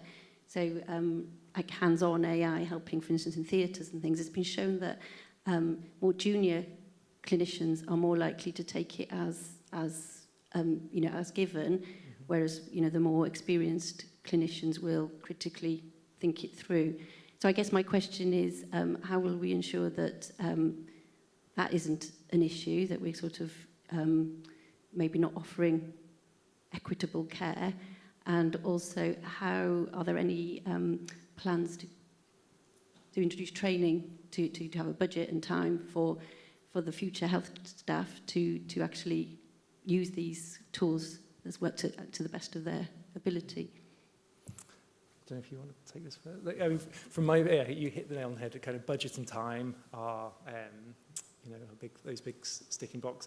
The Canadian health system is similar in many ways to the UK system, and so finding kind of time and budget for what is essentially change management is challenging, but really, really important. And we see that even kind of the usage. We roll out dashboards, and we'll we get those usage metrics, and we'll see that different regions are using it very differently, or different types of clinicians are using it very differently. So having, for any of our projects, any of the work we do, having that kind of change management, that rollout plan as we're starting to implement is really important. Having a clinical champion as well, someone that can take that lead and kind of champion it within their institution, within their organisation, has been critical. Without that, really, we're not able to effectively roll out these programs. Yeah, I mean, I think I would just add to that, the work that we've been doing with Deloitte and Google has been going on for quite some time now, and that's because, frankly, the product wasn't up to it first. There's a very rigorous series of tests that we do, and we get back the results from those, and that meant Google had to go in and improve their product, basically. So we are going through that cycle with them. So, and we do run it through a clinical group as well. So we've got clinical eyes on this the whole way through, even though we're only at proof of concept stage. So. Okay, so I'm afraid we're at time, so any other questions, I'm sure you can hopefully bump into Chris and Ian at the coffee break, but I won't keep you any longer for coffee. If I can just ask you to thank our experts, and we'll go and get a drink. Thank you. Thank you, everyone, for your attention, and thank you for all the wonderful speakers. Thank you.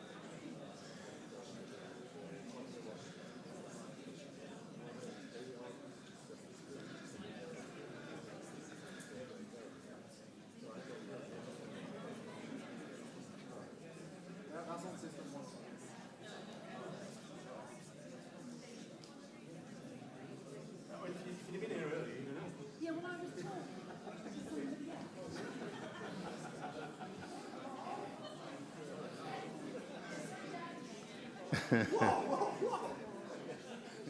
need for that.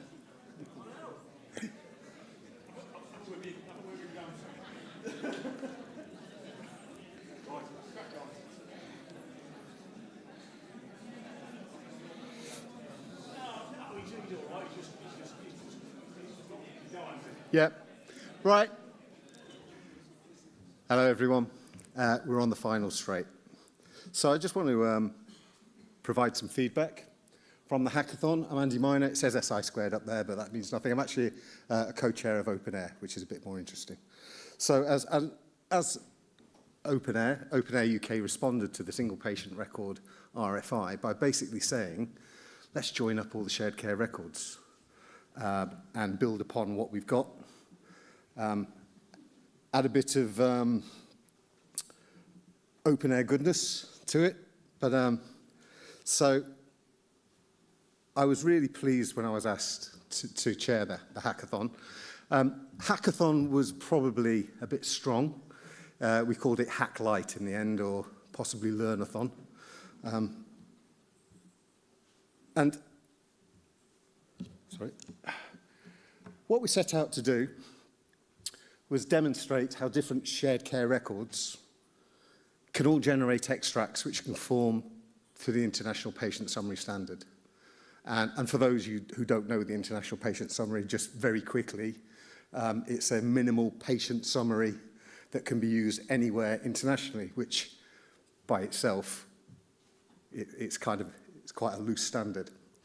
And we wanted to explore how those extracts can be ingested into other platforms, and also illustrate how smart health links could work as a mechanism to access a patient's IPS. So what is a smart health link?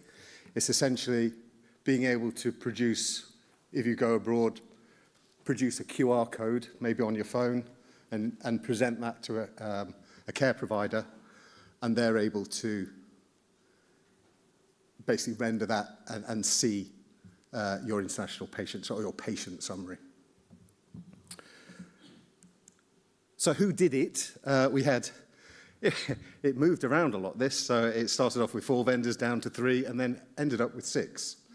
It was Interweave, represented by Synonetics, so the technology partner of Interweave, Orion Health, Better Care, InterSystems, Oracle, and GraphNet.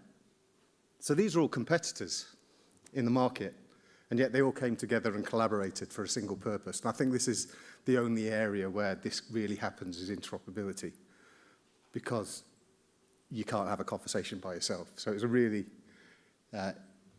positive experience, I think. So what we achieved across all the vendor teams, we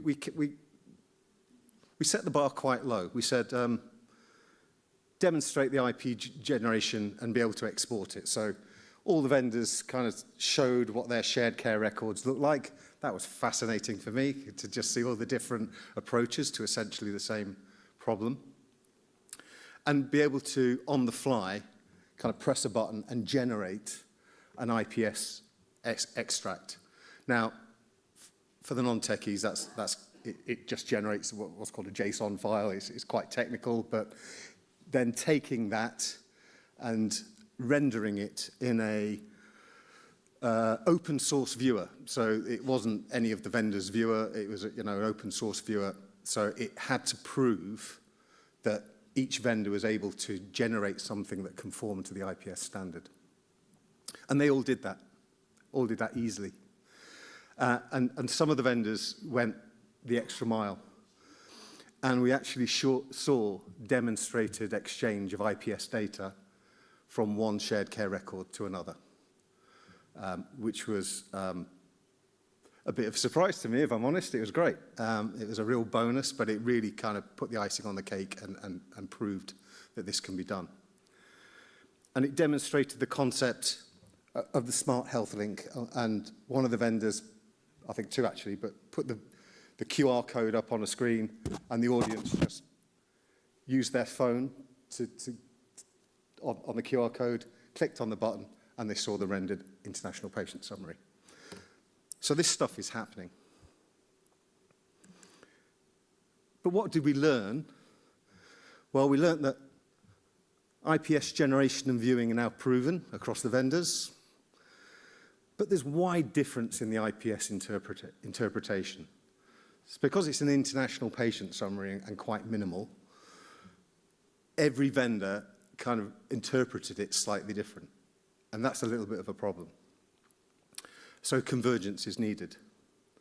So one of the things that came out from every vendor, and it was repeated again, is we need a UK or England and Scotland and Wales or both versions of the IPS.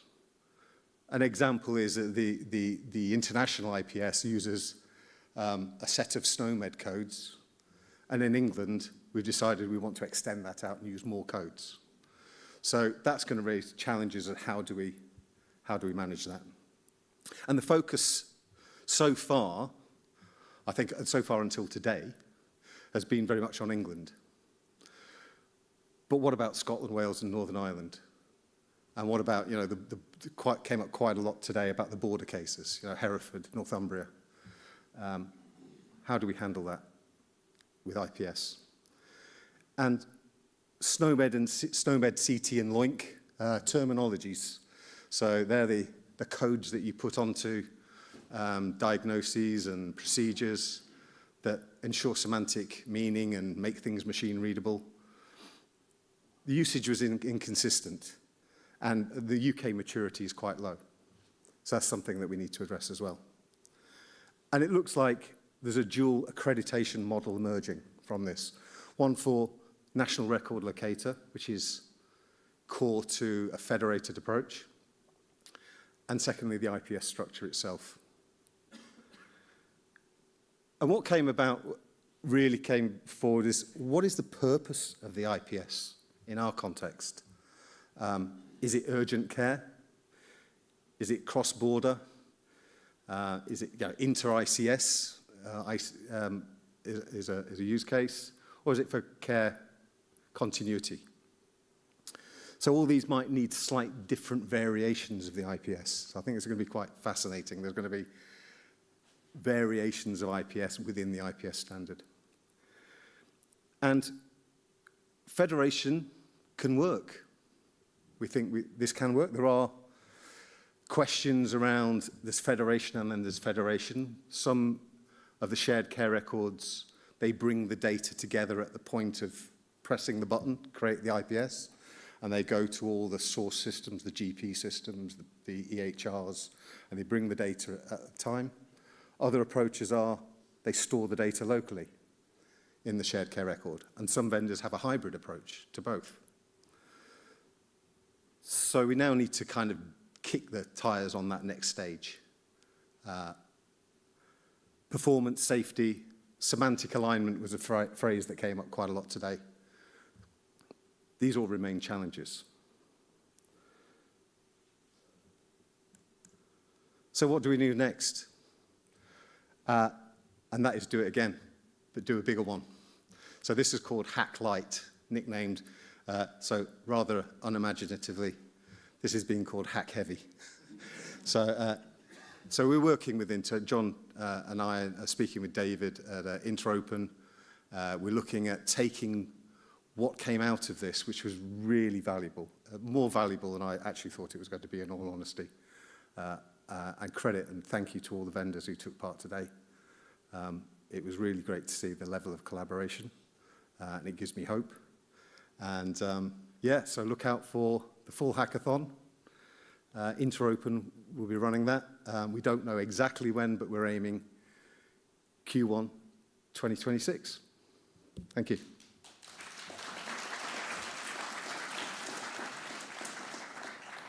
Any questions? I can go.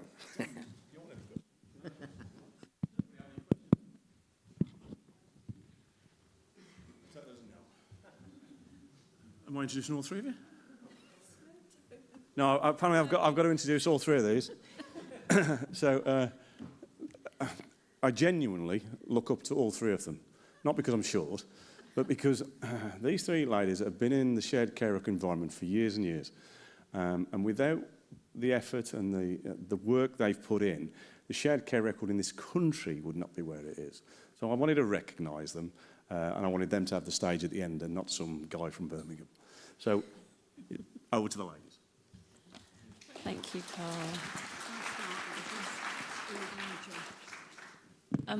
Thanks, everybody, and for those of you who have stayed. I'm Joss from London, and I'm joined by Steph from Thames Valley and Laura from Leicestershire, and some others. And Steph and Laura are going to just give a few reflections on today, and then we'll say some thanks and some farewells. Thank you very much. So how many of us played the bingo game then? So the Shared Care Record Summit bingo, it's a bit of tradition. I need to ask the committee to actually come up with some cards. I think we all got 10-year plan, we all got IG, we all got restructure, we all got AI, we all got coding.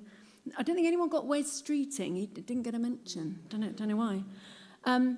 But did you get, because I wasn't expecting these, submarine, pilgrims in Saudi Arabia, carrots, Bunyan and Judgment Day. They were definitely not on my card.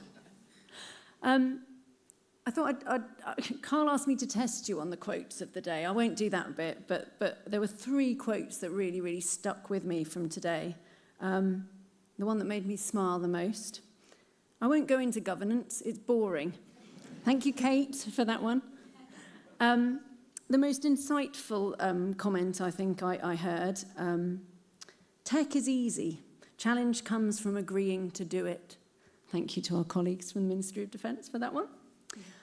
And then the most powerful quote that I think you'll all agree with, and this was in relation to having to explain and repeat a decade of their story and relive the trauma.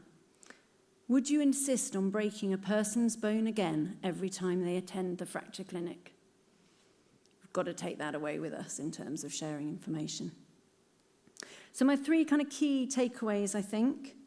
I hope all of our suppliers are motivated by the speed and innovation of the MOD development of Mercury. Thank you, that has set the bar, that's perfect. I think we can all challenge our suppliers on that one. The takeaway from me, from our European colleagues, people are people, health is health. You know, we were learning from the wider world as well as from all of each other today, and that's really powerful and why we come here, I think.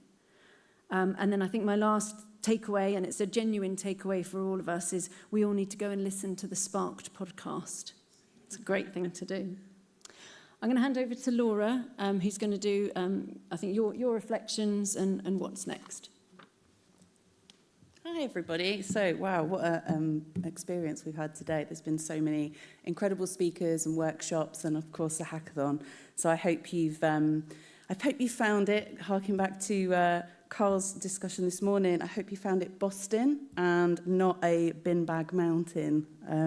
Hope I got Boston correct. And you, as we've said already, have some good takeaways and connections to help your progress and some of the opportunities and challenges that you have in your areas. I think non-Hills patient experience really hit home with me. That repetition and that burden of being that custodian of the historic nature of everybody, maybe that you're a carer for or a guardian for or your own child, that historic information of complex care is something we hear again and again. And remembering that the constant in all of this is that patient, is that person. It's not all of those healthcare organisations that are around them.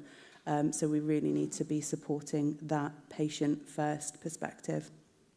We've heard about why benefits first is the key to success, understanding why we are doing transformation projects in the first place, identifying that at the start and not at the end. There was a really good quote earlier from South Yorkshire around importance of real-world impact and not theoretical benefits, really selling home what we're doing. Shared care records are progressing where they can at the moment. We know it's a really difficult world space to be in, despite the noise around us, some of the financial challenges and some of the uncertainty of change. We do know, though, that shared care records do make a difference. Humongous, I think somebody mentioned. I think it was Joe said it was a humongous difference earlier. And it's really lovely to hear that. And not just impacting on patient and person care, but the difference it's having to the people working in our services, making them feel like they've done a good job, actually having time to spend with their patients and not having to be on a phone call or, 87th in line to the GP to just ask for some information. And it's really important we are allowing those people to actually come and do the job that they've come into this industry to do. Project Emerald, I think you'll all remember that, and actually now more the NRL work. It's only been 2 years since we first agreed to actually progress with that at the summit back in 2023, and now it's actually a realisation. I know that obviously the first use cases are looking around that emergency care, but actually that cross-border, being within LLR from my own selfish perspective, is we have so many border patients. We have, unfortunately, no coastline. So actually it's really important to us that we can make that happen and make sure the equity of care between the borders is realised there. Sounds like the hackathon may well have solved some of those problems for us today. But looking ahead, obviously, we're always working towards seamless sharing, true interoperability across healthcare, and making sure that data set isn't too much to be working with, empowering the people that we're looking after, more information, maybe through via NHS app, but also the confidence in how their data is used, everyday usage, making sure the care records aren't just an afterthought within someone's day-to-day, and actually it's a first point of contact to see more information about people. And innovation with purpose. I know we heard a lot about AI earlier, using it sustainably and responsibly as well, really having a thought about what we're doing, trying not to reinvent that wheel. It was really good to hear about from NHSE around the NRL work and some of their big ideas, including things like FDP, SPR, NCRS, how many other acronyms can I name here? But actually, where's that roadmap? And how do we avoid that duplication with what we're trying to do at a local level with work that's going on at a higher level as well? And what is its purpose? Bringing it back to that purpose conversation again. I want you all to take away as well as remember this community, the shared care record community, is probably the only one like it and part of programmes at a national level. So I want to thank you all for being involved and continuing to be involved in the NPD groups, with the local level groups that you're involved with, and joining in with your wider communities. I think it's pretty special what we have here, where we've seen today the suppliers getting together, people that are deploying, end users really working together to overcome some of the challenges that we have in a system agnostic way. So it doesn't matter if you're using Intuitive, Orion, all of the others that we have, actually we can overcome some of these challenges together and connect and really deliver on that patient care that we're trying to be doing. So I'm going to hand over to Joss now to do some of the thanks and goodbyes. So the three of us are part of a wider committee and group that have helped to put it on today. So I'd like to thank everybody for being part of that, but some specific things to mention. So thank you to all the speakers today for their time and for their input and for helping to make this happen. And for everybody that's asked questions as well, or, offered some insights. Thank you to all of you who've travelled from kind of nearer or from further afield, for all the hackathon or learnathon contributors. And I think, in terms of the committee, particularly people like John and Lauren and Lee and Carl and their teams, I mean, you've all been amazing and it wouldn't have happened without you. So big thanks for Carl for hosting us here. We will be doing some form of Shared Care Record Summit next year, but we don't know where that will be. And we will also be asking for feedback to everybody that's come today. So if there are things that you think would make it even better or even more useful for you, please tell us so that we can plan accordingly. So thank you again. It's been lovely to spend time with you, and we really appreciate you being here. So safe travels, farewell, and I hope you enjoyed the day. Bye from all of us.